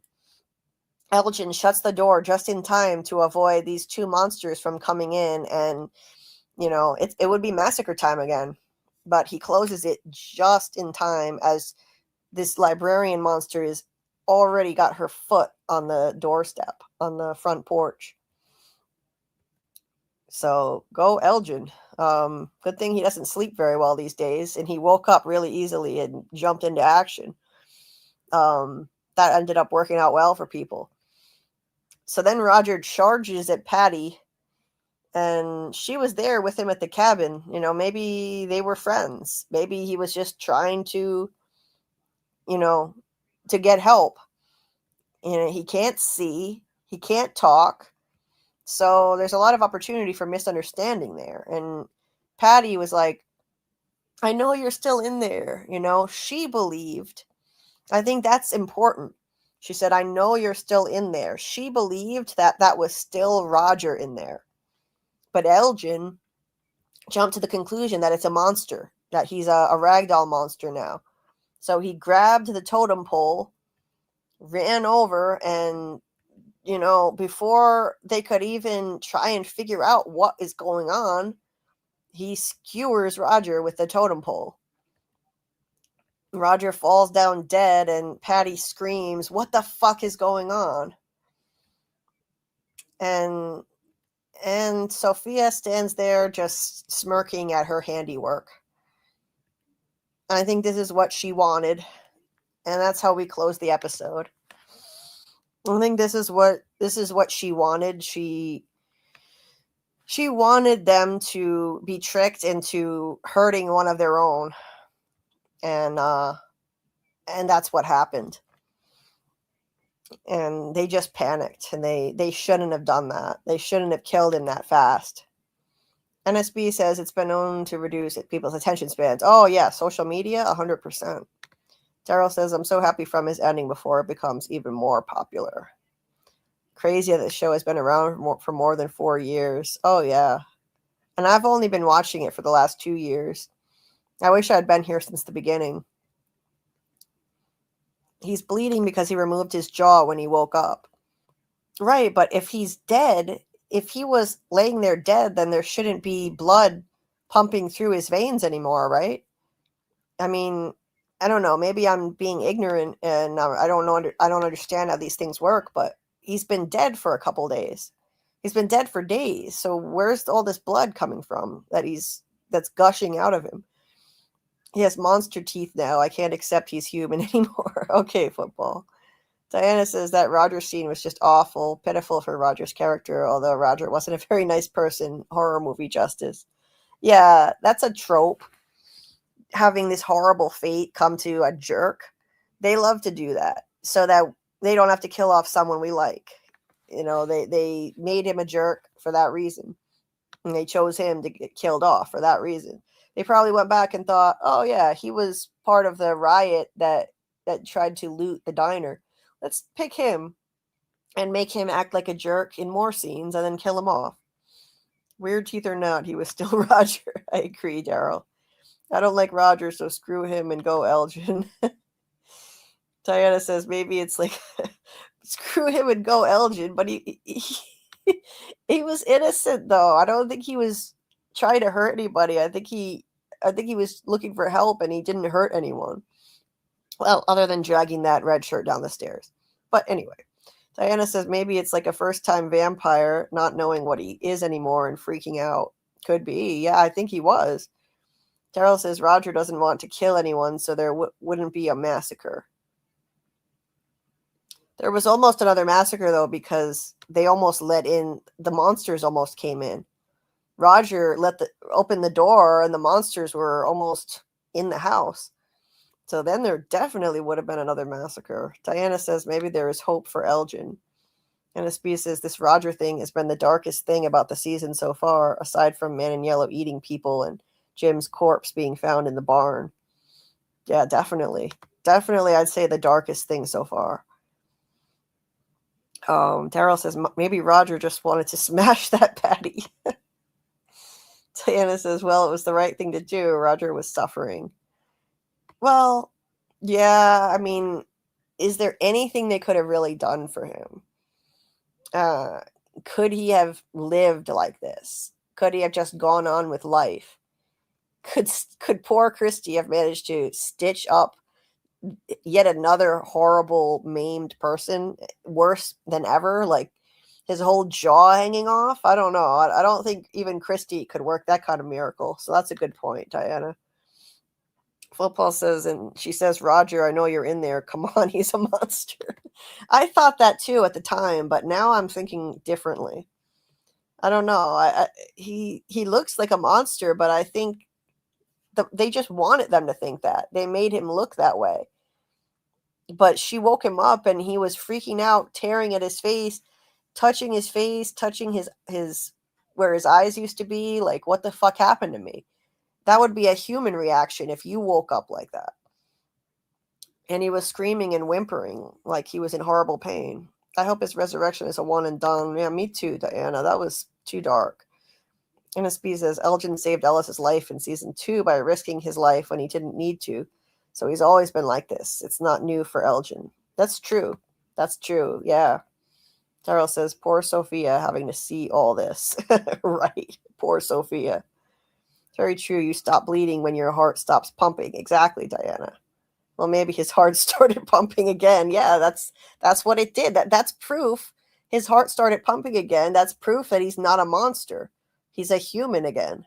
He's just a ghoulish-looking human because they stitched him up monster style. So explain the monster teeth since most of you guys say it's Roger suffering. Well, did he have monster teeth? I don't know. All I saw was blood. I mean, are we sure it wasn't just blood? Let me go back to the shot with his face. All I saw was blood. I saw lots and lots of blood. So, I don't know. I don't know if he had monster teeth. It could just be the dark shots and the fact that there was so much blood. But I'll go back to the other scene after and look just to make sure. The other scene where he got woken up. Even if he had teeth, even if he had the teeth, he was still Roger on the inside. Agree, Daryl. Football says he could have been like the nightmare monster, still part human, but still a monster. Yeah, maybe.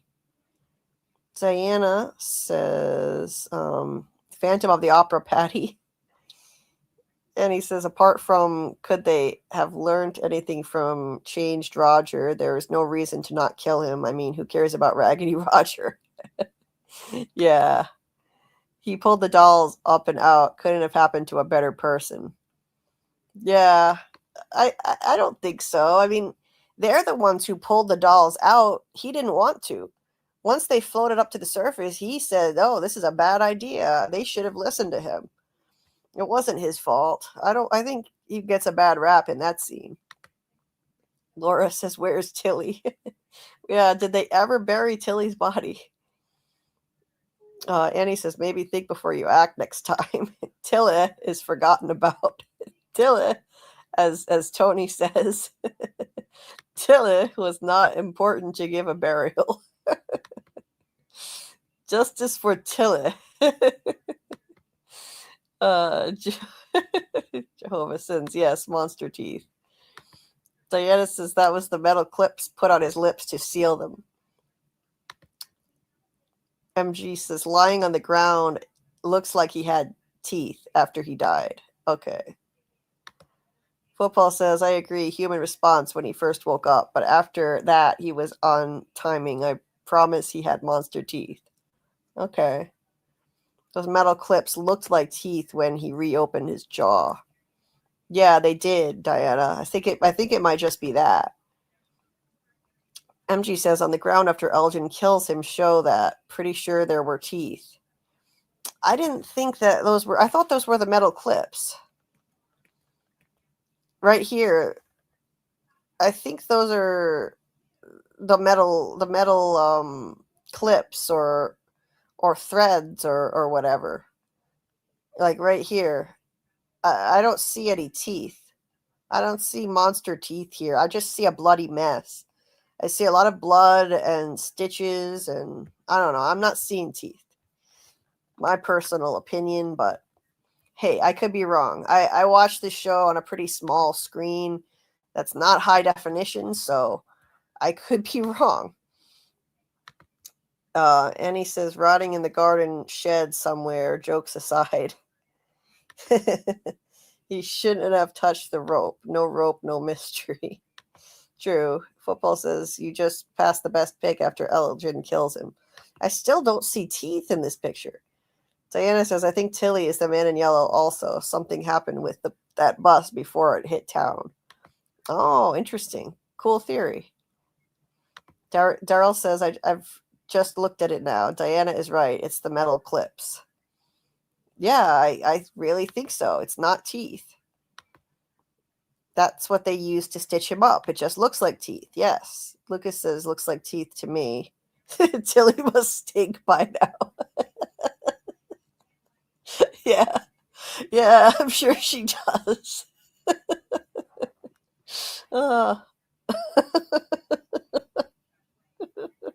Yeah, I don't know why I find that so funny in a morbid way. I find morbid things funny sometimes. Football says, looks like teeth coming out of gums. Yeah, maybe. Literally, no one has asked for her. It's so strange. Yeah. No one is asking about Tilly. Like, why isn't anyone wondering what the hell happened to poor Tilly? You know, like, I thought they would have had to come up with some kind of cover story, you know, because Fatima killed her. And there was this big question as to, okay, who did it? And they went around asking around at Colony House to try to find the killer. And then Boyd found out it was Fatima. And you'd think people would have followed up with Boyd, like, well, have you ever found the killer? Is you know, who is it? Who killed Tilly? You know, so poor Tilly. Nobody cares. No one cares of the elderly. Oh, it's awful. The old cancer. Why am I laughing at these horrible things? The old cancer lady. Talk about no fucks given. No one cares of the elderly.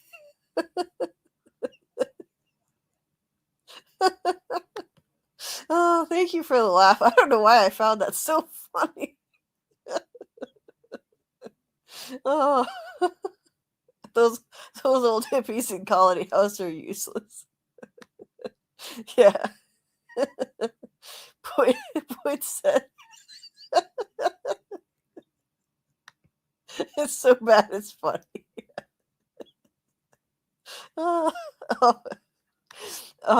Point said false alarm, it was a monster. Green Who says, I think, wow, Green Who, you're still here? You've been here since the beginning. Wow. Or I don't know if you like went to sleep and woke up again and now you're back, but Green Who was here at the very beginning. And a bunch of you are, but Green Who is one of the newer people to the chat, so that's why I'm surprised. But several of you guys have been here since the beginning. Like Daryl, for example. Green Who says, I think Julie from the future should go to her past and fill herself in on everything she has learned. Yeah, she should. Absolutely, she should. And maybe this is a loophole and a way that she could save Jim if she can figure out how to get to him sooner and try before the future Julie fails, then she could find a loophole and save him. That's the only way that I think she can do it. The people are like, thank goodness it's the crazy lady is gone. Yeah. Crazy Tilly is gone. And where the fuck is Clara? Oh, and where the fuck is Clara when all this is going on? Yeah. Clara, super sus Clara. Dancing in the rain no more. Maybe if it rains again, they will remember her.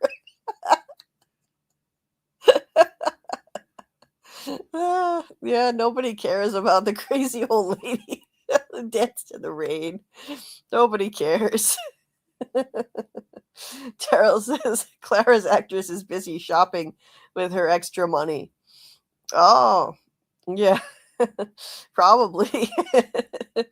Laura says this is helping me get through my work shift. Oh, I'm so glad, Laura. I'm glad it helps.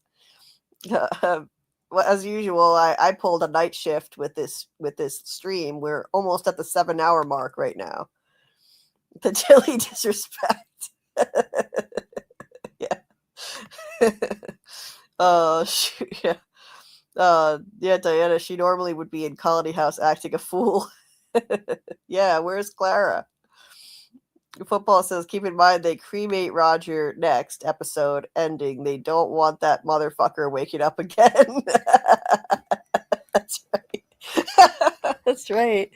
They definitely don't want that motherfucker waking up again. So they burn the body. Poor Roger. Just the indignity of it all. Like what he's had to go through. This horrible fate that he's had. Now he doesn't even get a normal burial with everybody else. Nobody asked him if he wanted to be cremated before they skewered him and killed him again. He had to die twice in this horrible place. Not once, but twice. And now they're just gonna cremate his ass. Yeah. They definitely don't want to risk him waking up again. I don't blame them for cremating him. With Raggedy Roger, absolutely, she would be at the front doing the stabbing. Yeah. If they find out Sarah killed Tilly, Sarah will be accepted by everyone again. Oh, yeah, probably Daryl. Yeah, they'll probably just be glad. Oh, good, you got rid of Tilly. Football says, ton of day one supporters, Daryl, been here since the beginning. Yeah, a bunch of people been here since the start. Football, you've been here for a lot of this stream. I'm trying to remember all the people who've been here since the beginning of the stream. Yeah, like remind me if I'm forgetting any of you who were here at the beginning of the stream tonight. But yeah, if I'm forgetting which of you were, I'm just very tired right now. And he says, "Oh wait, but they didn't burn Smiley, and then the cicadas came. Didn't they burn Smiley, and then the cicadas came? Yeah, yeah, but that was after. That's not what made the cicadas come, though. I think what made them come, Patty Melt. There's Patty Melt. I think what made the cicadas come was cutting open the body, and then the cicadas came out of the body. So burning it, that was harmless. So burning Roger is okay. They can burn Roger. All for pulling that rope. Roger. Yeah, poor Roger. Yeah, Affinity ain't a day one supporter. I started coming into the streams during the break between seasons 3 and 4. Yeah, Daryl's been here. So Daryl hasn't been here, like, yeah, maybe not during season 3, but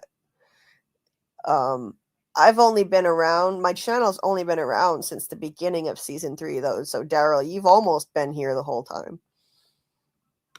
I forget what they did with his body, because when they burn him, holy moly, what's coming next? Yeah, probably nothing. I don't think burning Roger is gonna cause any harm. Lucas says Tilly's soul trapped in town and can't move on, doesn't even get a funeral. Nope. No funeral, nothing for Tilly. But that pastor who just got there and had been there like 5 minutes, he was part of the double funeral for Jim. Nice. And SP says everything is ridiculously funny at 3 a.m. in the morning. That's true. That's true. I think I'm getting punchy. That's what it is. I'm getting punchy. And things that are mildly funny are hilarious to me. Terrell says because it's right now it's 5 a.m. for me, guys. It's 5 a.m. for me. Daryl says, I maybe came into the streams for a little bit during season 3. Don't remember. I don't Nkui. There you go. It's Nkui around here. We don't Nkui. We need to remember. We need to Nkui to say Nkui instead of remember. That bus holds lots of secrets. I almost forgot to say Nkui, even as I was saying we need to remember. We need to Nkui. That we need to say that. Because that's hilarious. Yes, the bus holds lots of secrets. I think so too, Diana. Laura joined at hour 2. Nice. And it's now 7-hour mark. Thank you so much, Laura, for being here. Kim has been here since the beginning. Yes. Thank you so much for being here since the very start of the stream. That is amazing. You are terrific. Appreciate you guys. And he says, thanks for reminding me. I just wanted to remember if he was burnt. Yes. Because I remember Donna saying, don't do it. Okay, so the burning might be okay. Yes, I think the burning will be fine. It was just the cutting open. The cicadas busted out of Smiley when they cut him open. That was the problem. I think burning is fine in and of itself. What was Roger's nightmare? Becoming a zombie? And right after they cut open Smiley, the first dream happened, even before they burned the body. Marielle had the first dream where Smiley came running at her. So that was the first cicada dream from the cicada entity. What was Roger's nightmare? Becoming a zombie? Oh, God. Yeah, maybe, Laura. Maybe that was his nightmare, and it manifested into reality then. Alice is still here enjoying the comments. Oh, so glad you're still with us in any way at all. Just glad that anyone out there who's just listening and hasn't been in the chat at all, and you're just here to listen and not chat, I appreciate you just as much too. Diana said Tilly has no soul. Oh, the Tilly disrespect continues. Oh my God. Poor Tilly. Tilly gets no love. Daryl says Roger's nightmare was Patty rejecting him, and that's what happened. You guys are cracking me up. I don't know why. I'm tired and in pain and punchy, and I just find everything hilarious too. Even the pastor got a burial and not Tilly. It's so funny how we know all this, but when someone says it, we put it together. How disrespectful. Yes, Annie. Extremely disrespectful. Lucas says Burnt Patty deserves to become a main character after what she's been through. Yeah, I think she does. Burnt Patty. I like that one too. I like Patty Melt and I like Burnt Patty. That's good. Burnt. Yeah, after this, like now she had to be confronted with her dead friend resurrected. I get the sense that they may have been friends because she was like, I know you're still in there. That's terrible. Poor Patty. But we won't be seeing poor Patty when she's, wreaking havoc soon, which is probably going to happen. But yeah, every time I see you write Tilla, I just hear Tony saying that. Tilla. I hear him saying it in his voice, and it's funny. NSB says, I started watching the streams 2 days before season 4, episode 1 streamed. Oh, nice. I watch the entire stream because it's always in late morning, full afternoon for me, so I can watch it in full without falling asleep. Well, I thank you so much for that. That is amazing. Thank you so much for the support and staying for the whole stream. And you remember even right when you started watching it, which was 2 days before the first episode of the season. That was so cool. I really appreciate you. That's great. I'm glad it's at a convenient time for you and you can watch it and stay for that long. For a lot of us, it's the overnight hours. So really feels like, though, I know I'm a day one. Oh yeah, football. You've been around from the beginning. You've been around. I remember you've been around from the beginning. And in the Discord from the beginning. Football affinity. And sometimes you're, I think, Pierce in the Discord too. So yeah, I remember. Daryl says 7 hours for episode 7. Yes, 7 hours, and we need to shut it down. Just gonna catch up with you guys and shut it down. Diana says Tilly is the man in yellow. She didn't know where she came from, didn't know the name of the racetrack she was going to go to, just happened to have morphine on her. She was the man in yellow and mojoed that bus. Oh, cool theory, Diana. That's true. That was weird. She didn't know where she was going to. The name of it just says she was going to go play the ponies. Just happened to have morphine on her. That was super sus. Yeah, I know. There were a lot of sus things about Tilly. I hear you. I noticed that from the beginning. That she was super sus. A molten fetus. That's an interesting name, molten fetus. In the chat, a molten fetus has entered the chat. I think Roger was awakened as himself, but was under the control of Sophia, less like a puppet, more like a dog on a leash. Okay. So he was himself, so some combination. So I have a poll that's pinned right now. I'll end the poll. So if anyone hasn't answered the poll yet, you can answer it now before I end it, asking what you think about Roger. And so you have a combination of the two answers. So he was himself. So he wasn't a monster, but he was under her control. So like a dog on a leash. I like that. I like that theory. Anyone else get lost in Sarah's eyes? Can't just be me. Yeah, it's not just you, Daryl. She has her admirers for sure. Lucas says Roger's nightmare was having his mouth permanently shut. Yeah, I think so. Patty does hysterical well. Yeah, she definitely does, Diana. NSB says, I like positive people, but Tilly is way too positive for my taste. It becomes annoying after a while. Fatima's optimism is appropriate amount of positive. I've got to agree there. Yeah, it does get a little annoying after a while. A little too positive. Charbroiled Patty. And he says, definitely it's one of my vocal stems. I can't say it any other way. Yeah, I love that. I just typed Tilly and it felt so wrong. It has to be Tilly since then. Nice.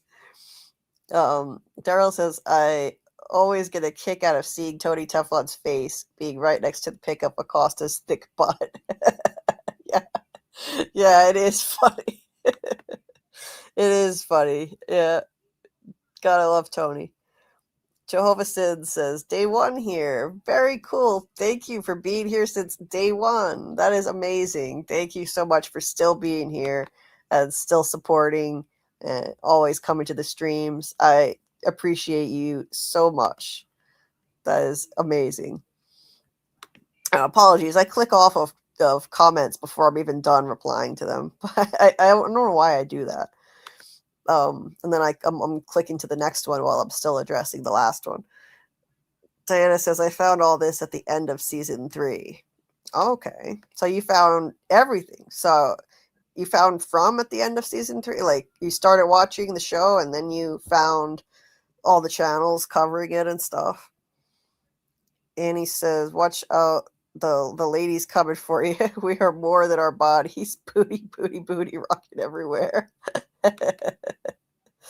That's funny. This is why I wait till I wake up fully to talk. I can chat so much shit. I love the shenanigans. Phil is my spirit animal. I just love the nonsense. Oh yeah, I love Tony and Phil. They're amazing. They're so funny and so fun to watch. They're my therapy. Watching them is a form of therapy for me. It has always been since I found that channel. So the fetus is within you all. That's creepy. That's kind of creepy, molten fetus. Diana says the problem though, Daryl, is she needs to learn how to fight those voices back and believe in herself. And he says Sarah could be so good if she just gets some more confidence and not think that it's her doing stuff. Tilly dancing in the rain. Yeah, she does need some more confidence for sure. Sarah could kick some Sophia butt by the end of the season. I think so, Daryl. I think she might. And Sophia says, I think the writers wrote Tilly to be likable and they ended up making her too suspicious. Her arc was to be killed by Fatima to be an inconvenience for a while. Was an innocent grandma, that's it. Yeah, I think so too. I think she was just an innocent grandma, and her arc was just to be ultimately killed by Fatima, to make life more difficult for Fatima. But I mean, did it really make her life more difficult? No one even cares. I think there are never going to be any consequences. No one's ever even going to find out at this point about Fatima killing her. I hope I'm wrong. They need to like not leave that as a loose end. The truth needs to come out eventually. Diana says, I found all these amazing channels after season 3. I actually checked into YouTube for political stuff and found a new home. Love your lives when I can and watch them on the flip side otherwise. Well, I'm so glad you found us, Diana. That's awesome. Thank you for being here. R.I.P. Tilly, 2023 to 2024. Yeah, she was only 1 year old. I mean, R.I.P. Tilly.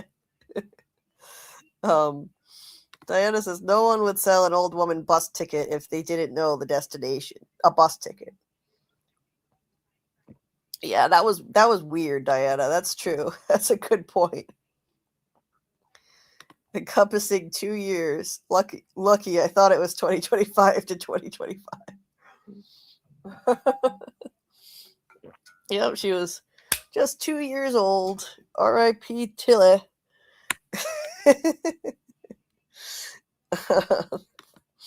There are many tells. Yeah, you could be right. You could be right. Okay, I'm tired and punchy, you guys. I'm super tired and punchy. But we broke down the whole episode. It only took 7 hours. Although we didn't start the actual episode breakdown until 2.5 hours into the stream, I think, if I remember right. So it took about I can't do math. I'm too tired. That's so bad. 3, 4, 5, 6. It took 4.5 hours to do the actual breakdown of the episode scene by scene.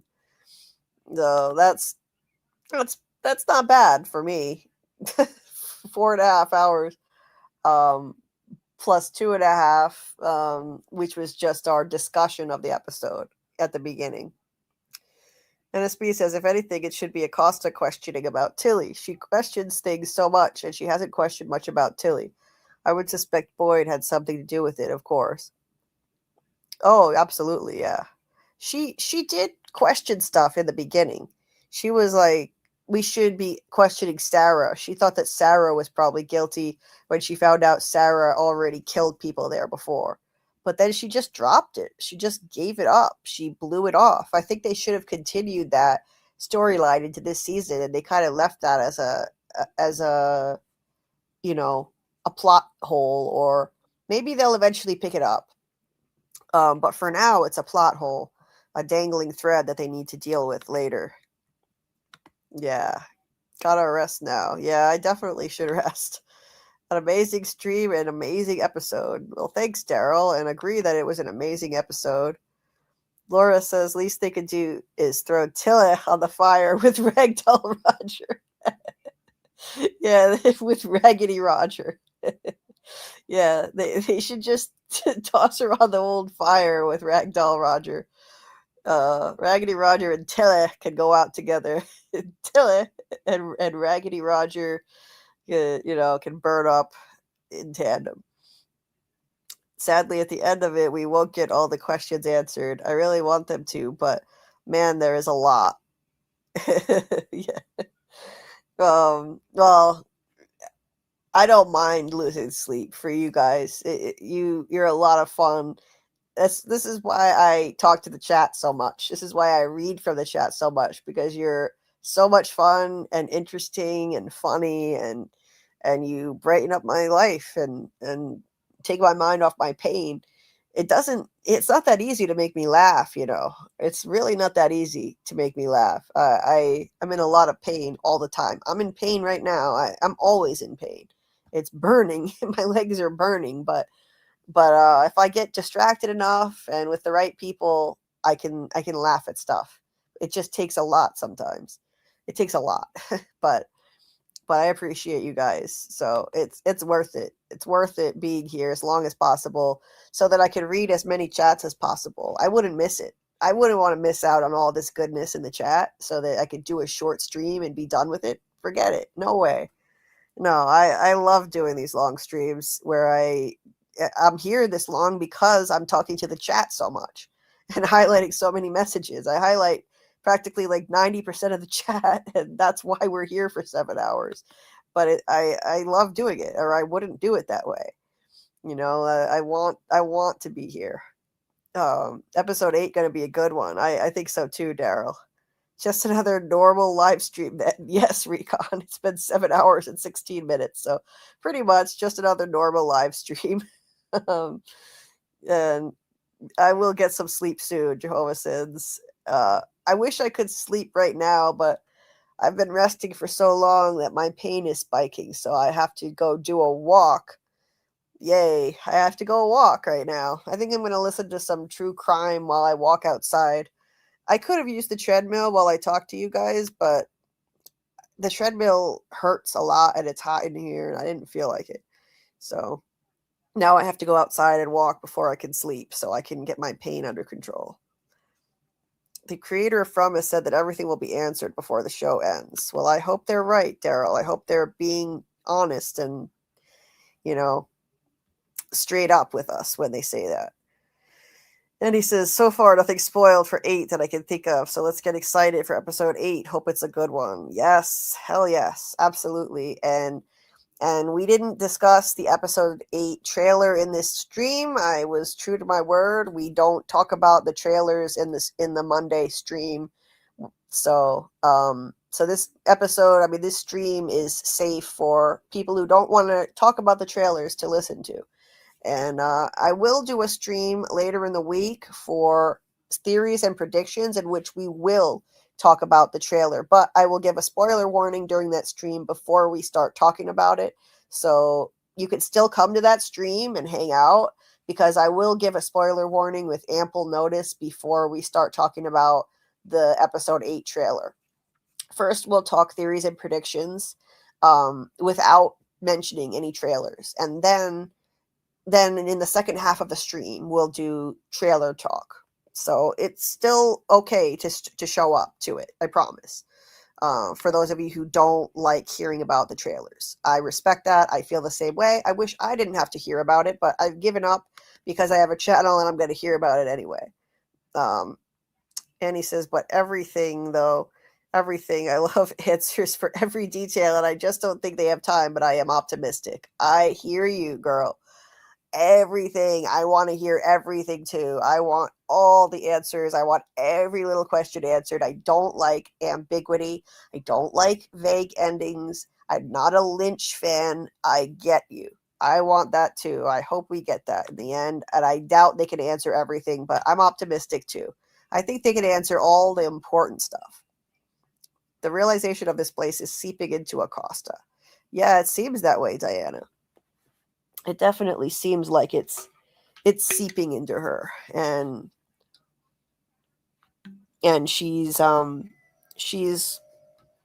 kind of, pulling back on the more real world considerations, like investigating Tilly's death.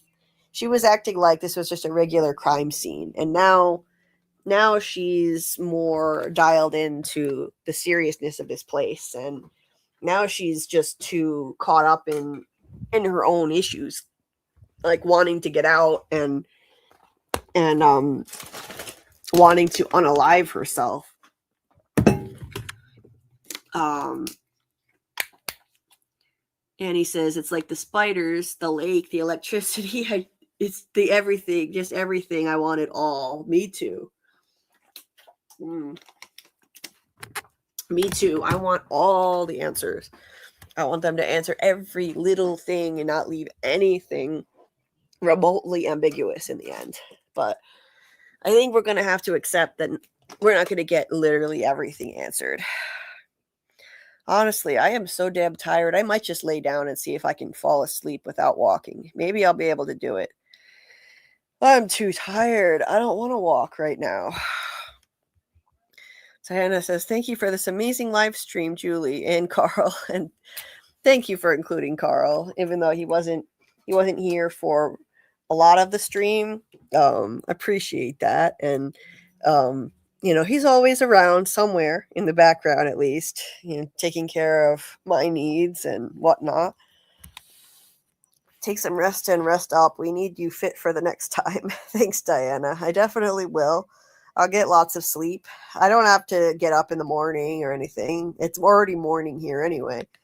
I definitely will get plenty of sleep. I'll sleep into the afternoon today.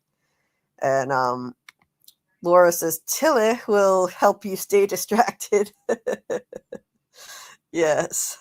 Oh, and I have a request. Please, please, please, if you haven't already, please watch my video on episode 6.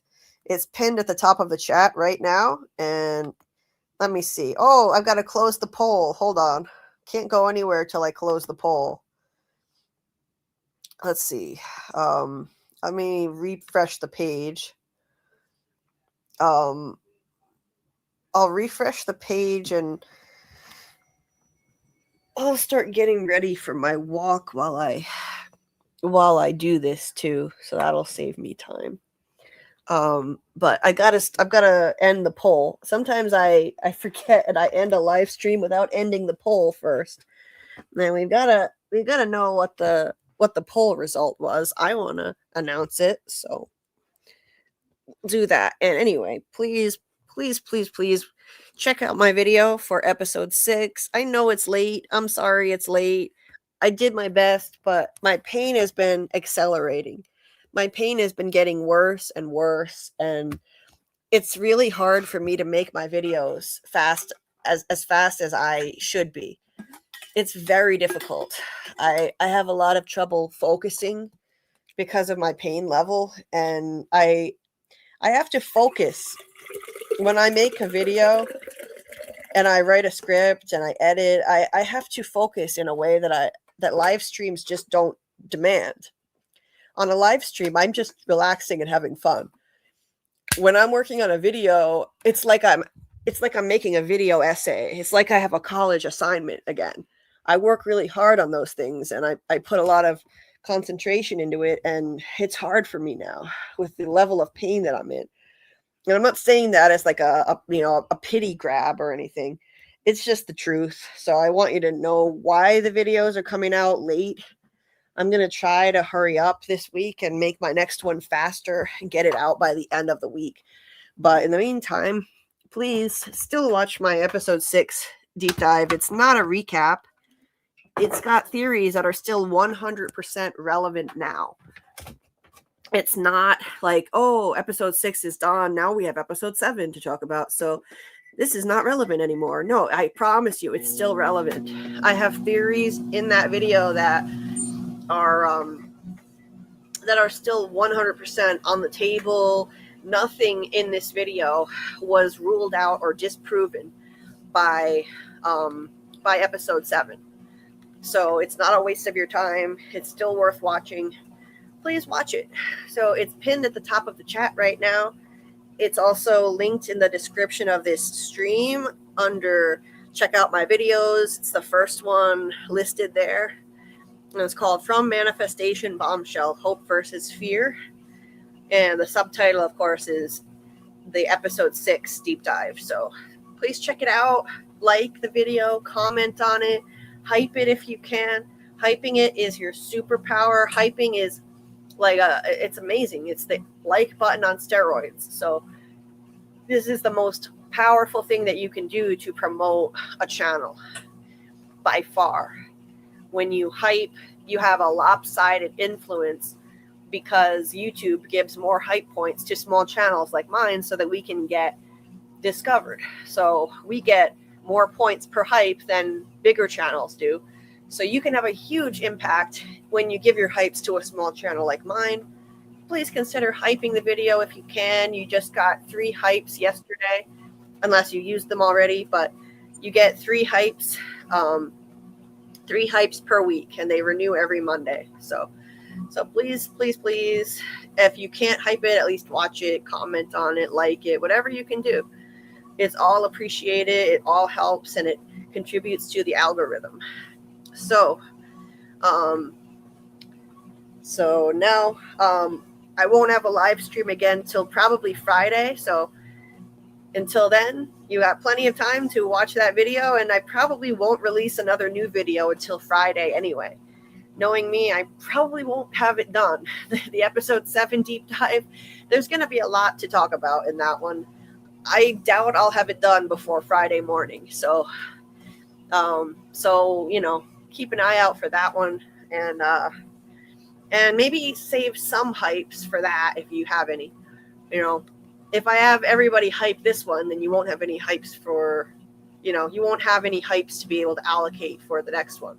But still, it needs help. It definitely needs help. 7 hours just flew by.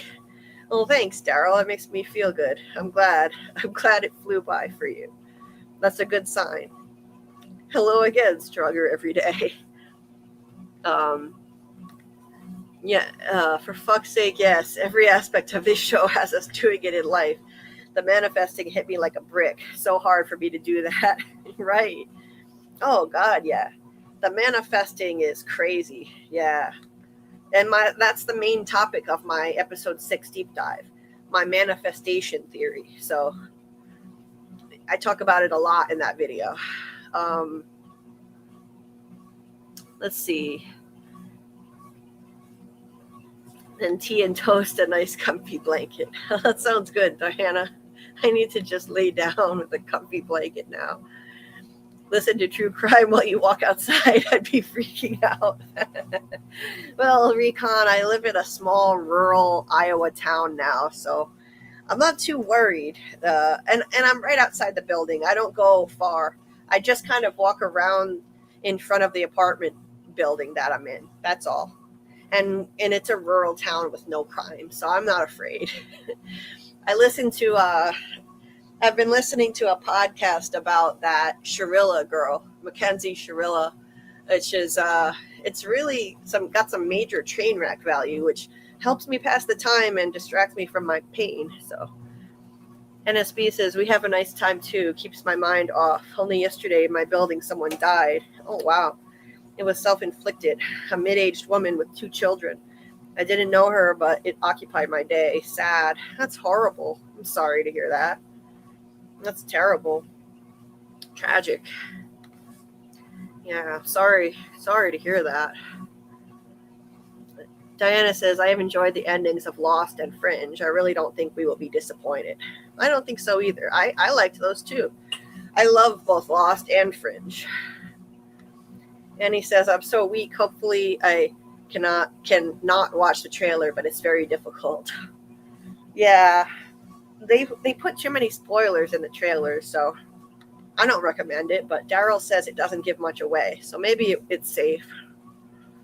The last 2 trailers didn't give as much away as usual, but they still give too much if you ask me.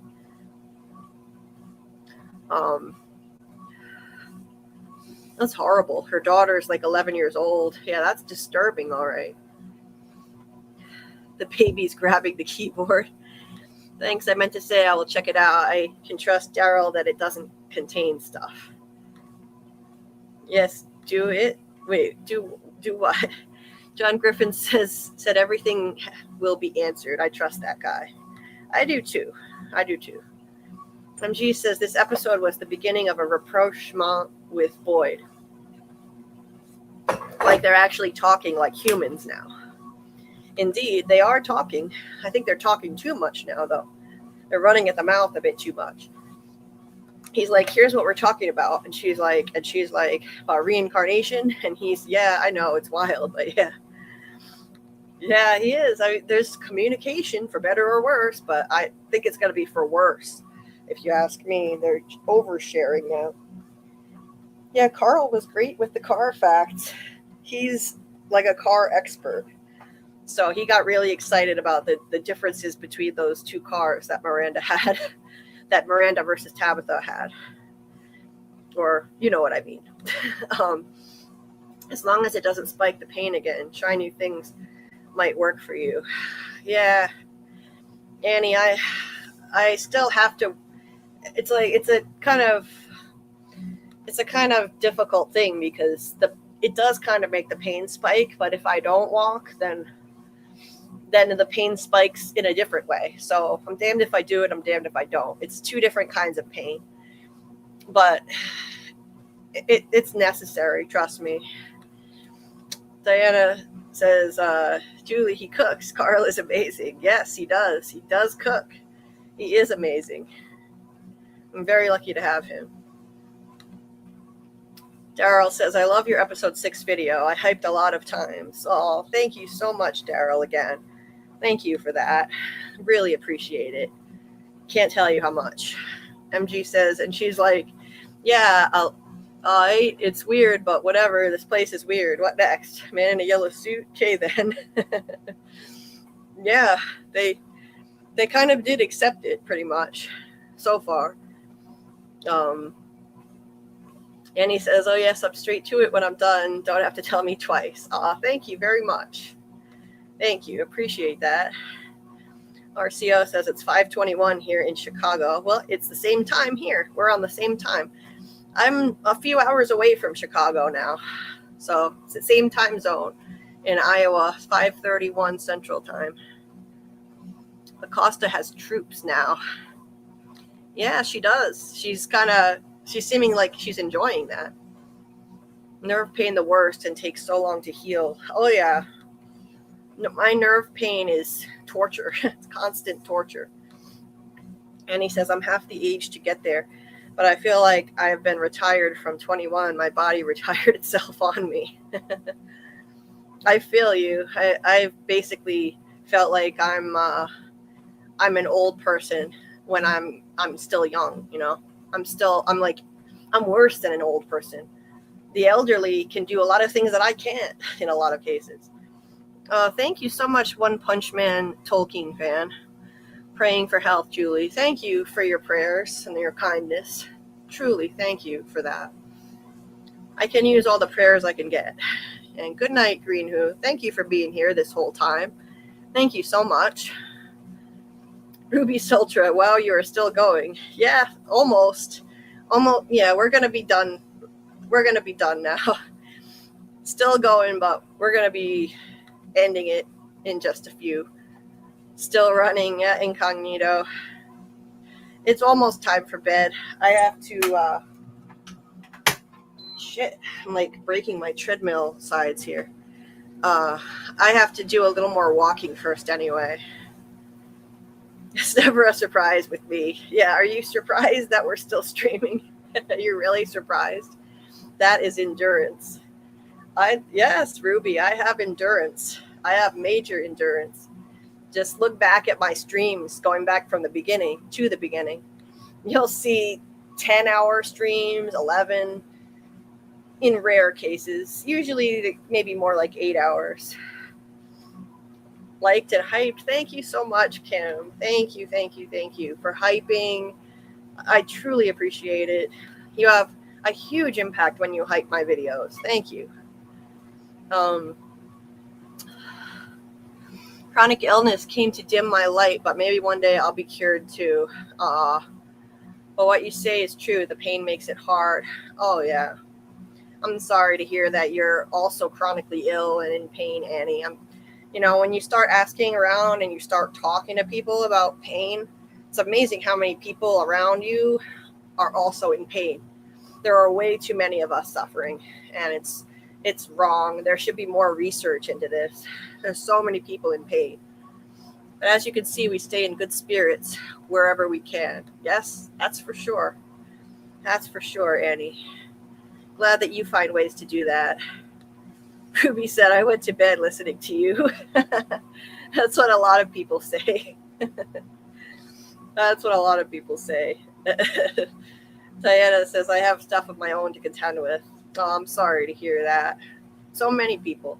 This was like a gift for me this morning. Aw, well, that makes me feel good. I'm glad you liked it, Diana. Let's see. Annie says, that's why these help us so much. I suffer with insomnia so bad, it's terrible. Oh, man. That's awful, Annie. Insomnia sucks. I've experienced insomnia, too, and it's awful. It's awful. And the more you get in your head about it and worry about not being able to sleep, the less you can sleep. So my best recommendation is, try not to worry about it, as hard as that is. Try to just not even think about, will I be able to fall asleep? How many hours of sleep will I get if I fall asleep now? Like, that just makes it worse. Yeah, you need sleep to function, indeed.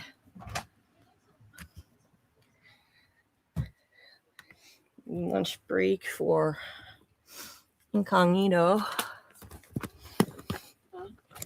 Still on the stream.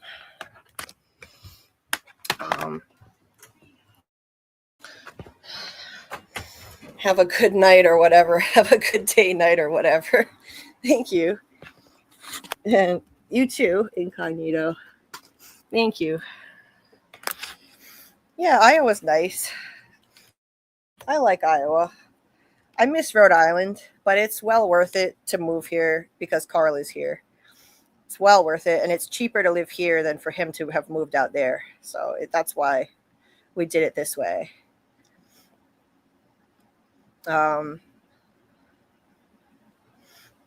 Napping all day, every day with my baby. So many lost souls in the world. That's true, Diana. It is. It's tragic. There are so many lost souls struggling and suffering. Now, those are bad parents. Yeah, the Sharilla parents. Seriously. Horrible. Laura listens to true crime, too. Oh, yeah, the Sharilla case. It is captivating. It is some serious train wreck value. And good night with Alice. Those of you heading out, again, please watch my video, even though it's on episode 6. I will get one on episode 7 out by Friday. That's my goal. I'm going to try to get it done by Friday. And please go watch it when you can. Bookmark it for later. And let's see. Incognito says, you should do a panel live soon. I'll come to chat. Could be fun, Oh, yeah. You mean like have people join the panel? Yeah. I should do that for the next one, for the Friday night one. That would be fun. But I'm going to have to establish some ground rules, like not allowing too many people on at once, because then I lose all control over it. And you know, I can't even find room to talk at all. That's what happens when I do call-ins. That's why I'm kind of afraid to do them again. But I definitely should do it. I've been saying I would, and then I keep copping out, and I don't mean to. Yeah, when dealing with pain, you need to take it a day at a time. It can be difficult to make plans. Absolutely, Diana. You have to. I have no choice but to take it a day at a time, and I often have to cancel plans or postpone.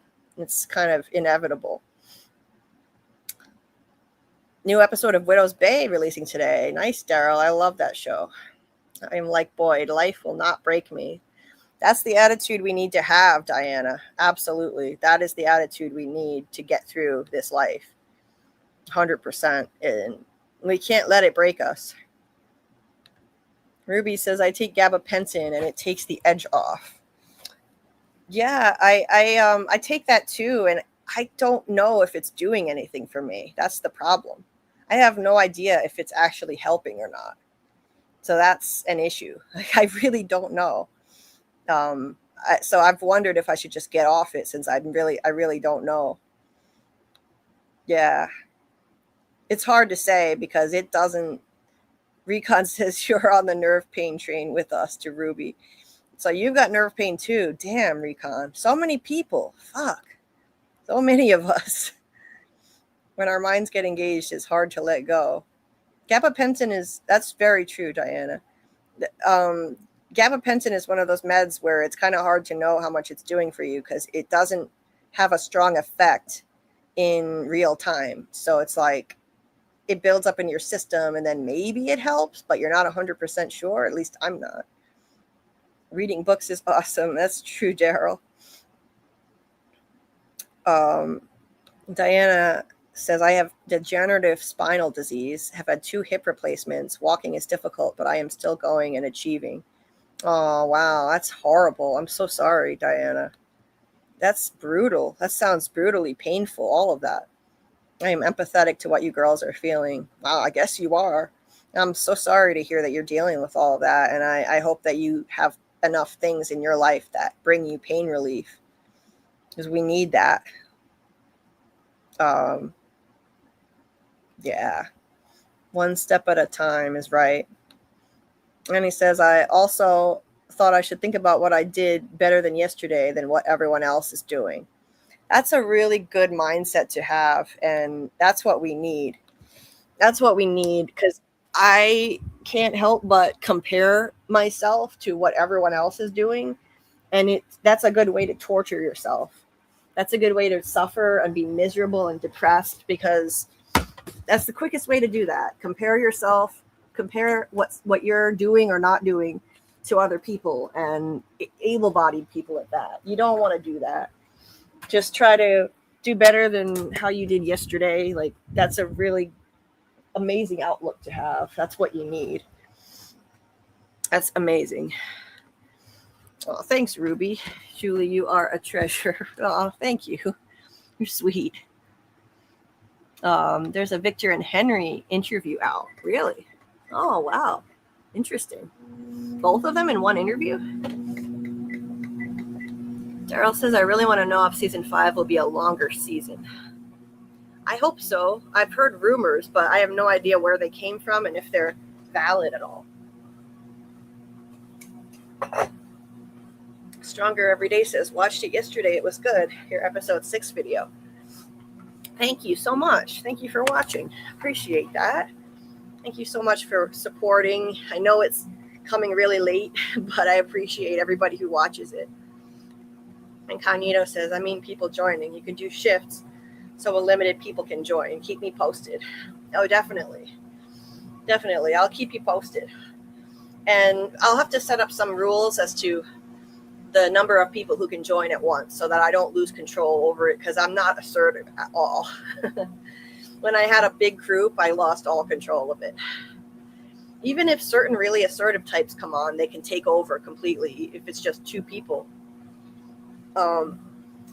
Recon says I have to head off. Good to chat with you all, and I'll catch you on Discord. Well, we will see you next time. Thanks, Recon. Glad you could make it. The difference is less migraines. Oh, so that's what gabapentin helps you with. So that's good to know. It helps you. Laura says I had nerve pain temporarily, but it was taken care of with neck surgery. I could not imagine dealing with that long term. Absolutely miserable. Oh, I'm glad that your surgery helped, Laura. That's great. I'm so glad to hear that. Because, yes, I have constant nerve pain 24/7, and it's brutal. It's absolutely brutal. Yes, Ruby, this is one thing that I want to do here, that I try to do here. We need a village so we can comfort each other. 100%. We do. We like, I know you were kind of joking here, but I mean it. Like, we need a village. Like, I don't know if you were joking, if that was a joke, but like, we do. We need to be able to comfort each other, and I want to do that here as much as we can. Terrell says, let's just not sacrifice kids in our village. Oh, this is what you were laughing at. Okay, so you weren't joking. No, because I took that completely seriously when I read it, because why would it be a joke? I want to do that here. So whenever people come to the chat and say they're hurting, I want to acknowledge that and lean on each other. Treat this like a support system. That's one of the reasons I'm here, not just to talk about TV shows. We need our escapism, but I'm also here to offer a support system to people here who are struggling like I am. Let's just not sacrifice kids in our village like some people. Yeah, let's not do that. You're not truly living your own life if you're comparing yourself to anyone else. Wise words, Diana. Comparison is the thief of joy. That's why social media can be so toxic, because it encourages comparison. Constant comparison to other people's lives. And he says, thanks, Julie. I just thought of it. I'll note it down so I can remember it on my bad days. Thanks for appreciating my thought. Well, you're welcome. I think it's a beautiful thought, and it's wise words to live by. Really helpful. I don't have a mic, and I don't think I speak on topics in the moment. I think first, so I might be awkward on voice. Oh, I'm sure you'd be fine, Annie. Don't worry about it. Don't worry. Nobody's going to judge you. If you want to call in, when I do a call-in panel, and you want to just, at least, you don't have to come in. You don't have to come for long either. You can treat it like you're calling into Tony's show and just have a quick thought and hang up if you want. Or, it's not going to be a phone line, but you'd call into the panel with a link and then say what you want to say and leave whenever you want to leave. And that's that. You don't have to make it a big thing. I think many people will think that, so not many will call. Yeah, probably. A lot of people are afraid, and I understand. It's a scary thing for a lot of people, It's a scary, intimidating thing to speak publicly on a stream. But there's nothing to be scared of here. You're with family and friends as far as I'm concerned. That's what we all are to each other here. Oh, thanks, Ruby. You have created a village, Julie. That means a lot. That really means a lot to me. Because that makes me feel like I didn't waste my life. That my pain didn't make me waste my life in terms of helping other people with my life. Doing something with my life to help other people. However, whatever small way that this can help. So that helps. That helps me to know that. To know that I could help anyone else. Yeah, thanks, Daryl. An amazing village. Thank you. Beatbox Mayhem, exclusive Henry and Victor interview. Thanks, David. I will definitely go take a look at that. Let's see. Hey there, Savon Smith. Welcome. Have you considered witchcraft? Sophia, Man in Yellow, uses incantations and articles like clothing and teeth to cast spells. Possible she is an ancient witch and not an evil entity. I do think it's an ancient entity of some sort, but yeah, maybe it's a witch. It's an ancient. It could be an ancient witch. We have talked about that earlier in the stream. We're getting ready to close it down, but if you back this up a bit, and you listen to some of this very long replay, I know it's a long replay, but we did talk about it. during the breakdown when we got to those scenes. So if you go through the breakdown, which I did in chronological order with the episode, we talked a lot about whether this is witchcraft going on because of the incantations instead of just a godlike entity. Ruby says, I'm afraid to talk to humans. I understand. There was a time I felt that way too. I had major stage fright. But with all the pain I'm in, I had to find a way to reach out to other human beings because I needed to as an escape from my pain and my isolation at the time, because I was very isolated. And so I got over my fear of public speaking and socializing, and I started talking to people, talking to humans, and it's not so scary as it turns out. It really isn't when you're with kind people like this. Most people wouldn't know what we look like or anything, but it still feels awkward.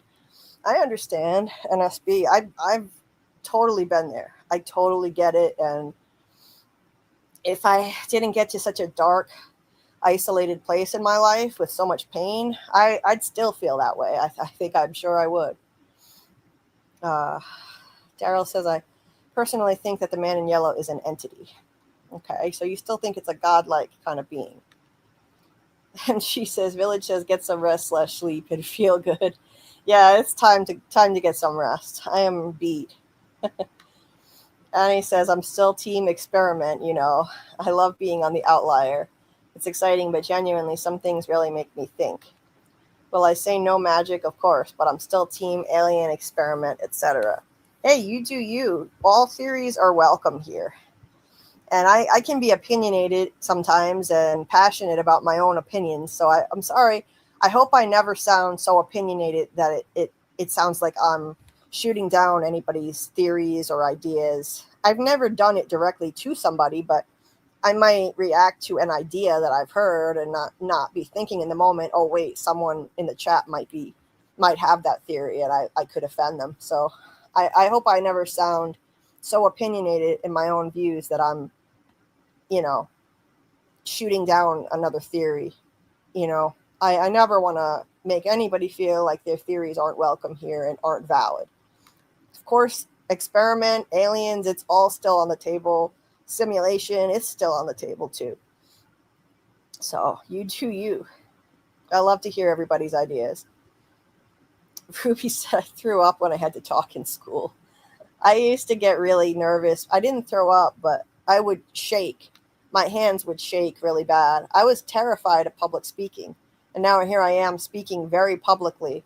Albeit it's different when it's not in person. I find this less intimidating, given that most of the time my camera's off, so you can't see me. That makes it easier, less scary for me. But anyway, I never would have dreamed I'd be doing this much public speaking by choice. Never could have convinced me I would do this in a million years. When Jim was preaching that it's an experiment, I was completely off the experiment train.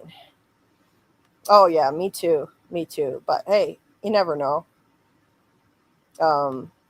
It's his engineering brain. It makes sense. Yeah, his engineering brain is very logical. Annie says, your opinions don't bother me at all. Nope, get that idea out of your head now. Never. I love it all. Thank you. You make me feel instantly better. I appreciate that. I just, I get very opinionated, and sometimes I rant about how it can't be a simulation or an experiment because of X, Y, or Z. And there's so much evidence to me that there's magic in the show. But I never want anyone to think that I'm preaching like this is how it is and you're wrong if you think differently. I never, ever want anyone to think that. So I'm really glad that you're not offended by anything I've said. David says, definitely some type of a soul-consuming witch, warlock, skinwalker, Wendigo. Man in yellow is chanting to something else, maybe. Okay. That's interesting. Yeah, you're making me think, you guys. Like, this is helping me try to develop my own theories, and and it's like it gives me ideas on how to better develop my existing theories and make sure that they make sense. And, maybe man in yellow entity being godlike doesn't make sense now because of the chanting and incantations. So now it's like, okay, maybe I should reevaluate a little bit and adjust that perspective, because I'm always willing to keep an open mind and adjust my own theories accordingly. And Daryl says this show is mysterious in the 2 first seasons. It was so mysterious, super mysterious. And now there are so many answers that it's almost a little bit less fun now, but I enjoy getting the answers.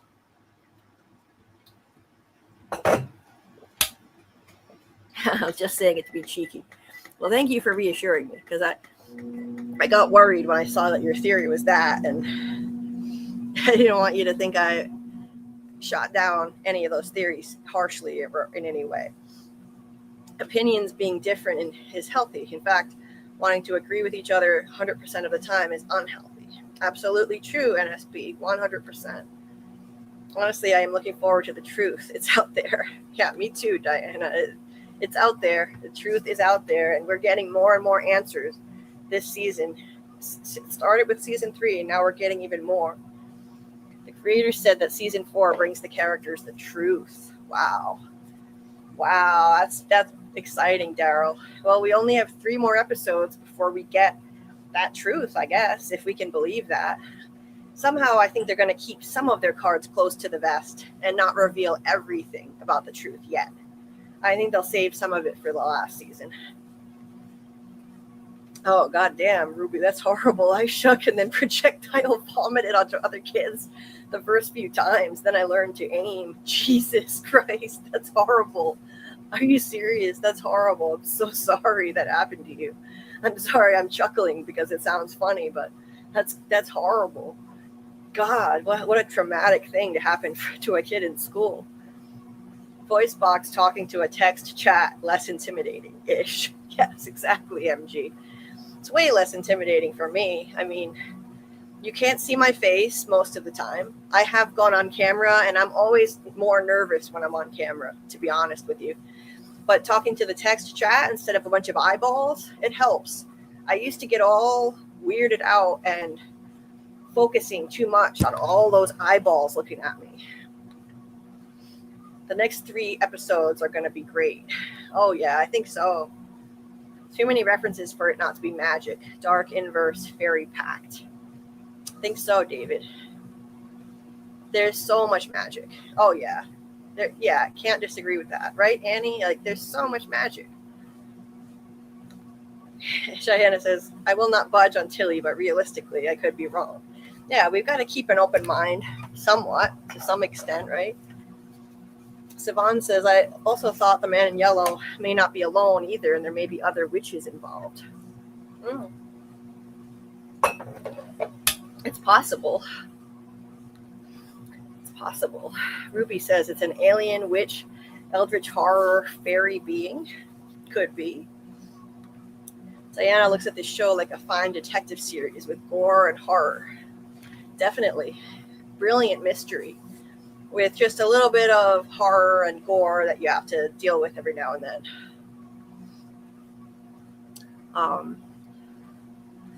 Yeah, some things do have to make you wonder, Annie. That's true. Like, why bother mentioning Jade's company, for example? They keep mentioning it every now and then, but that's probably a red herring, I think. Strong evidence for magic. Absolutely. Looking forward to the final battle. Oh, yeah, absolutely. Can't wait for Fatima and Smiley to see each other face to face. That'll be interesting for sure.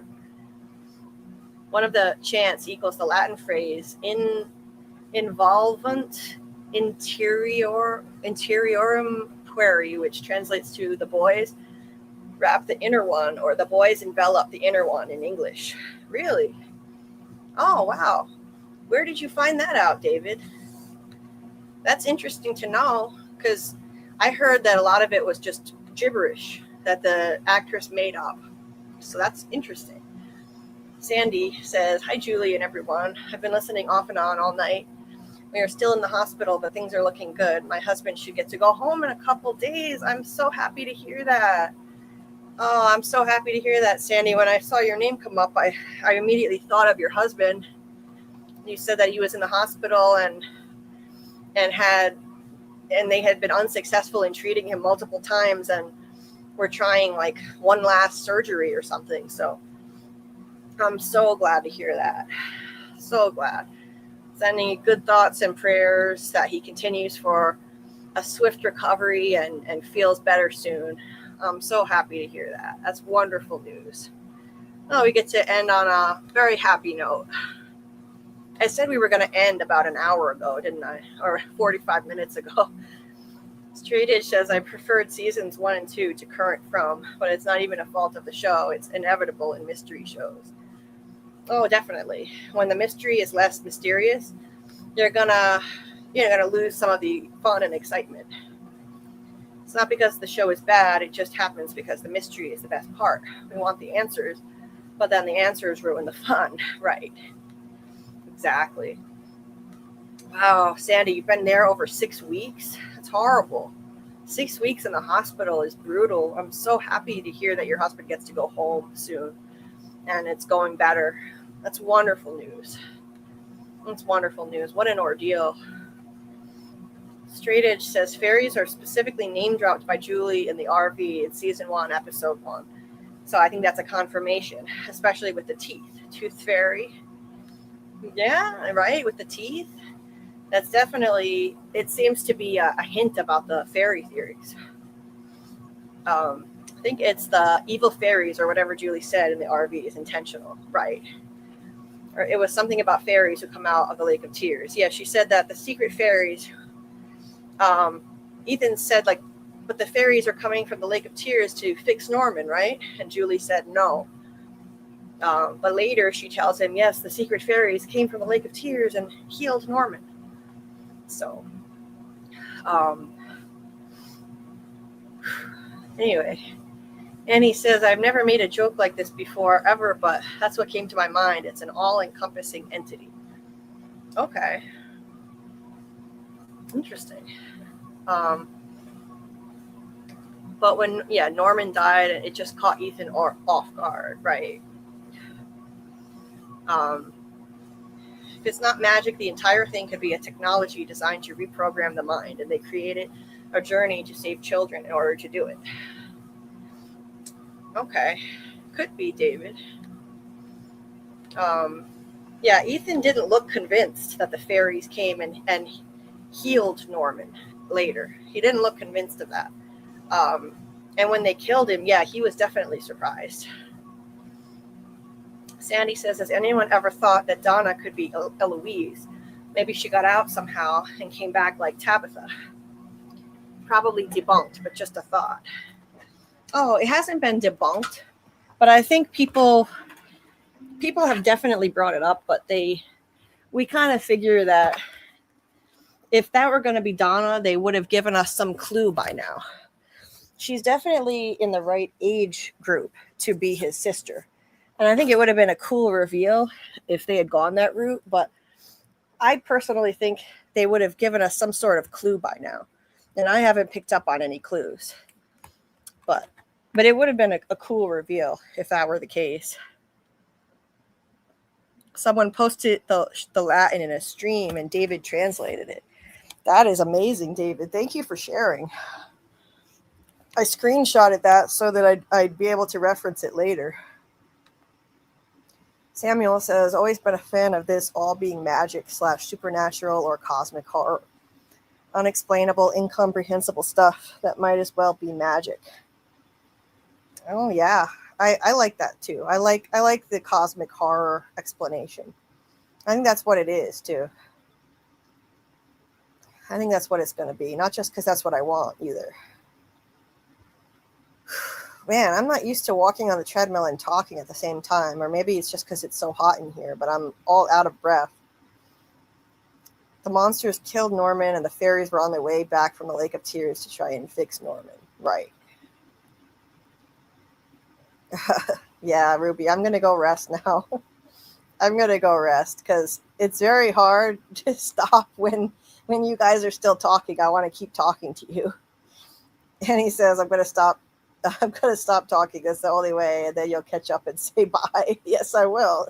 You figured that out, huh? That's exactly right. I'm trying to catch up, but I can't. Because I don't want to leave while you're still talking. I enjoy talking to you guys.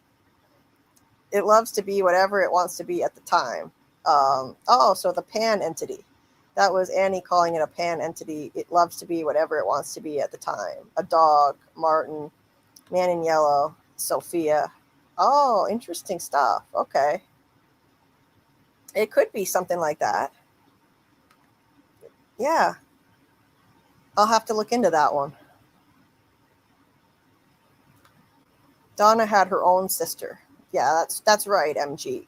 But for the people who thought that she wasn't telling the truth about her story, then there you go. Then it could have been Donna as Eloise. 8 hours. Yes, we crossed the 8-hour mark, Daryl. I didn't think we were going to do that. We haven't done that in a long time, and I better stop it now. Yeah, and even NSB is tired, and it's in the daytime. It's the daytime for you. He said, "Everybody stops being so interesting." Okay, everybody stop being so interesting. Yeah, you're too interesting. That means I don't want to leave. David says Julie would be the new Eloise. Everything is in question again, though. She either really died, is story walking, or I was thinking she is waiting at the Lake of Tears with the real Thomas and fairies. Yeah, I'm guessing she's story walking. That's what I think. I'm going with that. Diana says, I am really most sincerely leaving this time. Have a wonderful day, night, everyone. You have a wonderful day too, Diana, and I hope all of you have a wonderful day or night wherever you are in the world. Watch from my next video. Please watch my current video if you haven't already. It's pinned at the top of the chat right now. Join Discord if you aren't in there. We do our watch parties every Saturday night. And at midnight Eastern, of course, as always. And you can share your theories in there. It's a really good time. I stream the episode twice. Please watch my episode 6 deep dive again. Hype it if you can. That would help a lot. Like, comment, whatever you can do. I appreciate it all. And watch it, of course. Watching it is the most important thing, really. But hyping is most important in terms of helping the channel. Helping me get a bigger reach with more people. So that video is out now with all my theories related to episode 6, and it's not just related to that episode. It's got theories that are relevant to the whole show and the mystery as a whole, like the nature of the ghost entities, the manifestation theory, and whatnot. So, the episode 7 video hopefully will be out by Friday morning. So keep an eye out for that. And I'll probably be back Friday night around 10:30 p.m. Eastern for the next live on theories and predictions. And I'll do call-ins on that one. I'll plan on doing call-ins on that. Have the best day, you lot. Thanks for all the laughs this morning. You too, Annie. Thank you for the laughs. You had me cracking up a lot yourself. Yeah, I think Donna's story is real, MG. I think her picture and her story, they're both real. But why would she have a photo of her sister with her on her camping trip? Devil's advocate. Yeah, we have to ask the questions, don't we? Seems like a random thing to bring if one thought one was coming back, unless they were living out of their car or something. It's a good point. Food for thought. Good night, Green Who. Thank you for being here. You were the first one in the chat at the very beginning of the stream. And you're one of the last people in the chat at the end. Thank you so much for being here. And Annie says, I've always said that. It's her lover. It's Donna's lover, not her sister. Good night, NSB. I always stay towards the end. This is my first time staying here for more than 8 hours. Yeah. Thank you so much for being here for so many hours. Thank you very much. I love you guys. Thank you, Daryl. You've been here this whole time too. And to anyone else I missed who's been here the whole time, Jehovah Sins, if you're still out there, anyone else who's still listening, who's been here the whole time. I know Kim was here. Kim was still listening. There are those people like Jehovah Sins and Kim who mostly listen but don't chat. So I always wonder if they're out there listening. But anyway, thank you so much, guys, for the amazing talk as always. Had a great time. And we'll catch you on the next one.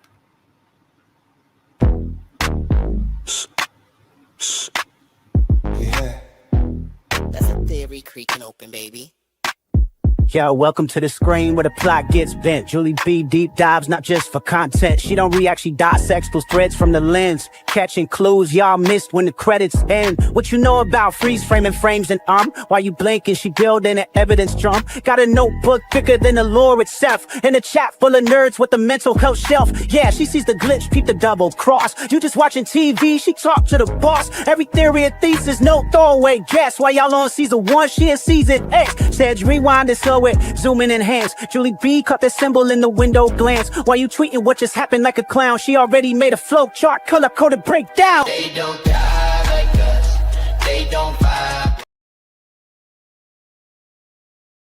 Hold on. I had to cut the music. This is the first time I ever did that before. I just stopped the music midway through because I never even checked to see what the hell the poll result was. I stopped the poll and I never even checked. Oh well. I'm gonna have to scroll up and find out what it was. I don't know. Does anyone know what the poll result was? Because I have no idea. Oh well. I don't know because the chat is already way too far from that point. So I'll have to look and see because I'm genuinely curious as to what the poll result was. Daryl, I knew you would come through with it. 53% said Roger was asking for help. Roger asking for help won. Thanks, Daryl. I had to come back and announce that. Thank you. So Roger asking for help won. So just a little more than half said he's asking for help, and the rest said that he was a monster, I guess. So 31% said yes, he wasn't himself anymore. So he's a monster, in other words. He was a monster. And other, 16%. So some people thought it was a combination of the two. Is this like a post-credit scene? Well, I'm going to be playing the outro again because I paused it. I mean, I took it off when it wasn't even done yet. Thanks, MG. Knew I could count on you guys for remembering. Thank you, Laura, for liking and hyping the video. Thank you so much. Okay. All right. Now you're about to hear an episode creaking closed. Good day or good night, guys. Yeah. That's a theory creaking open, baby. Yo, welcome to the screen where the plot gets bent. Julie B deep dives, not just for content. She don't react, she dissects those threads from the lens. Catching clues y'all missed when the credits end. What you know about freeze framing frames and while you blinking, she building an evidence drum. Got a notebook thicker than the lore itself. In a chat full of nerds with a mental health shelf. Yeah, she sees the glitch, peep the double cross. You just watching TV, she talk to the boss. Every theory and thesis, no throwaway guess. While y'all on season 1, she in season 8. Said rewind it so it zoom in enhance. Julie B caught the symbol in the window glance. While you tweeting what just happened like a clown, she already made a flow chart, color coded breakdown. They don't die like us. They don't vibe like us. They binge and they bounce. We revive that trust. They skip intros, we every frame. You watch shows, we decode the game. They don't die like us. Nah, they don't die like us. She cracked severance before y'all knew it was deep. Predicted the last of us, deaths in her sleep. When the camera pans, she ain't blinking once. Catch a ghost in the glass, call it theory punch. Watch parties lit like apocalypse nights. Call-ins while they bringing alien rights. Hey, Julie, I think the trees are spies. Well, I have a spreadsheet that confirms that, guys. Zoom in, boom in, she moving through clues. Spinning discord in the courtrooms, lord of views. Got mods with receipts. Time stands with heat. Every rewatch turns into a Reddit elite. You stuck on the surface, we beneath with maps. Cross-referencing lore with the rector's caps. If your fave show got secrets, don't be dumb. Julie got the chalkboard out in From's where it's from. They don't dive like us, they don't vibe like us. They skim the edge, we inside that crust. They zone out, we zone in the pain. You say plot twist, we say nope, chain. They don't dive like us, nah, they don't dive like us. What's that? That ain't a blooper, that's a plot thread. You thought it was a shadow? She thought it was a coded message from season 3. And she's probably right. Step this way if your mind's unbent. Step that way if your theories pay rent. Say Julie B, deep dive queen. Now zoom, scroll, theorize, pull. Ain't no rabbit hole safe once she got the cloud.